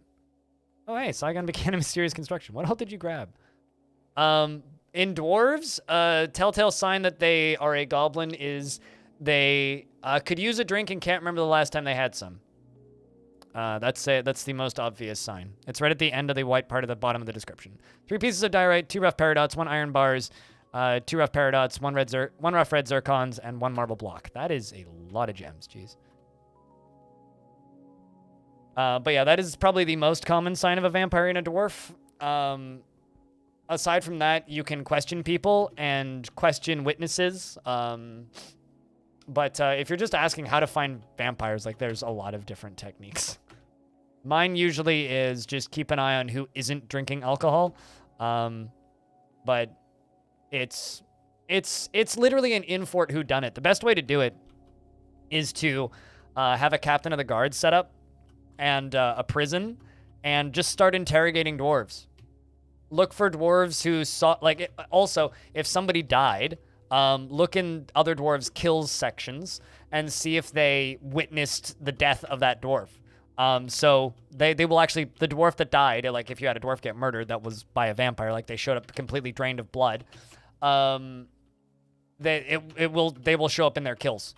So, you know, can you do that? Can you become a vampire? No. Also, you don't want vampires. Trust me. It's like playing Among Us with yourself, basically. Oh, can you be my captain of the guard? You're not technically a member of my fortress. You're currently the Guild of Artifacts. Now has many members in Angelrazor and requires a Craftsdwarf's Guild. That's cool. So you're not technically a member of my fort currently. You are a permanent resident. Basically means you're you've petitioned for sanctuary because you were a military prisoner in a goblin pit. And so you have to live here for a year before you can petition for full citizenship, sort of like in real life. So you have to live here for a year before you can petition for dwarven citizenship. But if you do in a full year, then you'll be a member of the fort, and I will be able to give you fancy tasks like being captain of the guard or, you know, having a bedroom. So you're literally a second-class citizen right now. It's better than, you know, being imprisoned in a goblin pit and probably getting, you know, tortured and beaten and all the things that they do in goblin pits.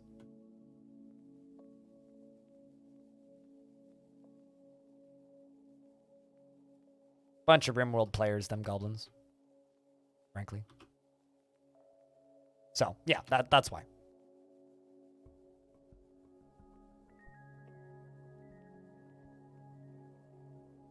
I'm literally waiting for this Forgotten Beast to pop back up again.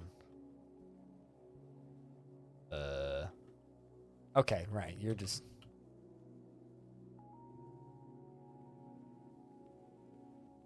Right, okay, so there's just, like, so many random-ass Forgotten Beasts here now.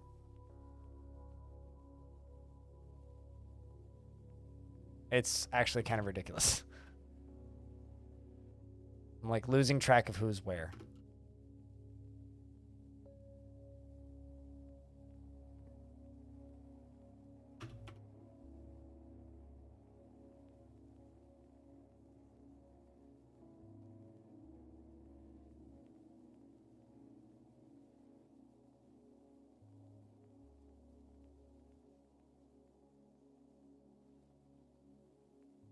But currently we are just trying to get rid of all of these bodies from that siege. A few years in a camp first. Yeah, no, Sui's already in America. She doesn't need to enter America. Saigon the Woodcutter has created a Methathots Fathmizush, a diorite mechanisms, and claims it as an heirloom in the name of the family ancestor Mirul Abitos. It's worth 141,600 Zathal. Fresh Wilts, the Sack of Martyrs, a diorite mechanism. This is a diorite mechanism. All craft worship is of the highest quality. It is encrusted with round diorite cabochons and encircled with bands of rectangular diorite cabochons and marquee cut peridots, iron and oval cut red zircons. This object menaces with spikes of peridot, and on the item is an image of Urist, polished keys, the dwarf in diorite. On the item is an image of octagon cut gems in peridot. On the item is an image of pear-cut gem in peridot. On the item is an image of Bossa, Worried Mauled, and the Goblin, and Ral, Infinity Simplex, the dwarf, in marble.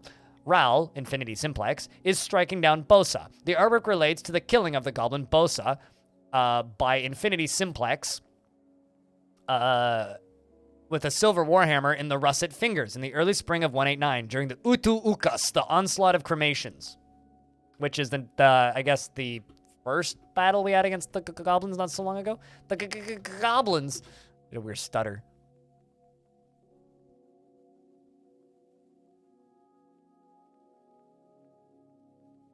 The gnomes are back! The gnomes are back! Look at them, they're back! Look at the gnomes! Look at all those gnomes! Holy shit! Well, they're feeling the booze. I love gnomes. Why are you crying, gnome? This gnome's crying. Maybe with happiness. You're covered in troll blood.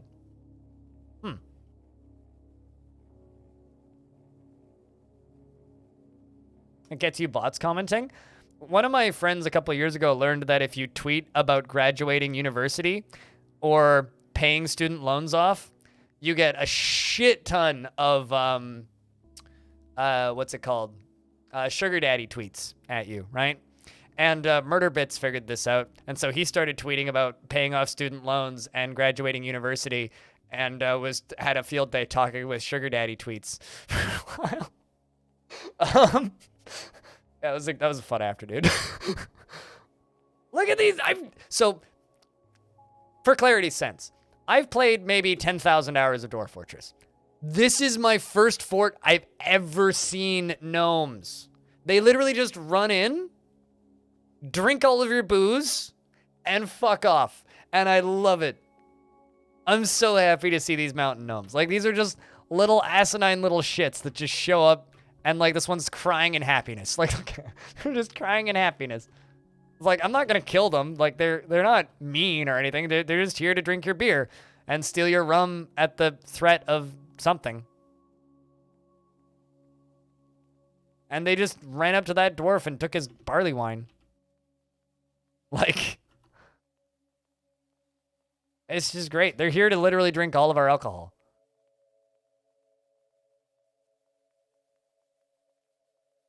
It's because, like, I was doing some research. Apparently, they only spawn on good mountains.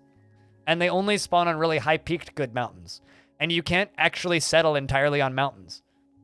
So you can only, like, have, like, a 50% chance to hit them anyway, and they're already absurdly rare.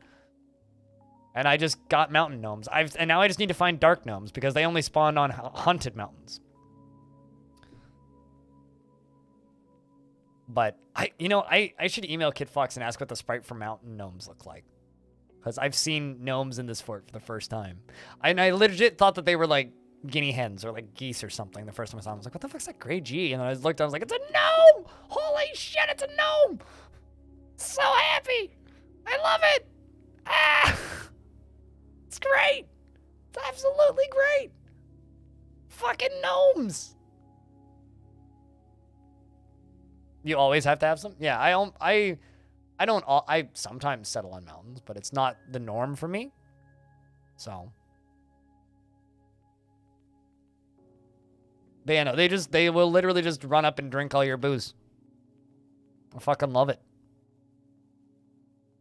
Oh, look, it's Sui. Carrying her bronze shield. You know, Sui, you don't really feel anything. Real gnome hours? Dude, fucking... I don't know. I'm just so ecstatic that there's gnomes on this mountain.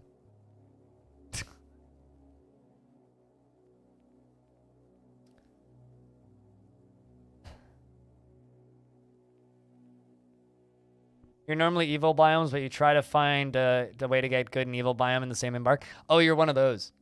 I know that. I know that player archetype that has to have good and evil biomes. You're basically forced to do advanced world gen stuff at that point. I usually commit entirely to a specific theme.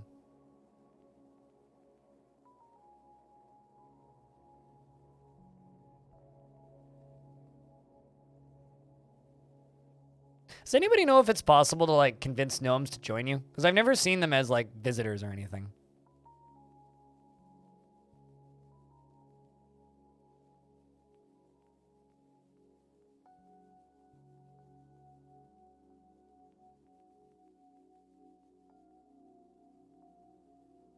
That is a lot of bodies.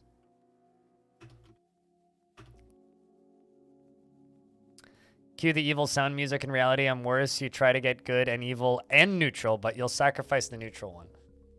Well, I mean, my favorite biome archetype is Untamed Wilds. Untamed Wilds, I think, is the most fun.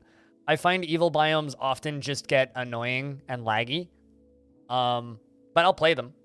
I got nothing against them. I'm not a huge fan of the whole, it's raining snot, or it's raining vomit, or it's raining insert blood type of blood here. Not a big fan of that. So I tend to, if I'm going to go for an evil biome, I usually want it split with something. I usually do like half good, half evil. And I don't really like going for exactly the same biome every time. I just like Untamed Wilds. And so I'll go for whatever variety of Untamed Wilds I can find usually. Because Untamed Wilds is like generally pretty chill, but you'll get like giant geckos that are like weirdly strong. Like I've got giant geckos in the corner of this map, right? And I did an Untamed Wilds once that had giant cougars and giant wild boars, and those were horrendously vile. Like they would just show up and fucking murk me every time. So I really like maps like that just, you know, big scary things that, you know, don't sound all that scary initially, but are actually really terrifying. Those are my favorite map archetypes. Although, one of my goals is to find a Strangler, because I've never actually seen Stranglers. I don't know if you've seen Stranglers, but I'm trying to find Stranglers, because I've never witnessed Stranglers, and Stranglers are something I would like to see. There we go. Now we got 2 garbage jumps. This is all going into lava. So I'll follow this corpse right here, and you'll see in a second where all these bodies go. Doop, doop, doop. Doop. Whoop. Whoop. Whoop. But the biome literally killed you almost instantly. That's one of my quests, is to find Stranglers. They're practically a Dwarf Fortress cryptid. Like, gnomes, Stranglers, and cave dragons are practically a DF cryptid because of how rare they are. Like, you're almost as likely to run into Bigfoot in real life than you are to run into Stranglers or gnomes in Dwarf Fortress on accident. Unless you specifically seek them out. And even then, yeah, so they fall down there. Down into there. Into that. They go splat, and they all burn. That's how we're getting rid of corpses.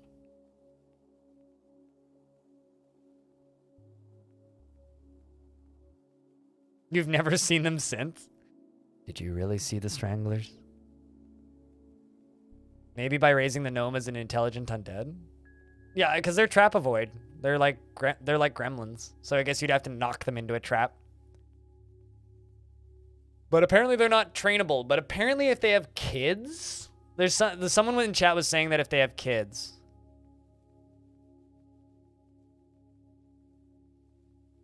You've only seen Stranglers and gnomes with reveal? Oh, so like cheating to find them?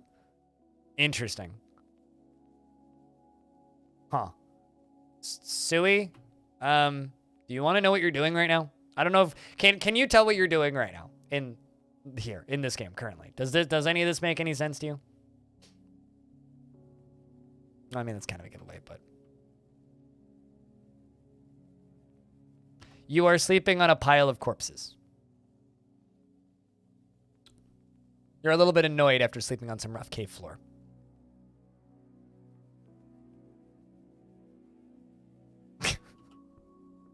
Of other goblins, too.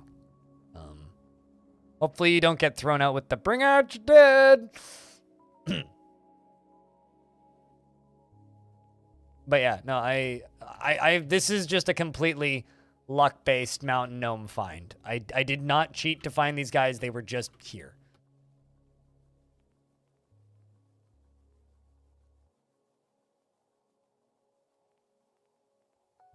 So, and they seem to come by like once a year or so and just drink a bunch of booze and then leave. And I'm very happy to have them.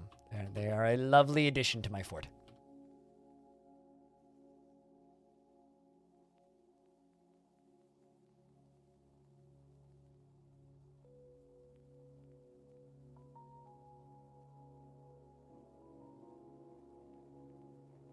I still don't know what happened to that forgotten beast. Dive bombed one of my dwarves and then left.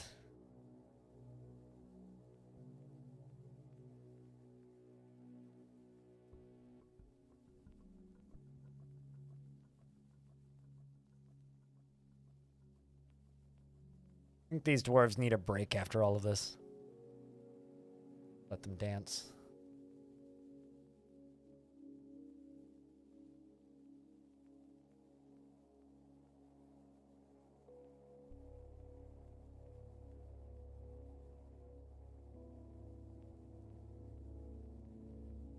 And winter's arrived on the calendar.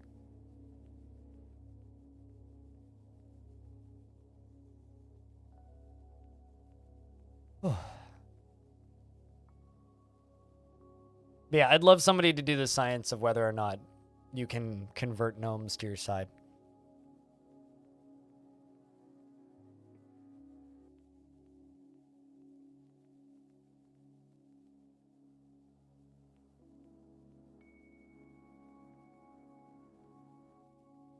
Tried to load the analytics for a YouTube video in the background while this was saving.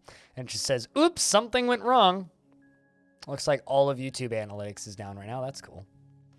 Thanks, YouTube. I don't know what that's supposed to be. It looks like a dog's pulling a plug out of a socket. Oops, something went wrong, I suppose.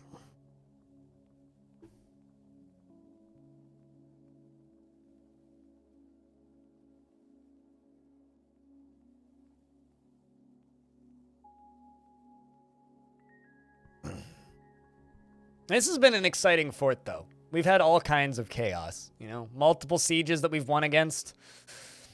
And we're not even using any, like, Rube Goldberg machines. We're just straight up, like, running out there and, like, smacking them with hammers, which, you know, is good fun.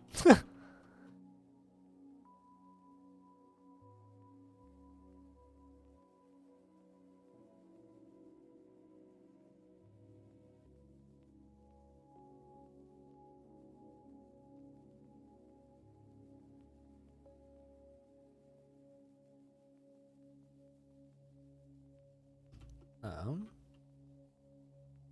gonna smooth all of this.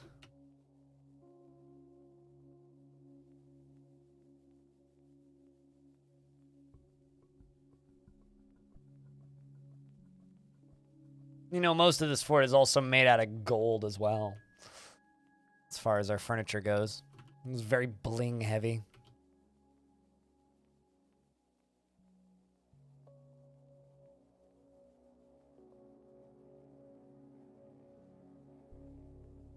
You know what? We'll just do this way. Body parts. Dump. Corpses. Dump.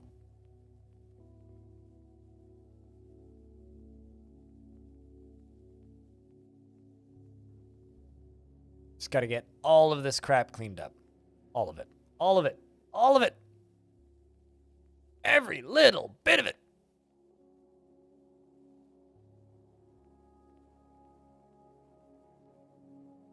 Also, Suey, did you see the animal people? It's going to be cold tonight. Is it snowing over there again? Suey, did you see the screenshot of the animal people that I posted? I'm a big fan of that frogman. Or toadman, I guess, technically. Hold on. This picture. It's a narwhal man, which apparently nobody knows exists. And the turtle man! The turtle man! I like the crab man. Camel man's hilarious. Hamster man's adorable. The owl person looks awesome. You like the turtle? You'll never see them, but they do exist. Cockroach man. I mean, would survive a nuclear bomb.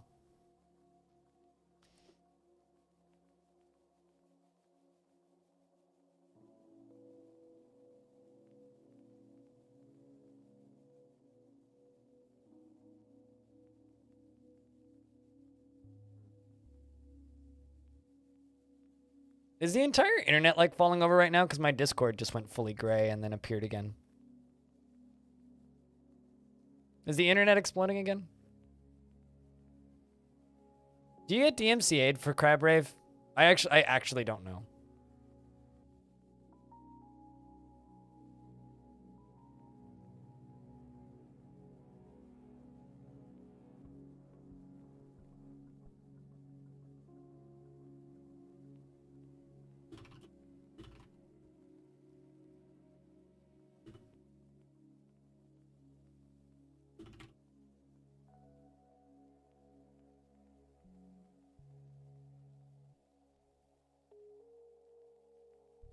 When is the internet's not exploding?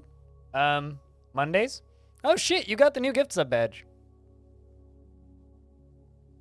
Weird. They look odd.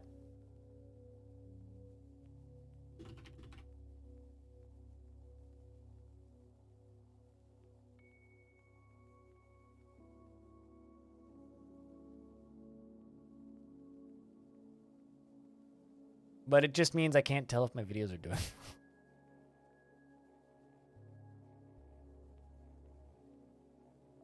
Yeah, you do. At least on my screen. What's that?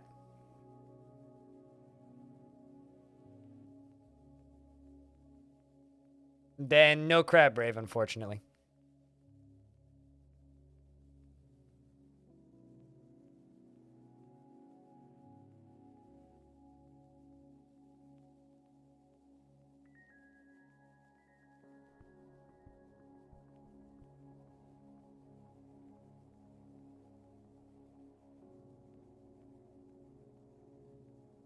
Oh, you didn't have it when you first loaded it? Yeah, they just added those. Like the other day. I think they look a lot nicer. They fit the other badges more. I wonder if they're actually symmetrical, unlike the old ones. The old ones weren't symmetrical, so it annoyed the hell out of a lot of people for a long time, which I kind of love, but also I kind of hate. Although I don't think they ever did fix the 1 pixel issue with the VIP badges. The VIP badges were 1 pixel off when they were released, and I don't think they ever fixed it. Which is also kind of amazing. That they just never bothered to fix them.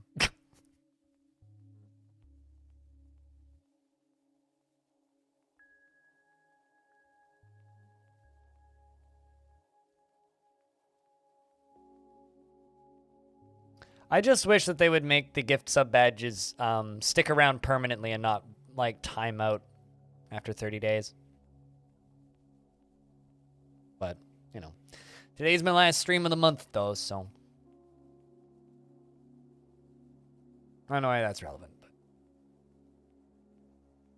all I'm saying is, now's your, like, last chance of the month to beat Epion out for #1 bit spot, I guess.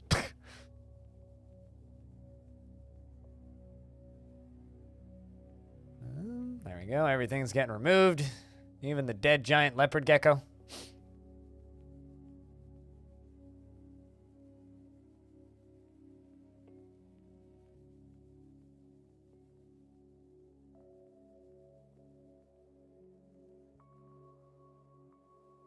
Just watching them put bodies away. Mandate. 2 crowns. Gold crown 2. Think we can do that? Yeah, I don't know. I think that the new gift sub badges look great.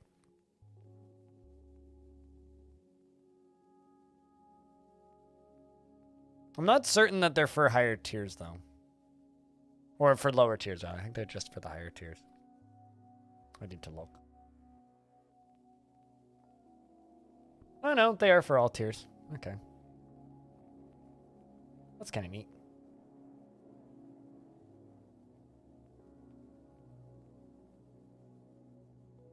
I've never really felt the need to make custom badges for anything.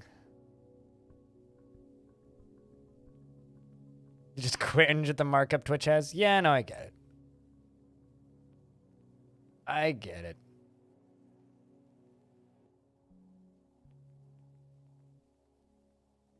But it is usually a significantly higher portion of my revenue than, what's it called?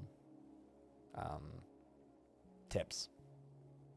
Just because you do get things back from bits. You don't begrudge someone for making profit, but wow. Then I shouldn't tell you what Twitch's cut is on the subs then. Although that's easy for you to look up, so.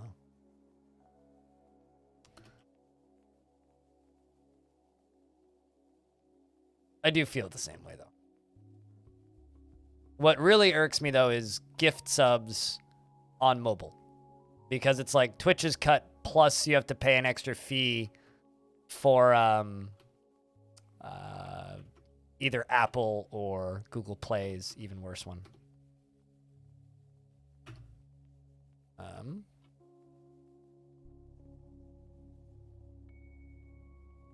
It's gonna be my Crafts Dwarfs thing. Guild Hall.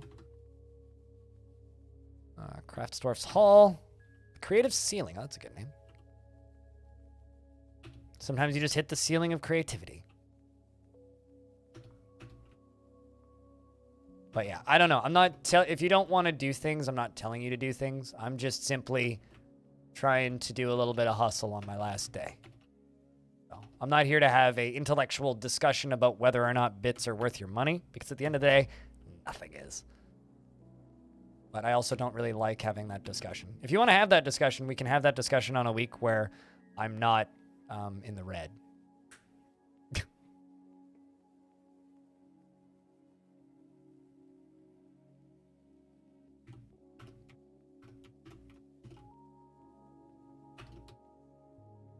Let's do all that. Get us up to the value that we need to be at, I think. It's almost already there. Sweet. $9.02 Canadian for a sub. Yeah, that's like double the price of what it should be.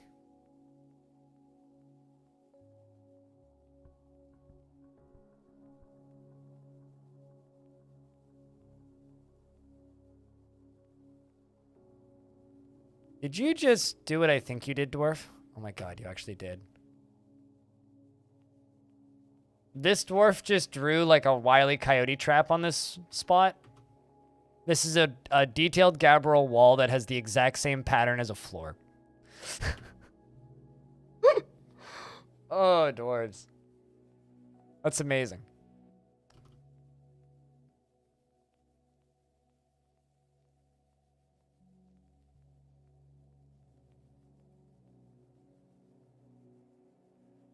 I wonder, I assume that duck statue is probably going to end up in here.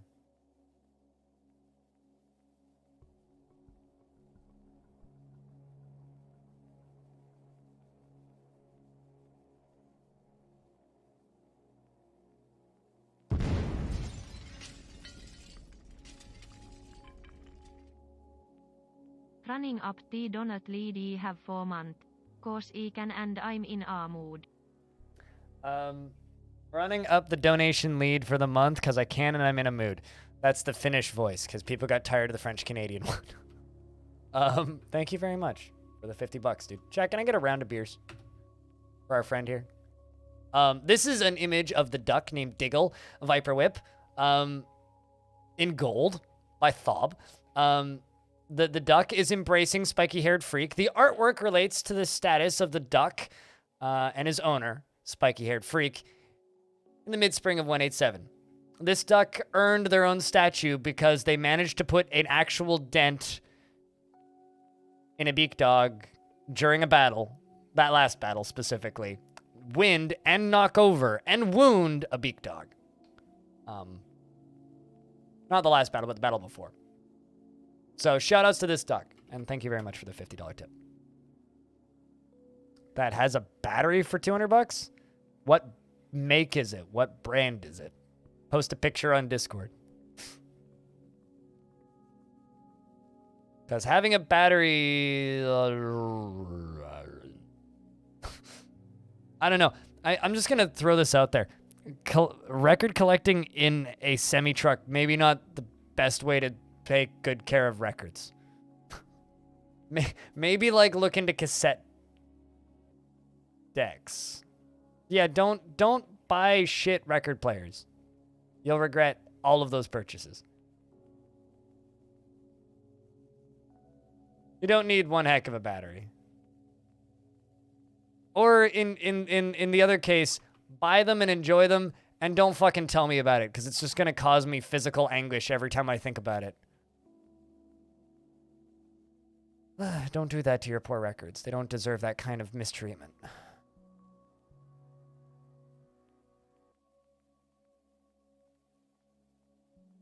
They don't. Also, look at this engraving demonstration.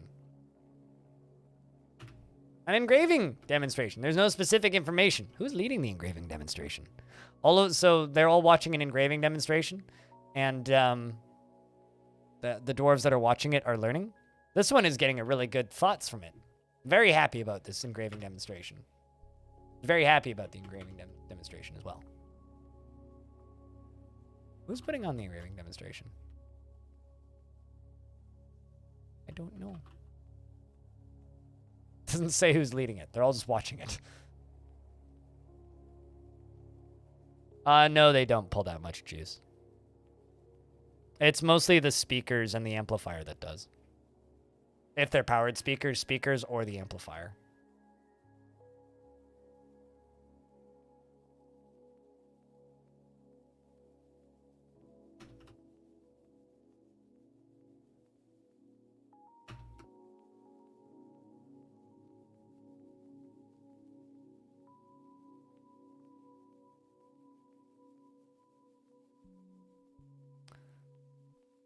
You know, can you guys hear that? Because there's a pipe in this wall right here. I can tell exactly when my neighbors are showering, when they flush the toilet, empty a bathtub. They're definitely showering right now. You guys hear like what sounds like a literal waterfall in my wall right now? Is that picking up on my microphone? Genuine curiosity. Oh, also, Sui, are you recording on podcast tomorrow? Or are you off this week? I can't remember. Regardless, tomorrow is my fire alarm testing day. So the fire alarm is going to be going off periodically during recording session and during meeting. So that's going to be fun. I learned about that yesterday at noon. It'll be fine. It shouldn't go off too frequently, maybe like once an hour or so. So if there's something loud, beep. No, I think she's just saying that she's not on podcast this week. So yeah, if I during meeting tomorrow and podcast recording, I'm gonna like randomly be just vanishing, just because sudden loud noises. So, yeah.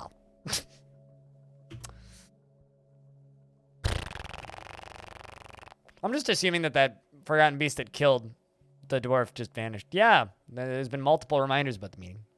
Maybe I should put out an ad, everyone. But yes, there is a meeting tomorrow at noon? Our time?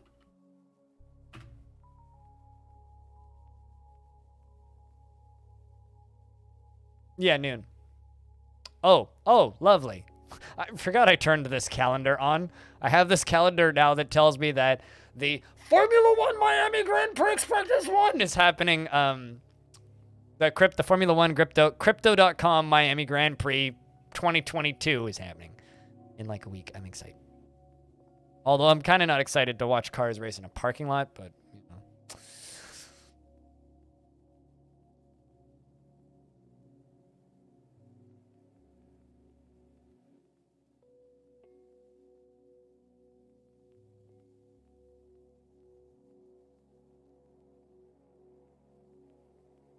That is a lot of shit that needs to be put away.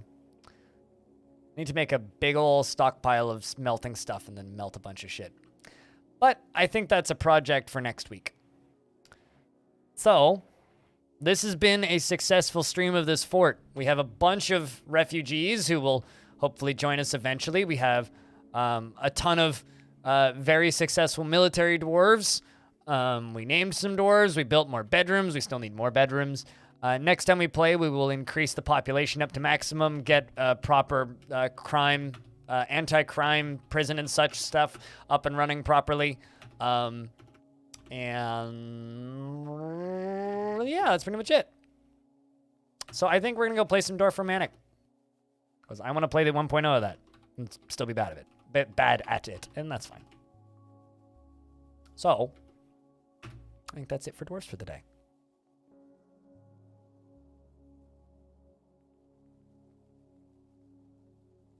And it's been 6.5. See, this is why I always commission stuff from Cooler, because I'd commission something from Cooler, and then 6 hours later, I'd have the finished product. But I can't do that anymore, Sag.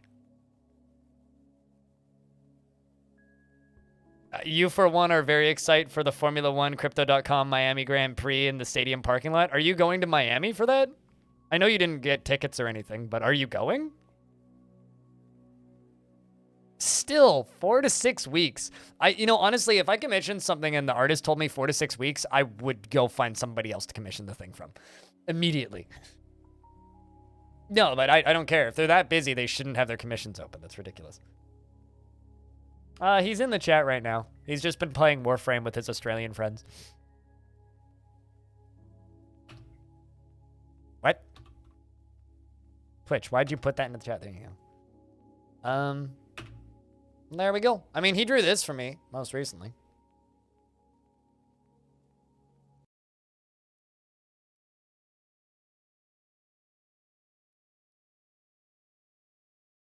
That was the last thing we got. Gods know you're having people over? Okay. I don't know. I thought maybe you'd go to Miami and hang out at a bar or something.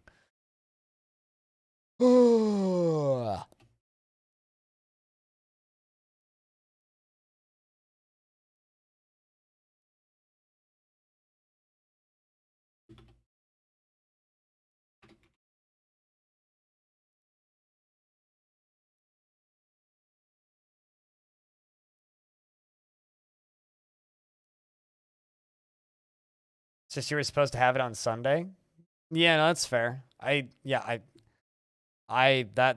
seems like a ridiculously long period of time to wait for a commission. So, I don't know. I would not accept that as a commission time, but I also have 0 patience apparently, so.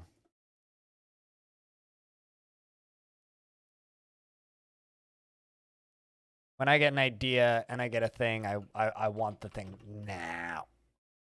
I very much do the, no, Daddy, I want it now, Veronica Salt bullshit.